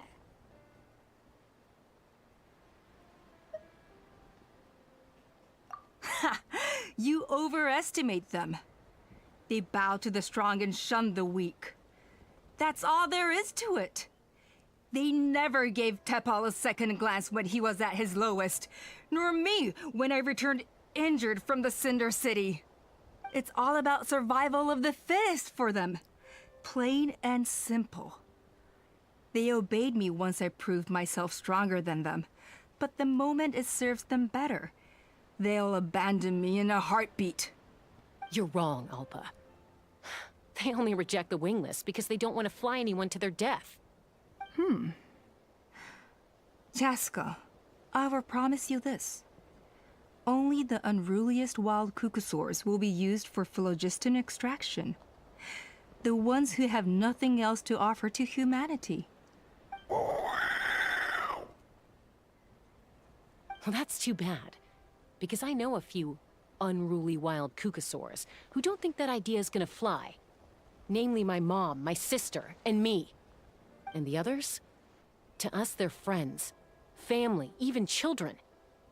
So if you want to put any of them in one of your cages, you're gonna have to go through us. Is that right? I knew you might be difficult to convince. Maybe this will change your mind.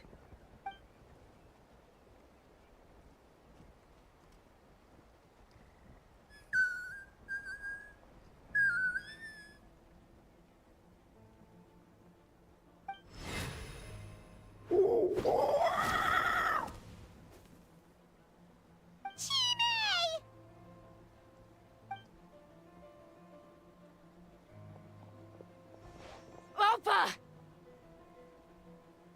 Careful! Don't make any rash decisions. Unless you want to see her suffer. Oh no, that's one of the extraction cages! I told my subordinates to take control of the tribe while I was away. Luckily for them, our strongest warrior and our most powerful ally aren't there to stop it. Take control? What are you planning to do with Mutota and his supporters? Merely accelerate their inevitable downfall. They cannot stand in the way of progress forever. It is not the move I wish to make, but I'm afraid you and your friends force my hand. And since you insist on imposing me too, I have no choice but to keep you here until the dust has settled. So that's what you meant by I just want to talk. You never intended to negotiate. You just wanted to stall us. No, Chaska. I genuinely hoped I could win you over. You are the strongest warriors we have. Put down your weapons, and I promise you that no harm will come to this young Sarian. I just need you to stay here for the next couple of weeks or so, while my people consolidate their power. Then, I will give her back to you, and you'll be free to leave. As long as the majority supports our vision, even the Pyro Archon cannot meddle in our internal affairs.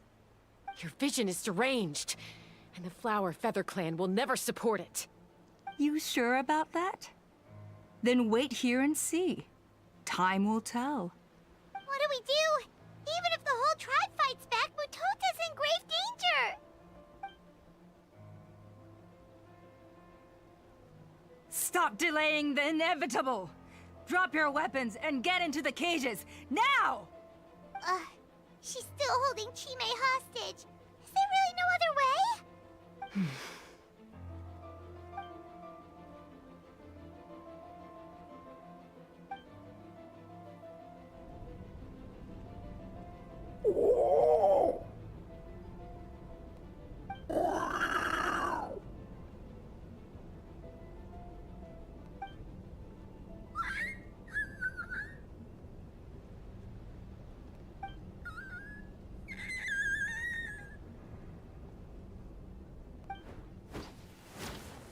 Koya? Huh? What are you yapping about? Stand down. Drop your weapons, now! This instant! Ah! Ah! No! The relic!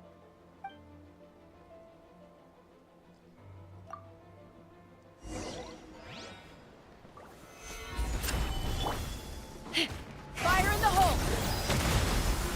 Let's fly!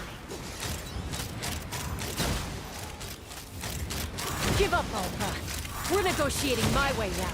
And this ain't... Hey, something's up with this relic!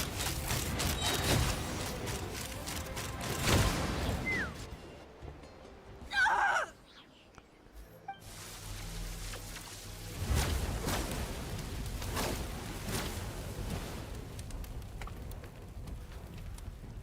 No! What is she doing? She'll bring us all down with her! But why? We stabilized the relic! Maybe it got damaged in the fight. If we don't think of something fast, this whole workshop is gonna fall apart. No. They're directly beneath us. My beloved tribe!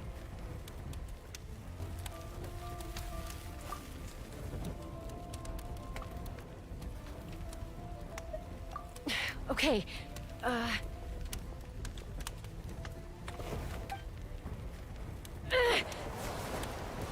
It's too powerful.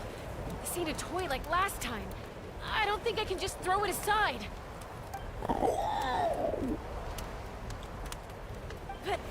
But we need to get it far away before it explodes. Then the tribe will be safe, and so will this workshop. Koya, remember when we were kids? Come on, let's take this thing high up into the sky.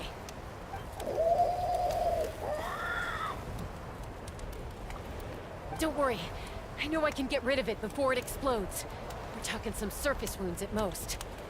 All I need is for you to catch me at the end. Just like old times.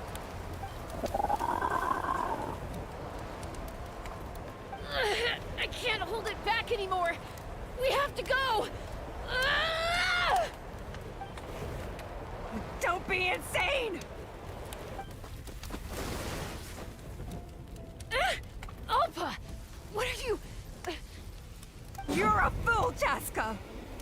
Why would you choose such a risky solution? We cannot entrust the safety of our tribe to this wild Saurian! I'm the fool. You really think you can stand a better chance than me? Sure, it may be asking too much for an ex-wingless to escape the blast radius in time. But I can fly it a safe distance away, even if it's the last thing I do.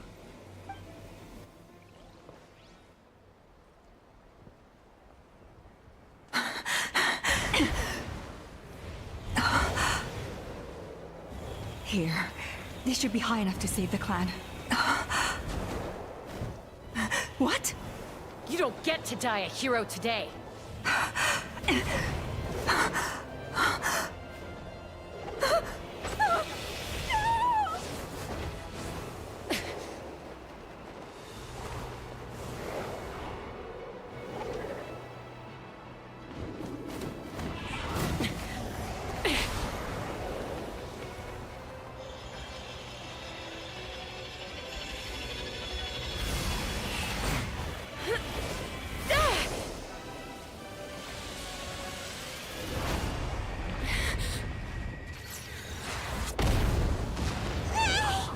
Oh my god.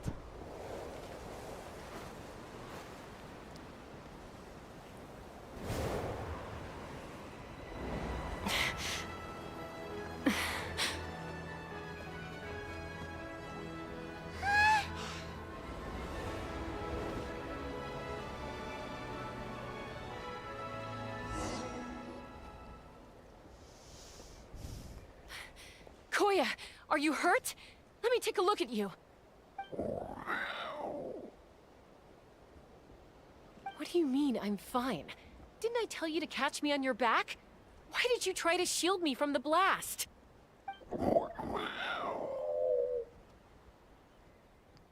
Accident?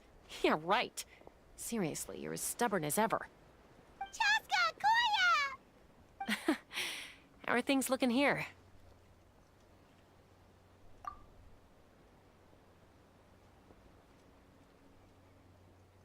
I think that's putting it mildly. I owe you one. Again.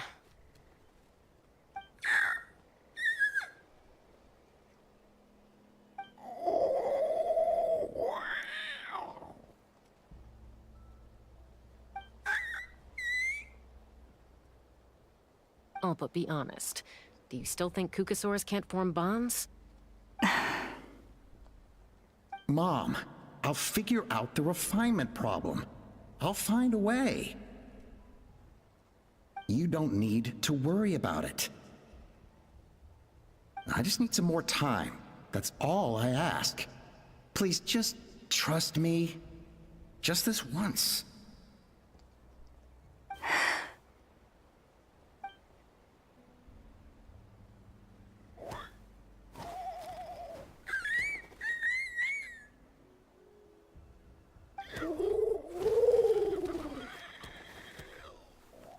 The Flower Feather Clan yield to the strong.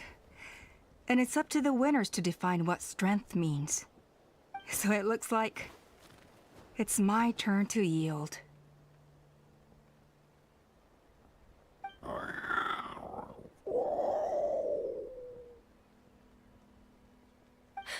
Koya! Koya!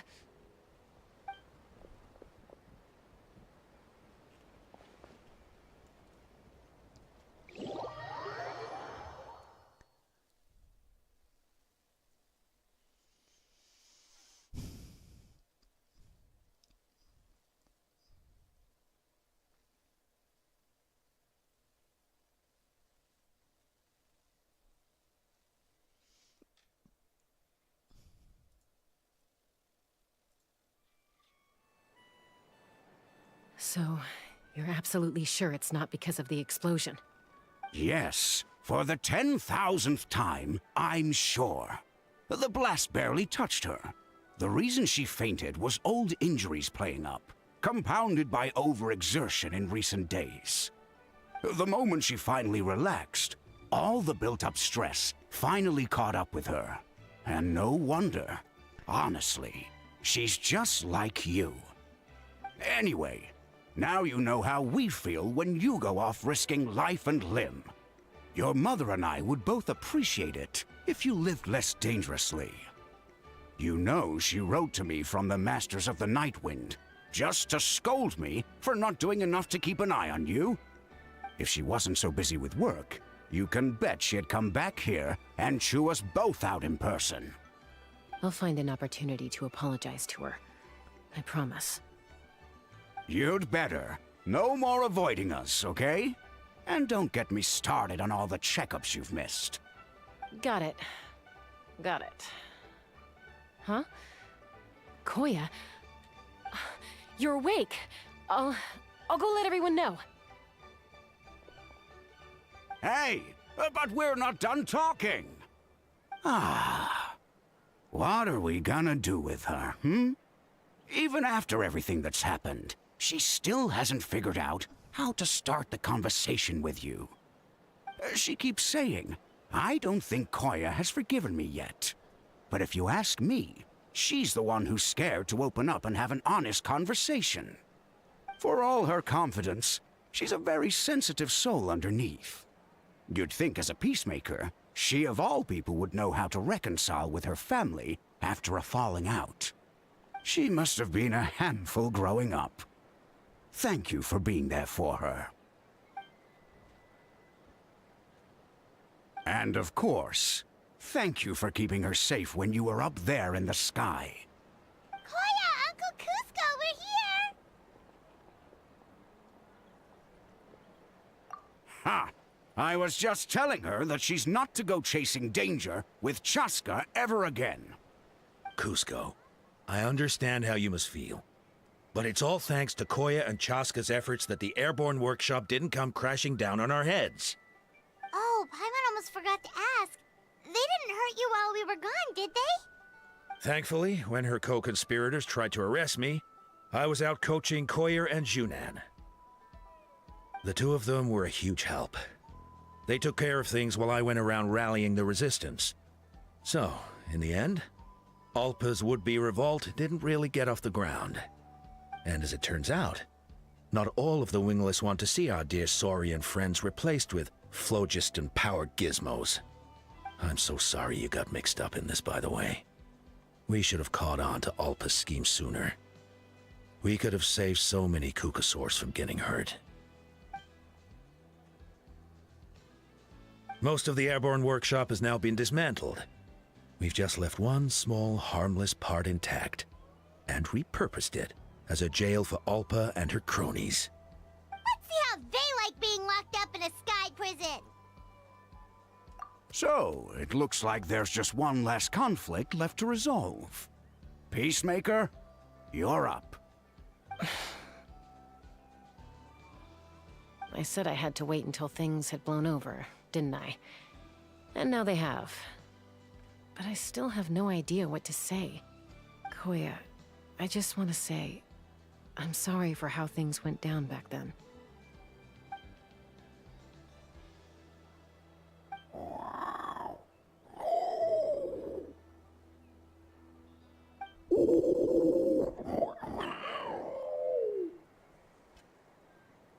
Huh?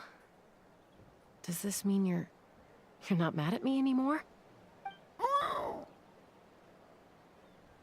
There's that family likeness coming through again. But that day, when we ran into each other.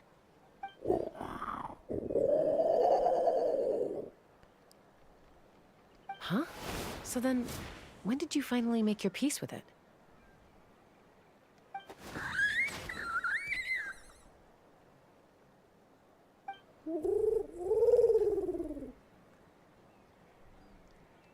Oh, it's Chime and Chimpu! They're here too!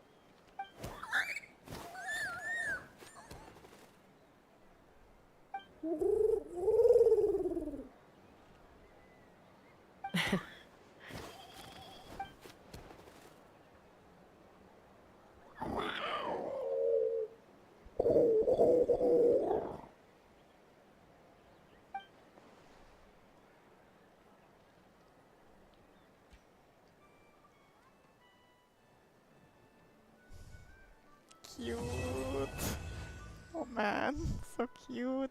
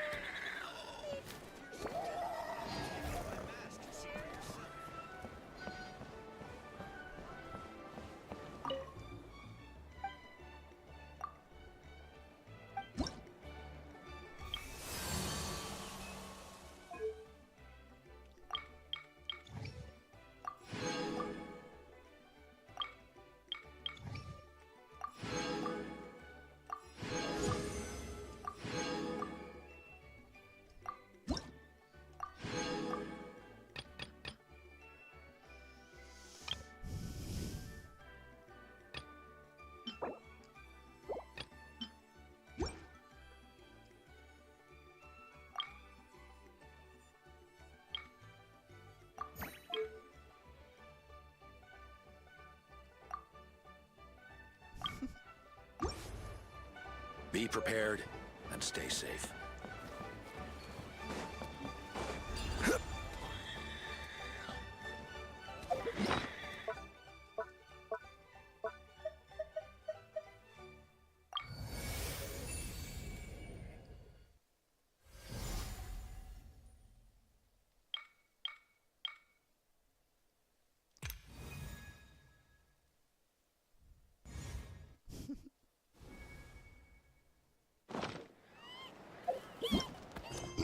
Okay, next up then will be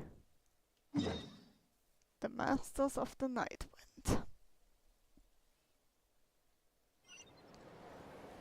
Osmanthus wine tastes the same as I remember. This will be for the next But where time. are those who share the memory?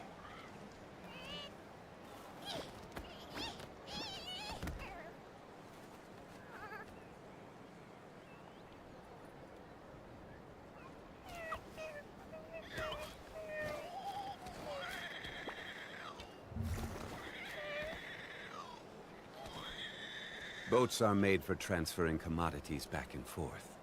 And those that come across Lior tend to stay a while. So it is where many things come to settle.